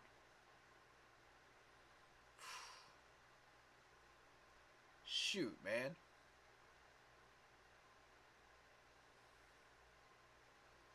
If we can progress just a little further, we can hit that 14 level again. We can do it. Think about that. All we need is one more year. Build up some linebackers, build up that offensive line depth. Make sure our wide receiver core is solid. Make sure CMC is healthy. We got Baker. We got our starting 5. We got to keep them healthy. If we can keep them healthy for 75% of the year and keep rotating them, on the offensive line, I think, that's the main goal of 2022 is keep that offensive line healthy. As healthy as you can keep it. Keep CMC healthy. Try to keep as many of these cornerstone players as we can possibly keep. After that point, we build up that depth, it's on. 23, we're taking that shot at that division. Point blank, we're taking it. Because there ain't no way Tom Brady's going to stick with the Buccaneers after that. Not for the 23 year. I don't think so. The Seattle 2011 team was 9-7. 2012 team was 11-5. Yeah, see, that's what I'm saying. I think it's a little bit of a stretch. I'd rather compare it to former Panthers teams. And I appreciate that, David. Thank you for that info. 7-9. Oh, 7-9 instead of 9-7 for 2011. Sorry about that. But thank you for that info. But yeah, I don't think it's that much of a stretch at all. We're getting close, man. We're getting close. I want that 14 level, man. I want it so bad. I can taste it. I know y'all want it too, man. I know y'all do. We got small glimpses of it when we had a shot at a 10-win season. We got a small glimpse of it for that first 3 weeks, right? Didn't we? Y'all really felt like it was like we were coming back to those days, man. I'm not even gonna lie. I fell into that trap too. And then once we hit that that Dallas game, that woke me up. And I said, okay, back to reality. Whoop, there goes gravity. We're back to where we were. You know what I'm saying? So let's take it for what it is. Let's keep building on it.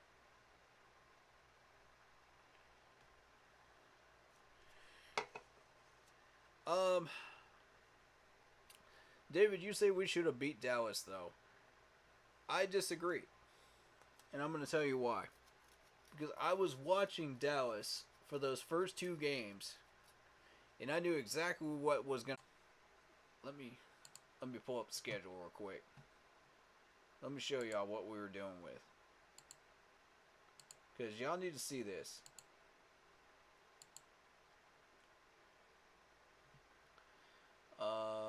No, show me 2021. That's what I need to see. Thank you. Alright. So if you look at the first 3 games before we even hit Dallas, these numbers are going to be inflated. You got the Jets, okay? Nobody's impressed with the Jets at all. Probably the weakest team in the NFL, besides the Lions, who we're going to be playing this year. 19-14 was what that win looked like. Not impressive. I'm sorry, but that's not impressive.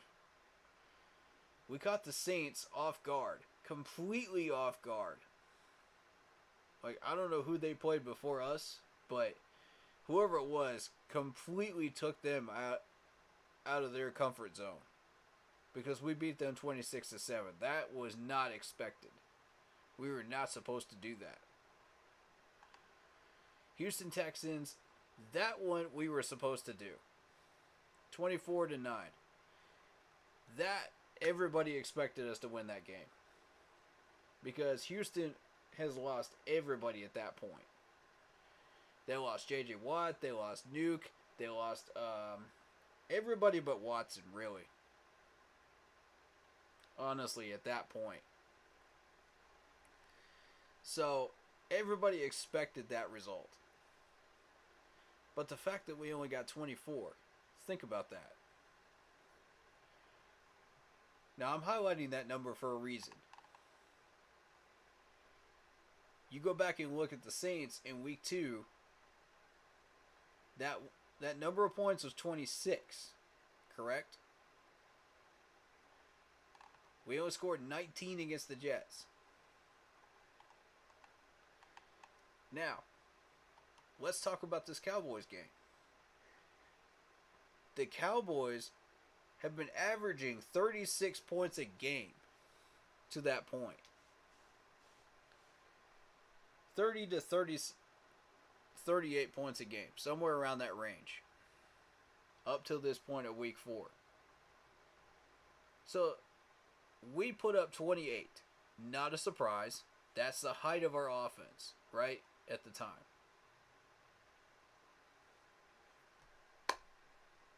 It's not a coincidence that Dallas would be able to score one more time against us and put up those 36 points.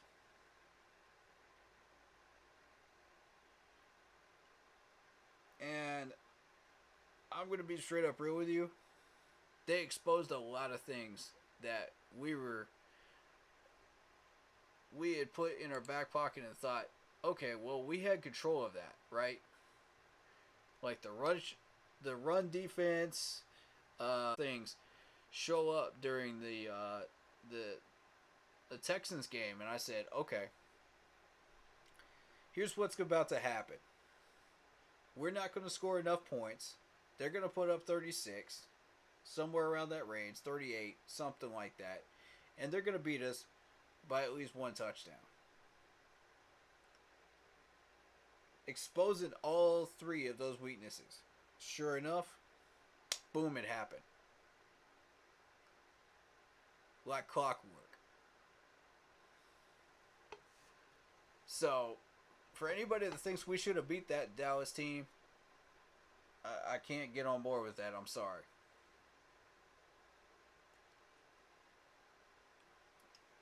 All due respect, I disagree. We did exactly what I expected us to do, which is both good and bad.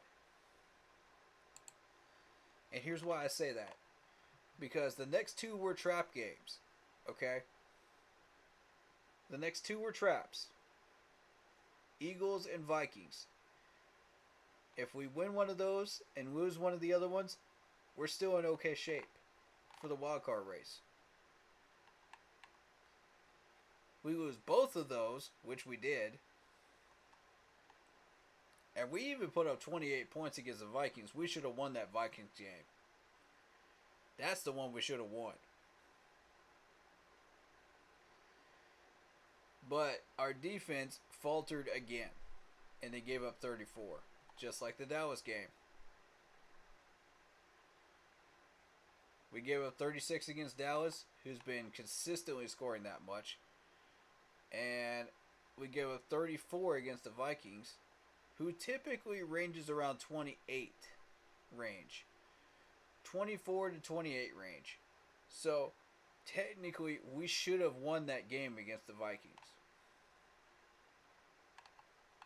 if our defense hadn't screwed up. And I'll tell you who exactly did it. And it's exactly who you think it is. Sean Chandler. Need I say more?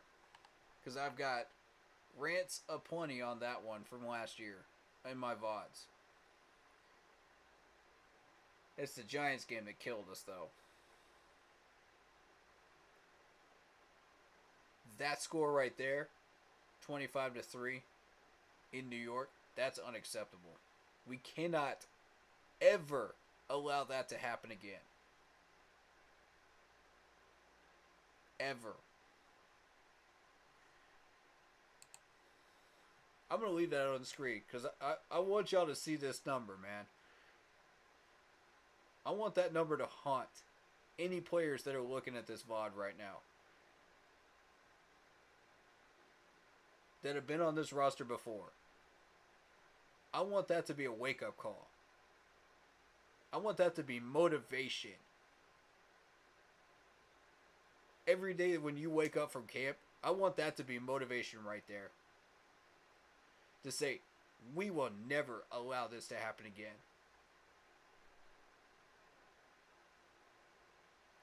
That is the fire that you need to get you through camp. Right there. Whether you've made this roster or not. Already. And if you've made this roster already, if you have a starting job already, that should fuel you even more. Because you were a part of that loss. That should piss you off even more.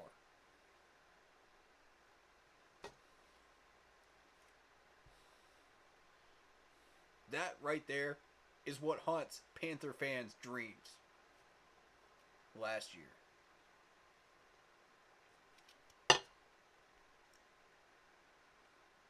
We're better than this.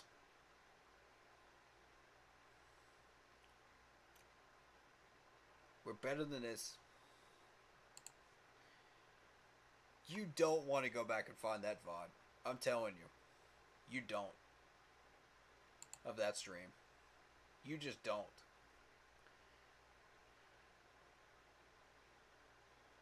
You thought I was angry when I was pushing for Ron Rivera to leave? Back in 19? Oh no. Oh no. No, no, no, no, no. That week, I was more pissed off than I've ever been.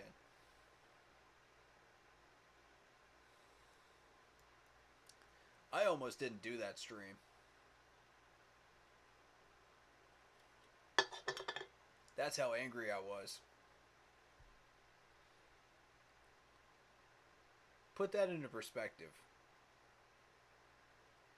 If that doesn't fuel you through training camp, I don't know what will.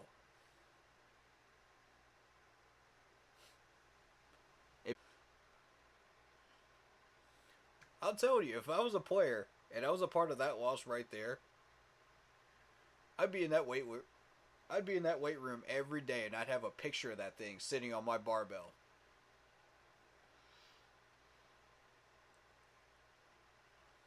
Do you know how many reps I would be doing? Good God. They wouldn't be able to stop me.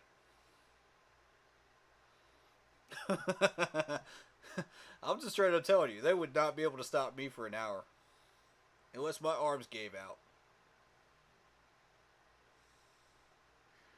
That's how frustrated that made all the Panthers fans. Never again. Let it sink in. That's what the media wants us to do.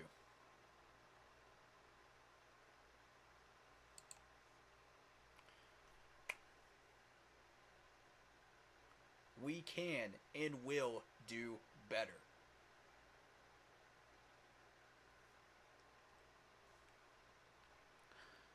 I'm sick of the laziness on these teams. Year after year after year. I'm sick and tired of it. This right there should motivate you to give 110% on every play till that clock hits triple zeros. That's what I need to see, is a 53-man roster of that is motivated by the fire to win, because they hate losing just as much as they love winning.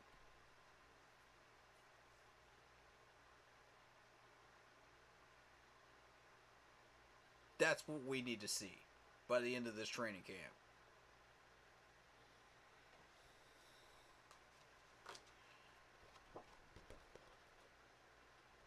$90 people go in. 53 come out. Will you be one of them?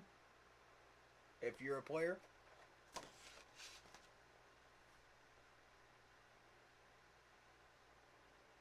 Let's find out. How motivated are you?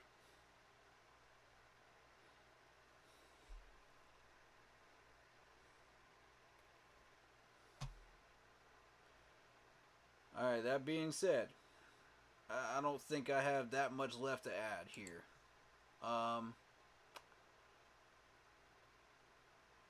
Do y'all want to cover anything? Throw a player's name in there, man. We'll talk about him. I'm going to turn it over to the chat here, man. I want y'all to come up with something for us to talk about.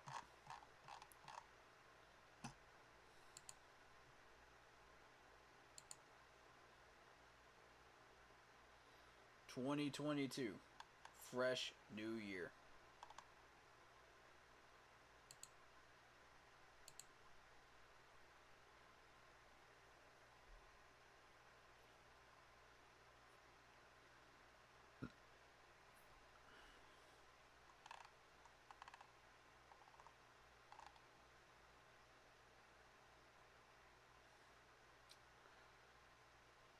So, that being said, anybody got a player they want to talk about? Throw them out. Okay. Donta Foreman. Okay. Let's talk about Foreman then. There we go.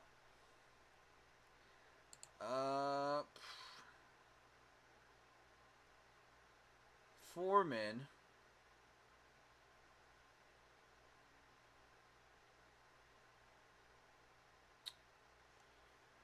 What y'all want to know about him? I'm going to throw his numbers up on the screen real quick. Give me one sec.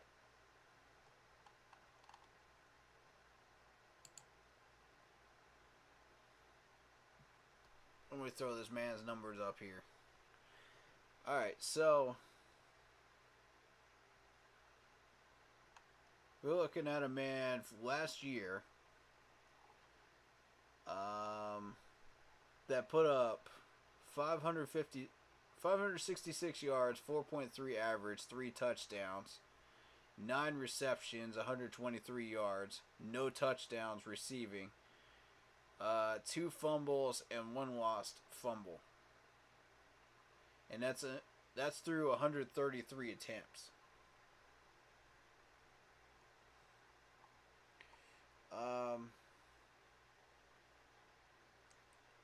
Two of those touchdowns that he got out of the 3 were against Miami and San Francisco.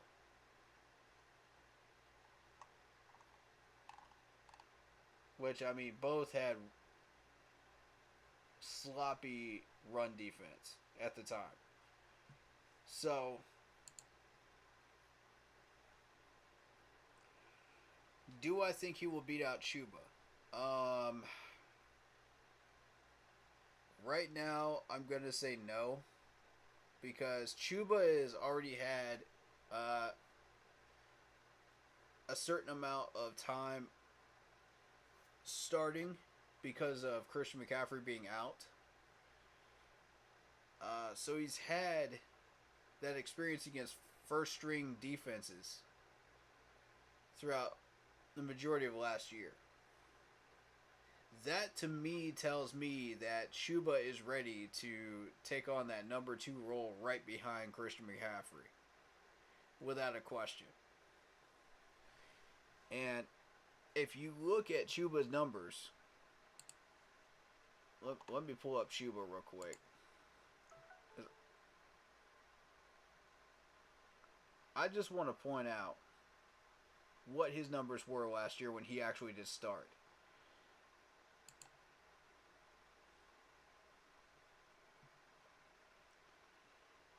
Alright, regular season. You're looking at 172 carries, 612 yards. Yeah, I know it's not Christian McCaffrey numbers, but what do you expect? He's a second stringer, right? But 612 is not bad. You know, for a second stringer in the league, that's probably top 10 when you're thinking of second stringers, right? 3.6 average, that's among the top 5 probably. 5 touchdowns. His longest run was 26 yards, 25 receptions, 174 yards. Basically doing what CMC was doing, you know. 7 yards per play, 1 touchdown, and he only lost 1 fumble. He fixed his fumbling issues. So, issues that he had coming into that were fumbling and dropping wide open passes. And he fixed both of those. And managed to put up those numbers, which is really, really good for a second string running back in the league. So, I would say, you know, Chuba's probably got the number 2 spot. It's his to lose right now. And that's not a slight against Donta at all. You know, Donta's just got to work that much harder to get to that level.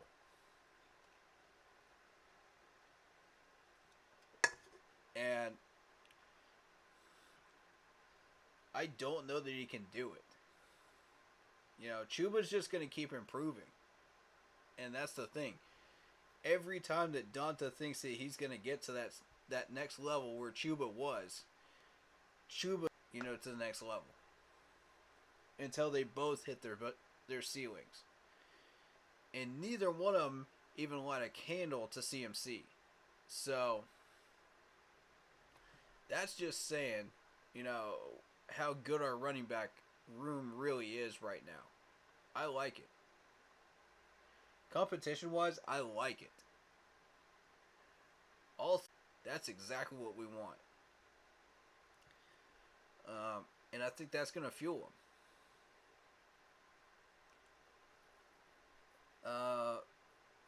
But yeah, do I think he's going to beat out Chuba? No. Not this year.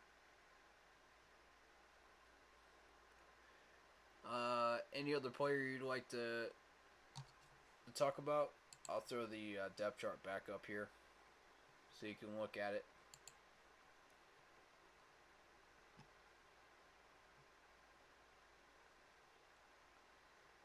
But that's pretty doggone good considering, you know,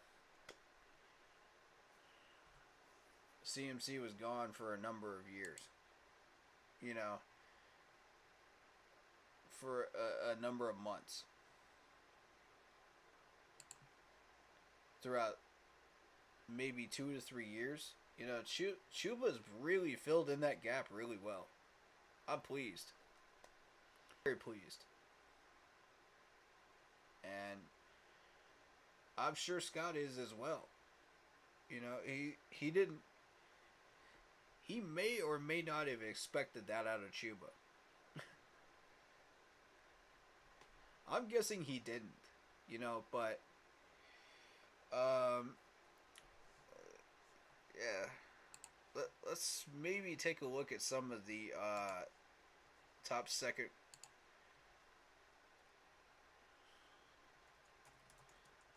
String finding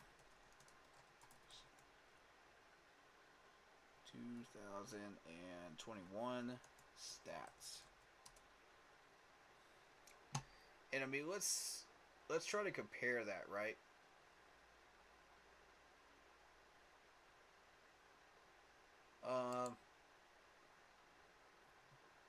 Granted, he didn't have as many carries, but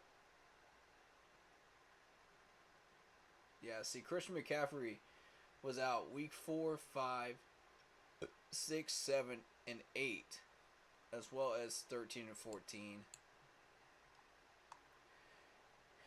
And I can't seem to go any further. But that just kind of shows you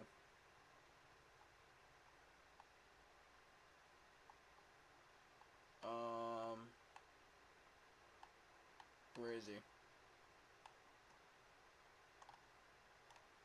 Because he should have been on this list, considering the amount of time that he was out there.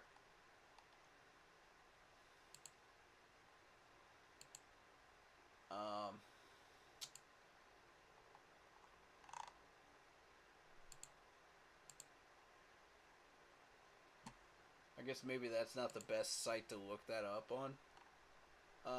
Let's try NFL.com maybe.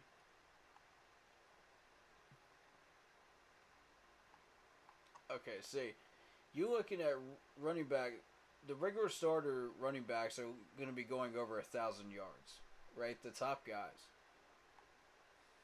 Your next level guys are going to be hitting 900, 800, you know.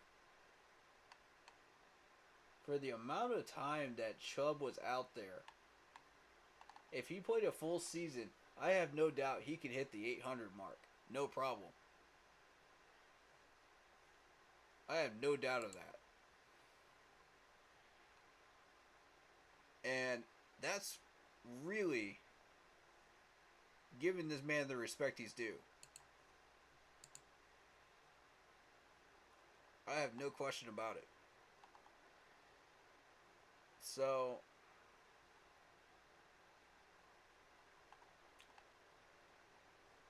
and how many, what did I say his attempt number was?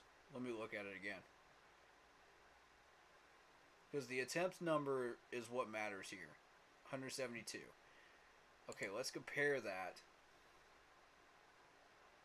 to some of these guys.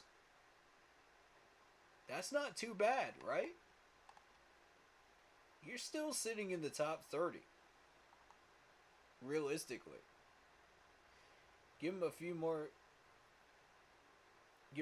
games, you're sitting in there at the 700 range, 800 range. And, you know, that's not too doggone shabby, man. I like it.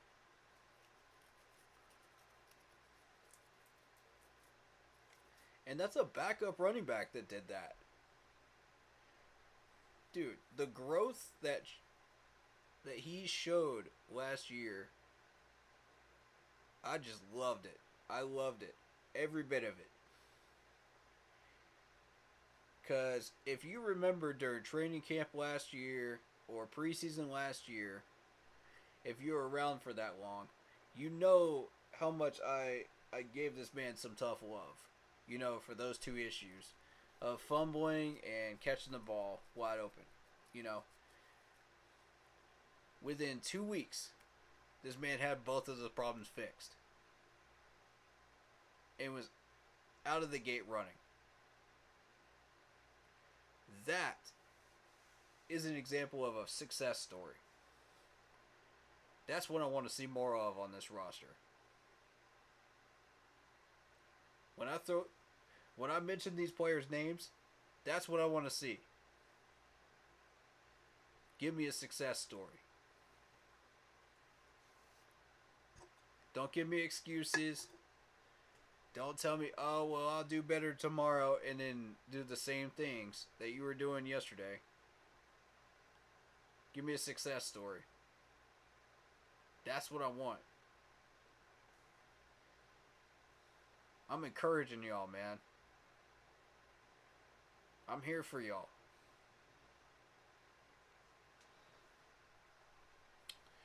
Yeah, our running back room is really good in my opinion. I agree with you. 100%. 100%. Man, we are solid at running back. We ain't got an issue there.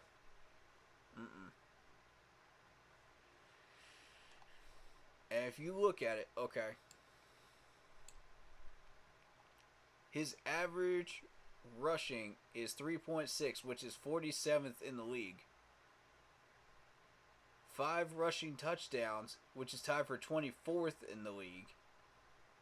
612, which is tied for 34th in the league. And 172 attempts, which is 23rd in the league. That was last year. That was just last year. Imagine if he played a full season. What those numbers would look like. I'm just trying to tell people, man. This is what a success story looks like. Show me that. I want to see that in training camp. I don't just want to see that in preseason. I don't want to just see that in regular season. I want to see that in training camp. That's how you make rosters, man. And you stay on rosters.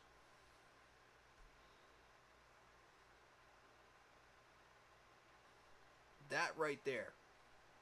That is how you stay on rosters.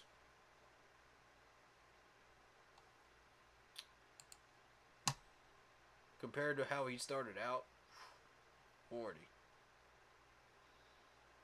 That's beautiful.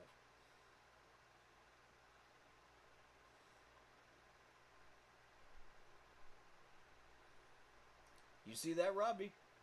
You see that, bro? That's what I need to see you do more of. I need to see you stop doing what? Less of this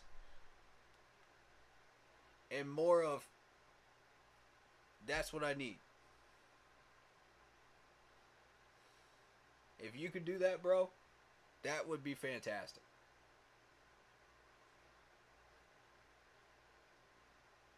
I got love for you. I got, you know. If you put up those numbers, man, if you put in the hard work, if you stay chill during press conferences, man, and don't say anything that would put us in a toxic light, man, I will go to bat for you every single time. I'll say that again. I will go to bat for you every single time. Show me that, bro. Don't just talk the talk. Walk the walk, bro.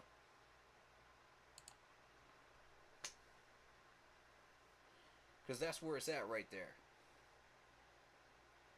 That's what...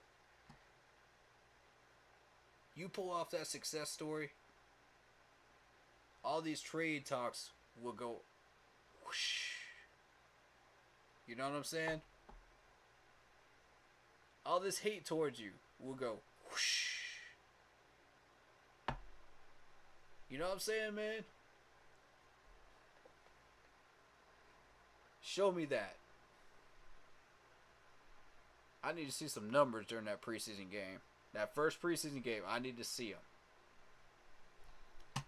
That's how you can prove it to me. That you're serious about your craft. That you're serious about what you're trying to do. And you're not just here for a bag. You're not just here to have fun. You know, and be in a uniform. Which I know you're not. I know you're not. I know you got more in you. I know you got more in the tank because you showed it in 2020. Show me again.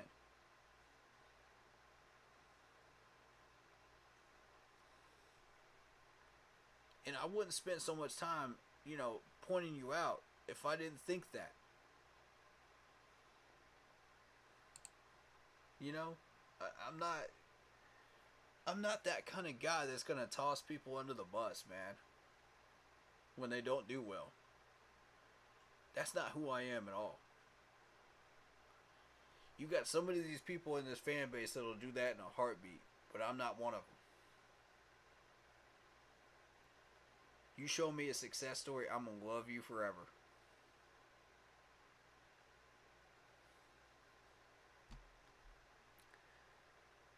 Tell you what, dog. Tell you what. If you pull off a success story, and you pull off, let's put a number on it, shall we? Y'all want to put a number on it? Let's put a number on it. How about, let me see his numbers when he was putting them up in 2020. I want to see him. I want to set a fair bar here. That's what I want to do.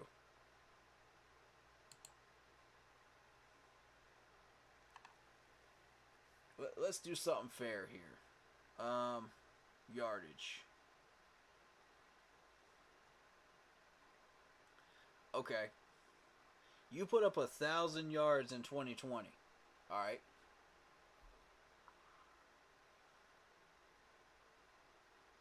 Let's say you put up 1,000 yards this year.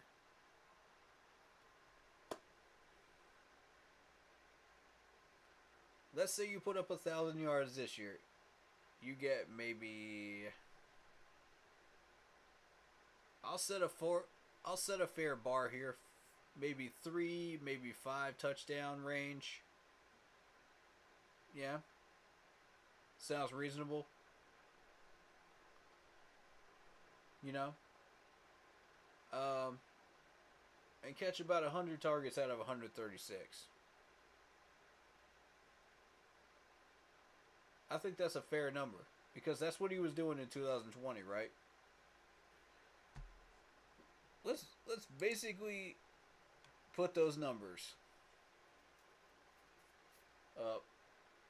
If you could do that, I will buy your jersey.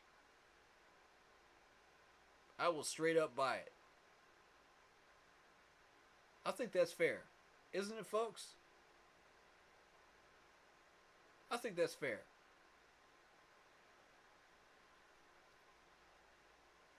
And I will uphold my word, and I will buy that jersey if you pull it off. Let's set the bar, man. Show me that you can make it. Show me you can do it. Because I've seen it once. Show me again. Now that I've seen it once, I know you can do it. Show me again. I want to see you push yourself, bro.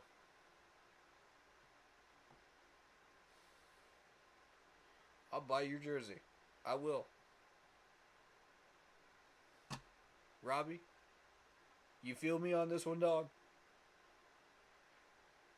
I've been talking so much tough love to you, man, and I want to make it fair to you. You know what I mean? I want to make it fair to you. In front of all my followers, in front of all my subs, y'all can hold me to it. If I don't do it, y'all can hold me to it. You have my word.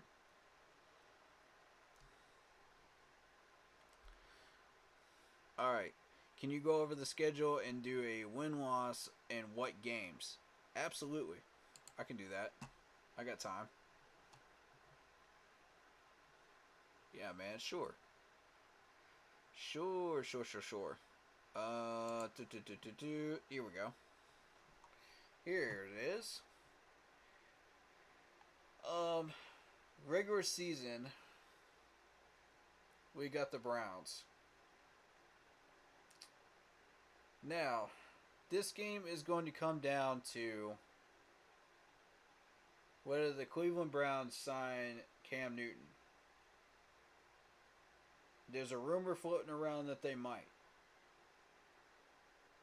But they haven't pulled the trigger yet. And gotten him to sign anything. Sorry, that's a bad reference. I apologize. But yeah, they have not signed him yet. They haven't put ink to the paper yet. Therefore, you know, I'm not ready to say that what that game is going to turn out to be.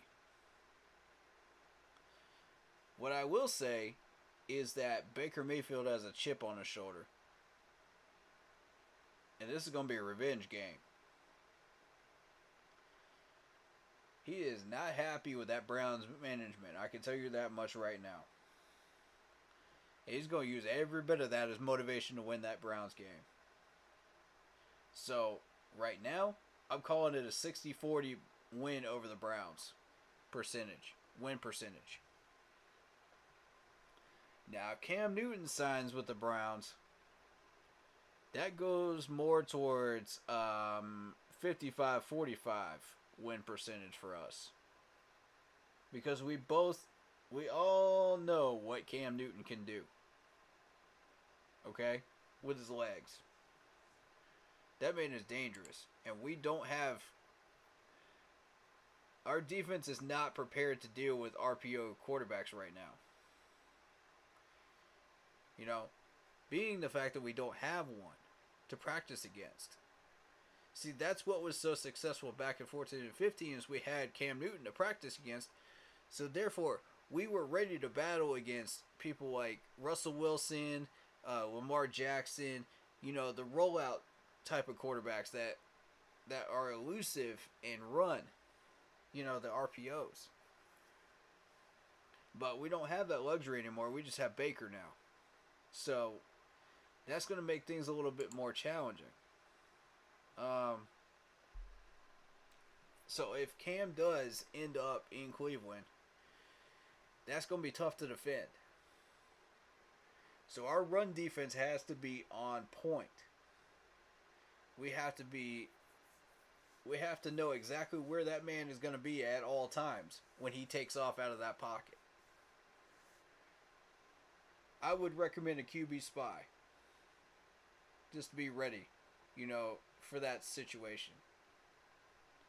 But honestly, it's going to take two guys to bring this man down. Once he gets running, it's going to take two. And I don't think we got the armament ready for that, to handle that. So that's going to be a 50-50 type game, man. I hate to say that, but I think the only reason we win that game is because Baker takes care of that ball and we don't make that many mistakes. Yeah, as long as our starting five offensive line stays intact, gives Baker time, I think Baker will make magic happen. So, I'm calling that one a win. For now. Yeah, I want to see what that 53-man roster looks like when they get done with it. But right now, I'm calling it a win. Giants, obviously a win.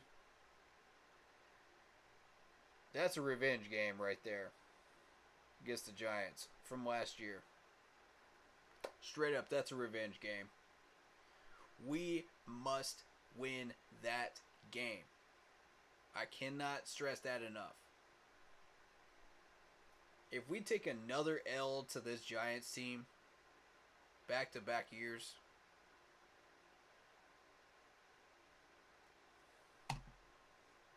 I'm going to tell you this right now. Even the Lions fans will be laughing at us at that point. Even the Detroit Lions fans will be laughing at us. And they'll have full right to.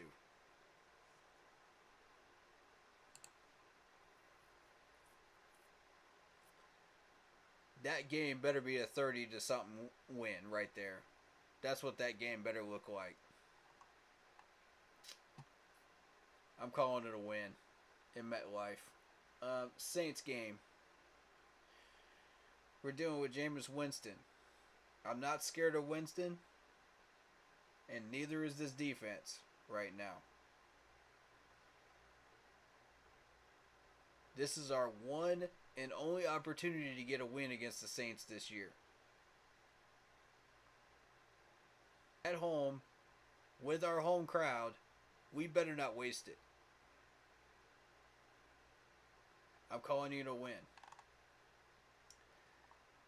Now keep this in mind. This is 3-0, okay?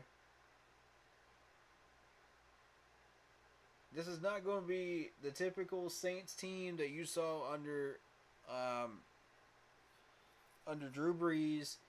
You know, you're not going to have Alvin Kamara. You're not going to have all those people, man.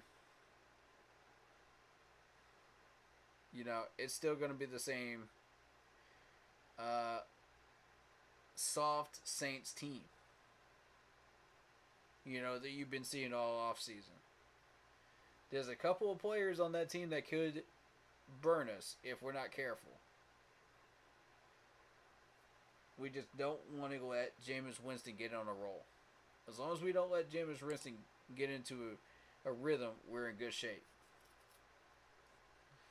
I definitely see a win there. Now, that's 3-0. This is how we started out last year. But this is where things start to fall apart. If you look at that Cardinals team, that's a very dangerous Cardinals team. And that could go either way. That's going to be at home. That could go either way, man. Kyler Murray has been really lights out lately. I believe it's Kyler Murray, isn't it?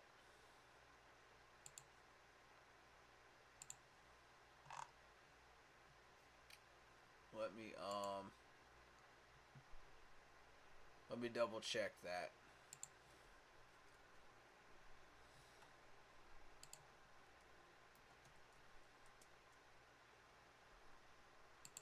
Yeah, I think it's Kyler Murray. Yep. Alright, yeah. Kyler Murray has been really lights out lately. So, with that in mind, that's going to be a very dangerous game. They still got a couple of defensive pieces that we should watch out for. So right now, 50-50 on that Cardinals game.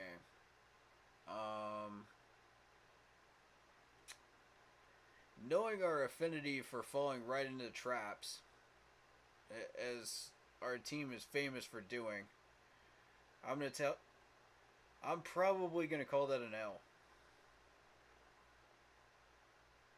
For now.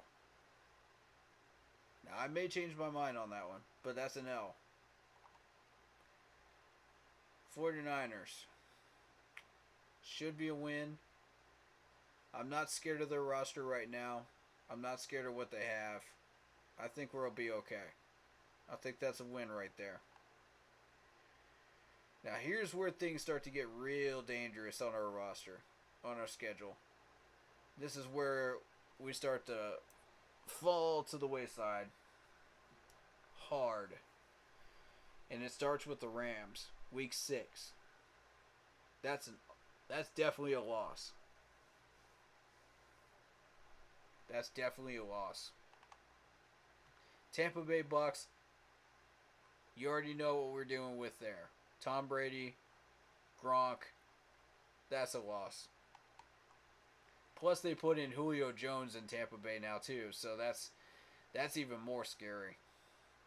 We're going to get swept by Tampa, that's for sure. Atlanta. We do have bad luck in the Dome in Atlanta, but I think this time Atlanta doesn't have Matt Ryan anymore. They don't have most of their weapons. Calvin really got in trouble with the law. You know, so we're in real good shape on that one. That should be a win. Bengals, that's a loss. Bengals have retained about 75% of that team that they went to the Super Bowl with. I don't see us coming out of there with a win. I'm sorry. Not in Cincinnati. That's a very, very dangerous team. Joe Burrow is on fire. By week 9, he's on fire. He's going to be hard to stop. He's going to be a freight train by that point. Atlanta, again, that's a win, especially in our own backyard. In Charlotte. Now, this is what the game that becomes dangerous for us. Because Baltimore, this is right around the time Baltimore begins their playoff run. Okay? And when Baltimore begins their playoff run, especially in their stadium, M&T Bank Stadium, around this time of year, it is highly unlikely you're coming out of there with a win. Unless you got a full stack of cards and a really good depth chart. You're really going to be in for it. I don't like battling these guys in their own stadium. I just don't. Around playoff time. When they're hunting for a wild card spot or they're trying to get a division spot, it's terrifying. And, you know, if they're not trying to get either one and they're having a rough season, we may have a shot. It may be possible. But right now, that's a loss. Denver, that's a win. Denver's a mess. Denver's an absolute train wreck. We should be able to handle that game easily. That's a rehab game for us right there. Going into bye weeks. So that's 2 rehab weeks before we battle Seattle. In the Seahawks in Seattle. And that's another stadium I don't like playing in. I do not like Lumen Field. I don't like it. Especially when they're on that playoff hunt, that's not good. You know, and Seattle around that time is battling with Arizona. That could end 50-50. You know what I mean? For me right now. I'm starting to see that when you go through the depth chart of Seattle right now, it's not exciting. You know, I don't see anything really terrifying on that roster right now that we should be truly scared of. But at the same time, if these guys ever start rocking and rolling and we get up to week 14, we're in trouble. So we got to be careful. I would recommend doing a little scoreboard watching with Seattle. Let's see what's going on there, you know, up to week 14. If we see we don't have anything to worry about, then at that point I will call it a 7th win, you know, on our schedule. Pittsburgh's secondary was struggling last year, but their team made a big recovery last year. So, this is a team we got to watch out for. We are playing them at home. I don't like seeing this team on our regular schedule. I don't mind seeing it in preseason scheduling, but I don't like it on regular scheduling. Because it's very, very dangerous, especially when they're battling the Ravens for a division title. That's not good. You know, one of the two of them is going to lose that battle and get a wild card spot. It's pretty much a done for lock over in the AFC. Pretty much. Either that or they're in the hunt. At the top of the hunt list by the end of the year. Whoever doesn't win that battle. So for right now, I'm going to venture to say loss against the Steelers. I'm going to say they recover themselves well enough to beat us. Detroit Lions, that's a win. Detroit's awful. I don't think Detroit's going to recover themselves for years. That's a rough team right there. That's an easy, soft team to beat.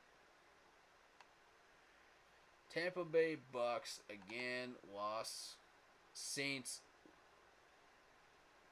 Now, this is the game that we're probably going to end up shooting ourselves in the foot again.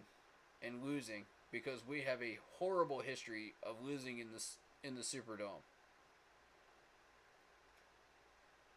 Horrible history of it.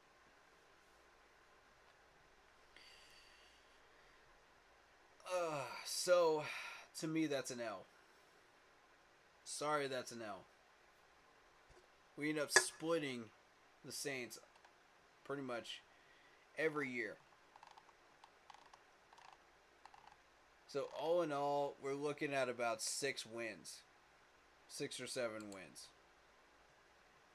Which will not get us to the playoffs. Which will not get us a wild card. And will get us into the top 10 in the draft order, which is not a bad thing at this point, because we're still trying to develop this team. We know we're not winning the division. We know we got too much competition in the NFC for the wild card spot. I see a top 10 in the draft order as a win, in my opinion. You know, since we are still developing and we still need one more year.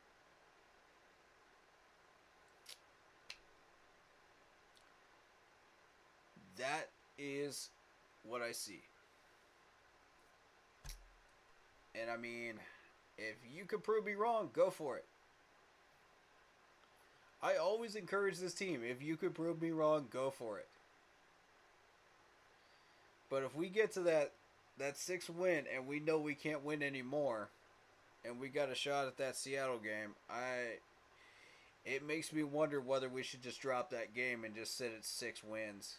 And just be one more win more than we did last year. You know what I mean? And progress. I don't know, man. It's a big question mark for me. Because that game could cost us a player like that Oregon tackle that went to Detroit that they're using incorrectly. You know, it could cost us somebody else. You know, are we willing to take that risk? Personally, I'd say no.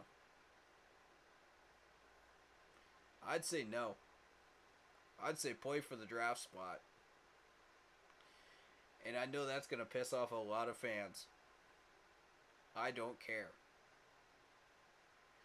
Because anybody that's upset with that doesn't understand how the draft order works. They don't understand what that could cost us. They don't understand the domino effect. They don't understand a lot of things. And that's what I'm doing here on this channel. I'm trying to educate these folks.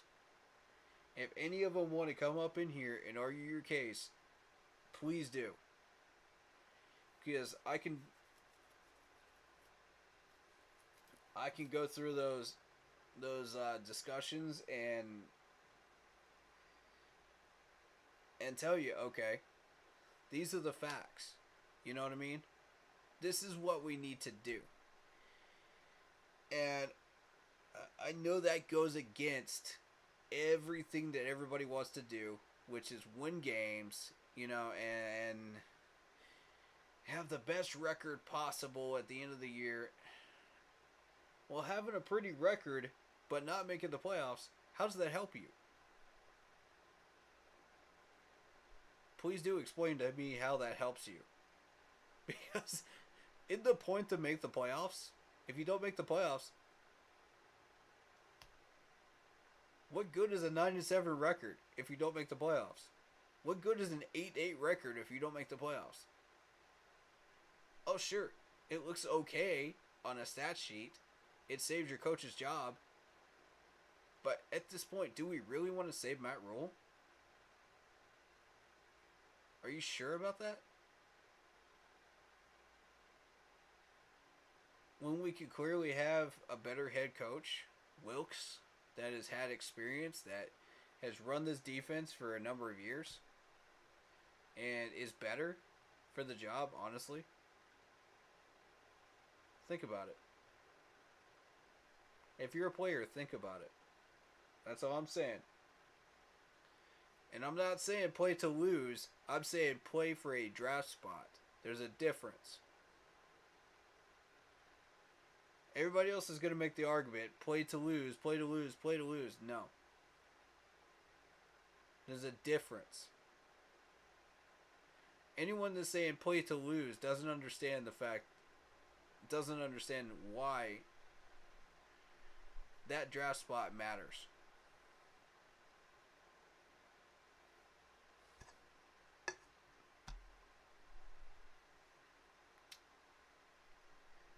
Rewind to 2 years ago with that Washington game that we just had to get revenge on Ron Rivera. That cost us that Oregon tackle. That was at the top of our radar.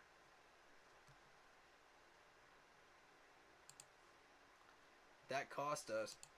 Let me see if I can find his name.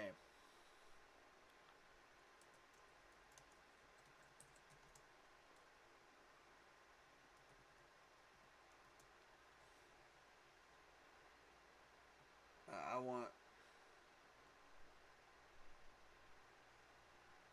draft picks by DraftCast.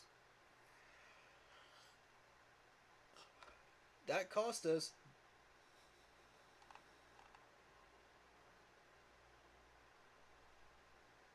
our guy Jeff Okuda.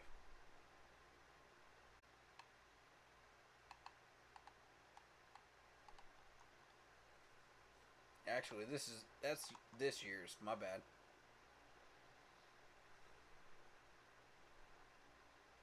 That was this year's. Wasn't it? Hold up. There's no way to change the draft year. That's what I want to do. Hold up.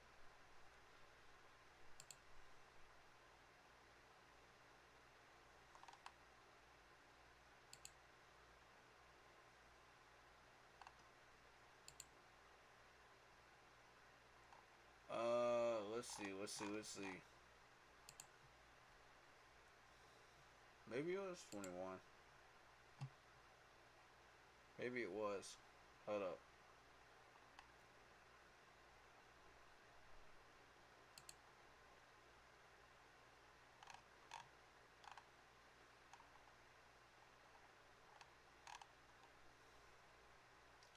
Penei Sewell.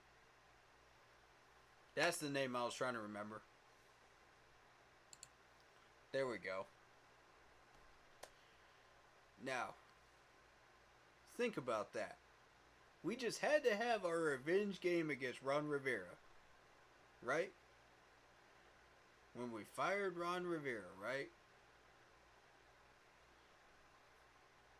That win that we got over Washington was unnecessary.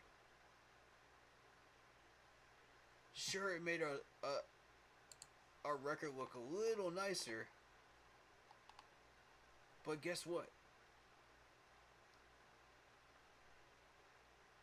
Guess who we got instead?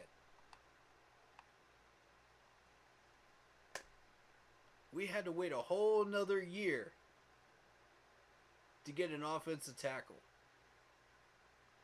in the form of Icky. Y'all see what I'm trying to tell y'all, man.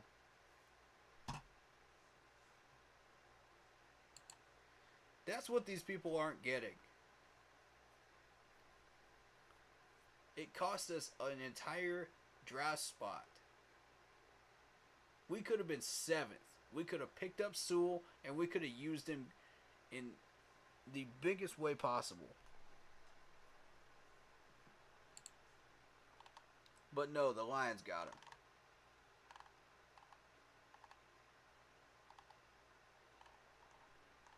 The Lions got him.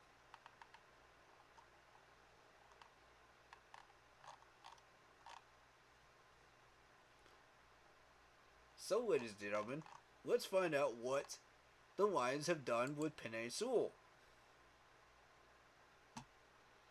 Why don't we?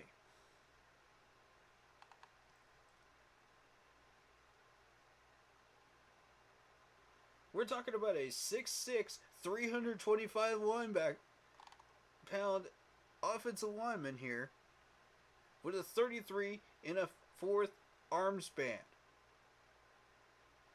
10 3/8 hands. Okay? From Oregon. The top rated tackle. Now let's find out what they did with him.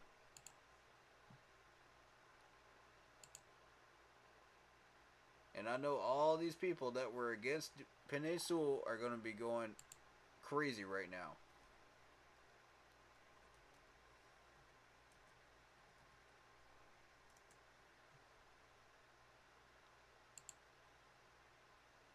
Now, what'd y'all do with him?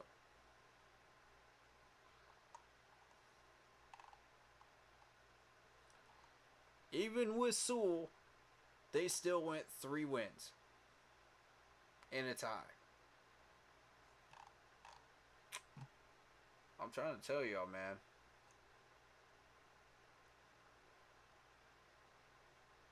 This is why these draft spots matter. And I'm not just blowing smoke. Everybody here that has been watching my streams for the past 2 years understands why these draft spots matter. Because I've explained it clearly. Alright, so we're going to look at the Detroit Lions. What does their depth chart look like right now? That's what I want to look at. Let's see where they're putting them. At right tackle, huh? At right tackle. Now remember, when this dude was drafted, he was supposed to be drafted as a left tackle. I want y'all to remember that. As a left tackle, and he's sitting over here at right tackle with no help behind him. Who is Dan Skipper? Who even is Dan Skipper? You got Taylor Decker over here, where Sewell is supposed to be.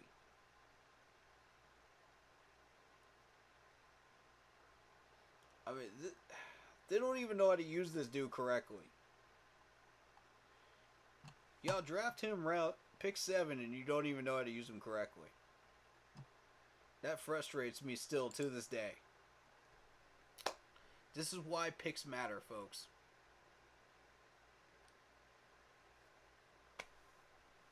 I don't know what else to say. If we have a chance to win that 7th game and we know we're not making the playoffs, just play for the draft spot. It's that simple.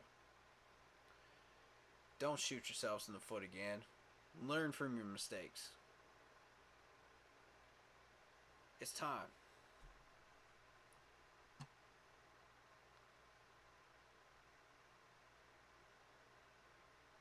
Alright, y'all. I think my stream reset. So I apologize about that if it did. If I lost anybody.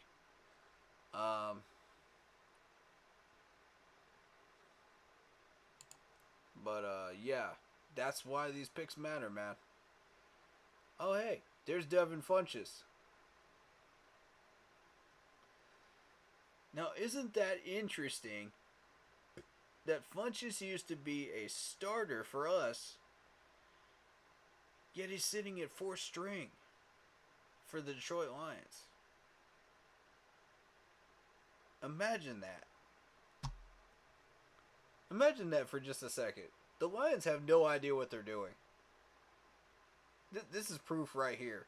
They have no idea what they have in their back pocket right now. This dude is easily a 2nd stringer right now. Even as old as he is.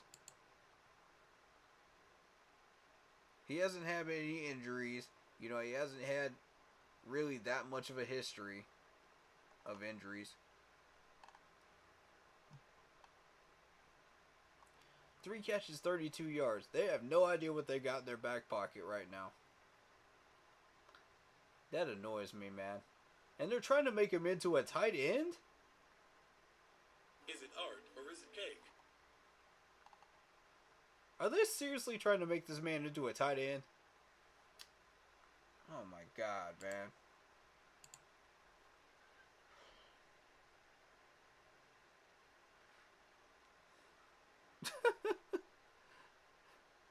I can't deal with this no more today, man. I can't deal with this foolishness today, man. What in the world? Why? You gonna make Funch into a tight end? I wish I had never seen that. Oh my lord. I thought I've seen everything today. And then I run into that nonsense. Are you kidding me? You see it, don't you? Round 2, pick 41 as a wide receiver, and this man is now a tight end. Now, if they're trying to make him into a tight end, what do you think they're going to do with Sewell? Think, people. Think. This is why these draft picks matter. Do you really want to lose out another draft pick to the Detroit Lions?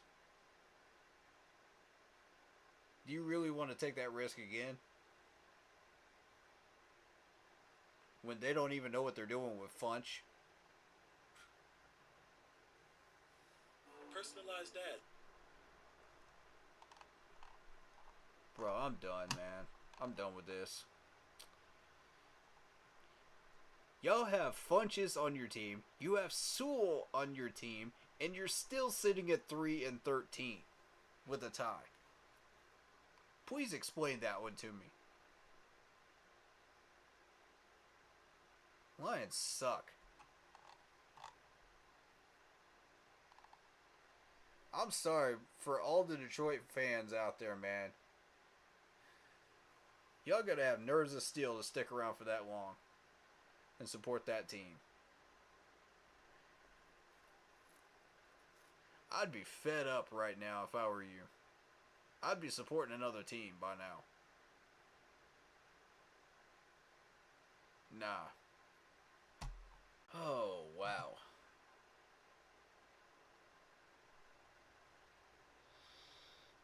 He was thrown to 3 times.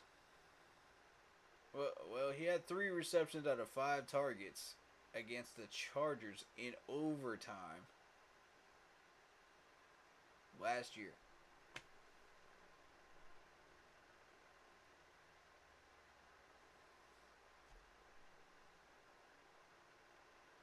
Two receiving first downs on those plays. We made a USA. 6'4", 235 pounds. Does that sound like a tight end to you? Good grief, Detroit.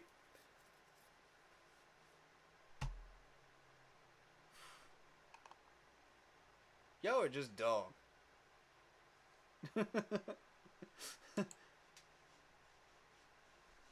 I thought the Jets were the dumbest team in the league. Detroit's making a run at it right now. They are making a honest run at it with this garbage right here. That's just incredibly stupid.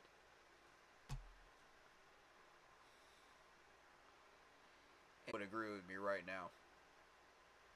Probably 99 out of 100 would agree with me right now. That's got to be the dumbest thing I've seen today.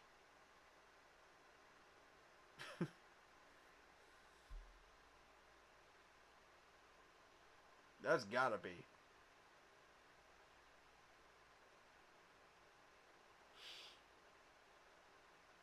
Man, I'm gone. I'm taking tomorrow off. I'm not doing training camp tomorrow. I will be there on Friday and Saturday. So be looking for those 2 days this week. Tomorrow I will be posting a video on what I find on the internet as far as our training camp notes. Again, if you're new and you're a little late to the stream, I cannot put out video recordings of training camp. So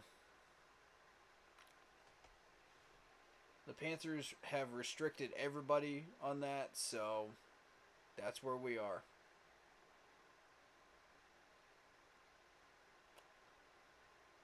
I'm just saying that for the benefit of the people that have missed that over the entire stream. So, am I frustrated? Yes. Will I find a solution to this? Maybe. But for right now, just expect a video tomorrow. Depending on how much information I find. If I find enough info, I might do a stream instead. But for right now, it's probably going to be a video. It depends on, the press conferences and whatnot. We can always catch up on the press conferences on Friday, leading up into Saturday. That's fine. But I got stuff I got to get done tomorrow too, so...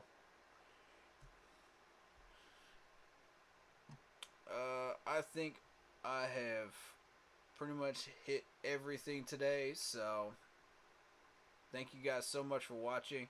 Hope you enjoyed the stream. If you did, hit that like button, hit that follow button, hit that sub button, hit that bell, leave a comment down below. Later, bud. Good night. Just know you got the best content. Thank you so much, man. It means the world to me to have people like this right here that really do care about what we're doing here, man. Thank you so much. It makes all of this worth it. All of it. You're all incredible people. Incredible human beings, and I'm blessed to know all of you. And to talk to all of you on these streams and videos. So, that in mind, yeah, again, go like, sub, hit the bell, select all, leave a comment down below if you're on YouTube. If you have not yet checked out the Facebook group page, keep pounding in all caps for in-game posts, polls, opinions, and reactions to NFL news, as well as scheduling for the channel. So go follow that if you have not already. Thank you so much.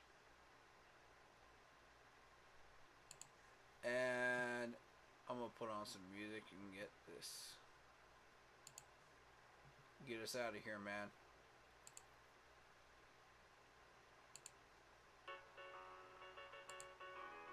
Have a good one, y'all. If you shop at Walmart, you get it. You eat better by cooking Oh, with fresh, my affordable stupid ingredients. If you shop ads. smarter. I hate YouTube, man.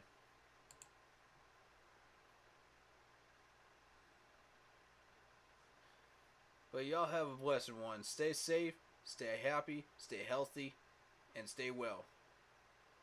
Peace.